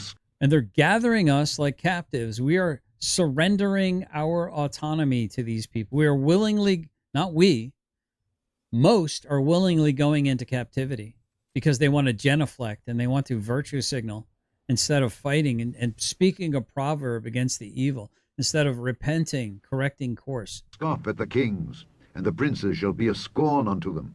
So they don't care about your rules. They don't care about your laws. They don't care about your conventions. They don't care about your pleasantries. They don't care about the dictates of decorum. They do what they want. They don't ask permission. They just take. Just like a nation, I said, a nation of beggars that take kindness as weakness and just keep putting their hand out over and over and over again. If you're willing to open your wallet, they'd be a fool to not take your dollar. They shall deride every stronghold, for they shall heap dust and take it. Then shall They shall deride every stronghold. They don't care about conventions. They shall heap dust and take it. South China Sea. They're literally making islands in the South China Sea as we speak. So that way they can try to put tolls on the navigable waters that used to be international, because they're going to build their own island chains and claim it for China. his mind change, and he shall pass over and offend, imputing this his power unto his God. Art thou not Coming, boys. everlasting, O Lord my God, mine Holy One? Aren't you marking them We for shall not correction? die. O Lord, thou hast ordained them for judgment, and, Almighty God, thou hast established them for correction. Thou art of purer eyes than to behold evil, and canst not look on iniquity. Wherefore lookest thou upon them that deal treacherously, and holdest thy tongue when the... So he's basically saying, how are you not correcting these heathens, these disgusting types? Lord, how are you not doing that? I mean, that's basically what's being said here. Why are you allowing? Why are you allowing these heathens, these lessers, to just run amok? Right? The wicked devoureth the man that is more righteous than he, and makest men as the fishes of the sea, as the creeping things that have no ruler over them. They take up all of them with the angle. They catch them in their net, and gather them in their drag. Therefore they rejoice and are glad. Well, who throughout history created a bunch of slaves? The Moors. Why was there a first and a second crusade? To push back the Moorish incursions. Why is there a wall around the Vatican City? The Moors. Why do Europeans like to eat chicken and pork? Because that's basically the only thing that the Muslims didn't want to eat. Therefore they sacrifice unto their net, and burn incense unto their drag, because by them their portion is fat, and their meat plenteous. Shall they therefore empty their net, and not spare continually to slay the nations? Chapter 2. I will stand upon my watch and... Does this, as I'm stopping it and kind of adding what I consider to be details that I think are important, is this kind of putting Habakkuk, this ancient book that's like third or fourth from the end of the Old Testament, is it putting it into a different light for you? Are you finding benefit from this, chat? Is it illuminating? Is some of this stuff kind of kicking into your mind going, oh, well, this is interesting. Huh. Never really looked at it that way. Okay, so even in here it's saying, write this down on tablets, make it plain to read for anyone that should read it, should run with it and tell somebody, look out, this is on the way. This is coming. Although it shall tarry, it will not tarry, for surely it will come. It's basically saying to you, it's on its way, which means it hasn't arrived yet. So here's a prophet receiving and seeing, kind of reading the tea leaves and seeing how things are going in the world, much like we sit here and go, man, the world's really falling apart. Right? You've struggled with this book. Okay. Man, things are really, really falling apart. Well, it's been prophesied that things are going to fall apart. It's because of our hubris. It's because we don't repent. It's because we don't hit our knees and pray and turn our face toward light. And I say we. And set me upon the tower, and will watch to see what he will say unto me, and what I shall answer when I am reproved. He knows he's going to be The Lord corrected. answered me, and said, Write the vision, and make it plain upon tables, that he may run that readeth. On tablets, yeah. For the vision is yet for an appointed time. And at Hasn't the come end yet. it shall speak and not lie. Though it tarry, wait for it, because it will surely come. It will not tarry. Behold, his soul which is lifted up is not upright in him, but the just shall live by his faith. Yea, also, because he transgresseth by wine, he is a proud man, neither keepeth at home, who enlargeth his desire as hell, and is as death, and cannot be satisfied, but gathereth unto him all nations, and heapeth unto him all people. Shall not all these take up a parable against him, and a taunting proverb against him, and say, Woe to him that increaseth that which is not his? How long? And to him that ladeth himself with thick clay? Shall they not rise up suddenly, that shall bite thee? And awake, that shall vex thee? And thou shalt be for booties unto them? Because thou hast spoiled many nations, all the remnant of the people shall spoil thee. Because of men's blood, and for the violence of the land, of the city, and of all that dwell therein. Woe to him. Kind of puts it in a whole different perspective, doesn't it? People don't believe they will be held accountable. Yes, I've struggled with this book. Amen. It is everyone that needs to get back to the Bible. Yeah, everyone. We all need to get back to the Bible. It's Israel. We are Israel. He who struggles with God. Well, who's struggling with God? Who? Somebody's struggling with God right now. Somebody right now is struggling with God. Right now, struggling with God.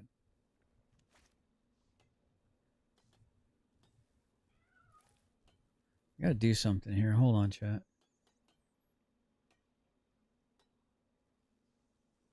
I'm gonna figure something out.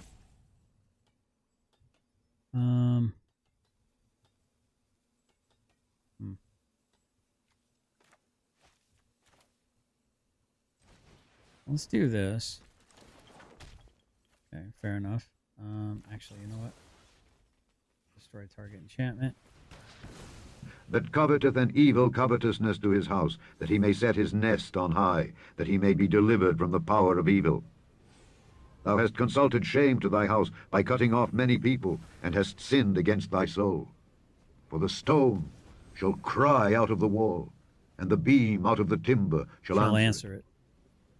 Woe to him that buildeth a town with blood, and stablisheth a city by iniquity.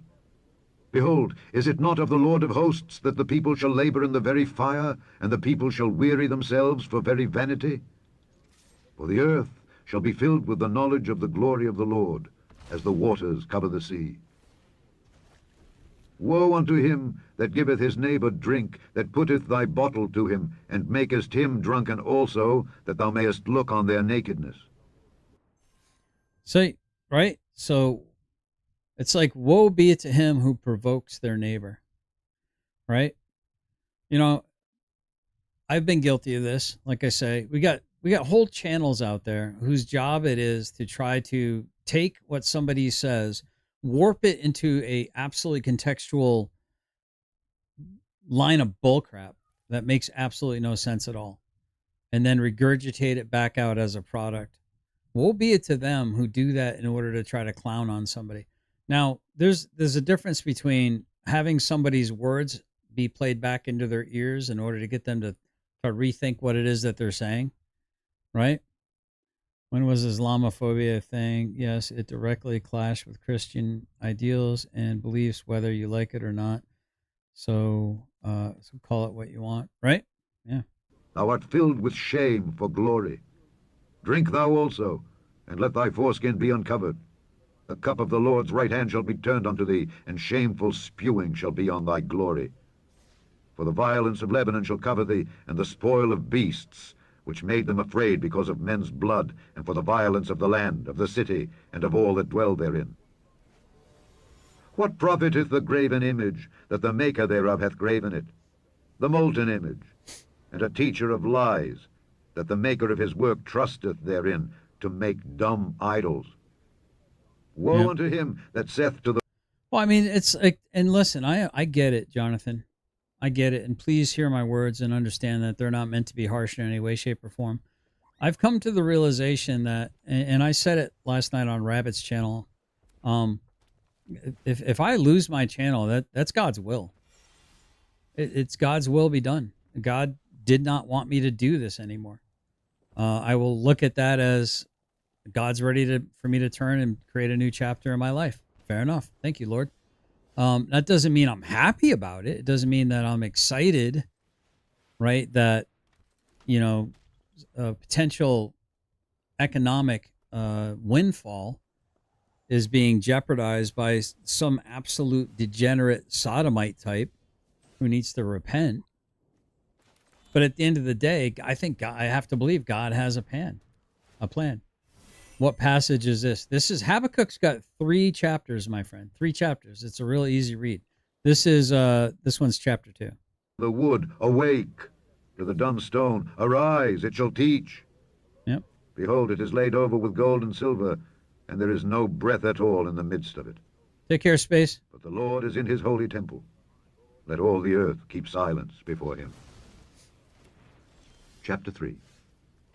A prayer of Habakkuk the prophet upon Shigionoth. All right, now we're in chapter 3. O Lord, 3. I have heard thy speech and was afraid. O Lord, revive thy work in the midst of the years. In the midst of the years make known. In wrath, remember mercy. God came from Teman, and the Holy One from Mount Paran. Selah. His glory covered the heavens, and the earth was full of his praise, and his brightness was as the light. He had horns coming out of his hand, and there was the hiding of his power. Before him went the pestilence, and burning coals went forth at his feet. He stood and measured the earth. He beheld, and drove asunder the nations. And the everlasting mountains were scattered, the perpetual hills did bow. His ways are everlasting. I saw the tents of Cushan in affliction, and the curtains of the land of Midian did tremble. Was the Lord Roger, yeah, I'm looking at it. I got 13 minutes. displeased against the rivers? Thank you. Was thine anger against the rivers? Was thy wrath against the sea, that thou didst ride upon thine horses and thy chariots of salvation? Thy bow was made quite naked, according to the oaths of the tribes, even thy word. Selah. Thou didst cleave the earth with rivers. The mountains saw thee, and they trembled. The overflowing of the water passed by. The deep uttered his voice, and lifted up his hands on high. The sun and moon stood still in their habitation. At the light of thine arrows they went, and at the shining of thy glittering spear. Thou didst march through the land in indignation. Thou didst thresh the heathen in anger. Thou wentest forth for the salvation of thy people, even for salvation with thine anointed. Thou woundedst the head out of the house of the wicked, by discovering the foundation unto the neck. Selah. Thou didst strike through with his staves the head of his villages.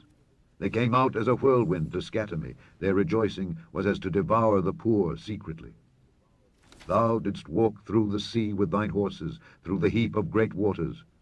When I heard, my belly trembled. My lips quivered at the voice.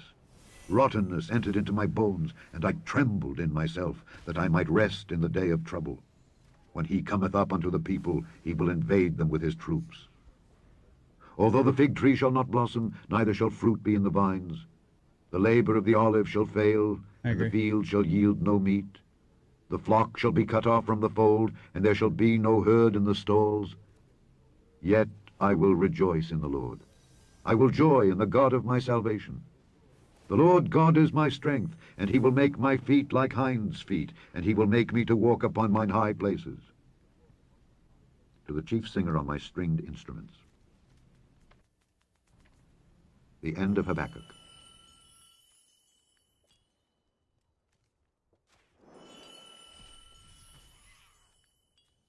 All right, that's it. That is it, chat. And I don't know, I got something out of that. I hope you got something out of that. I think it's important that we pay attention. I think it's really important we pay attention. All right, I will talk to you guys all on the next one. I'll see you over here over at my main channel. Hold on, let me do something real quick. Let's go here. I'm going to go ahead and link it here, so if you guys want to go check me out. Copy. And I'll see you guys right over here. If you need a break, I understand. Maybe you'll catch the show later, right? And catch you guys on the next one.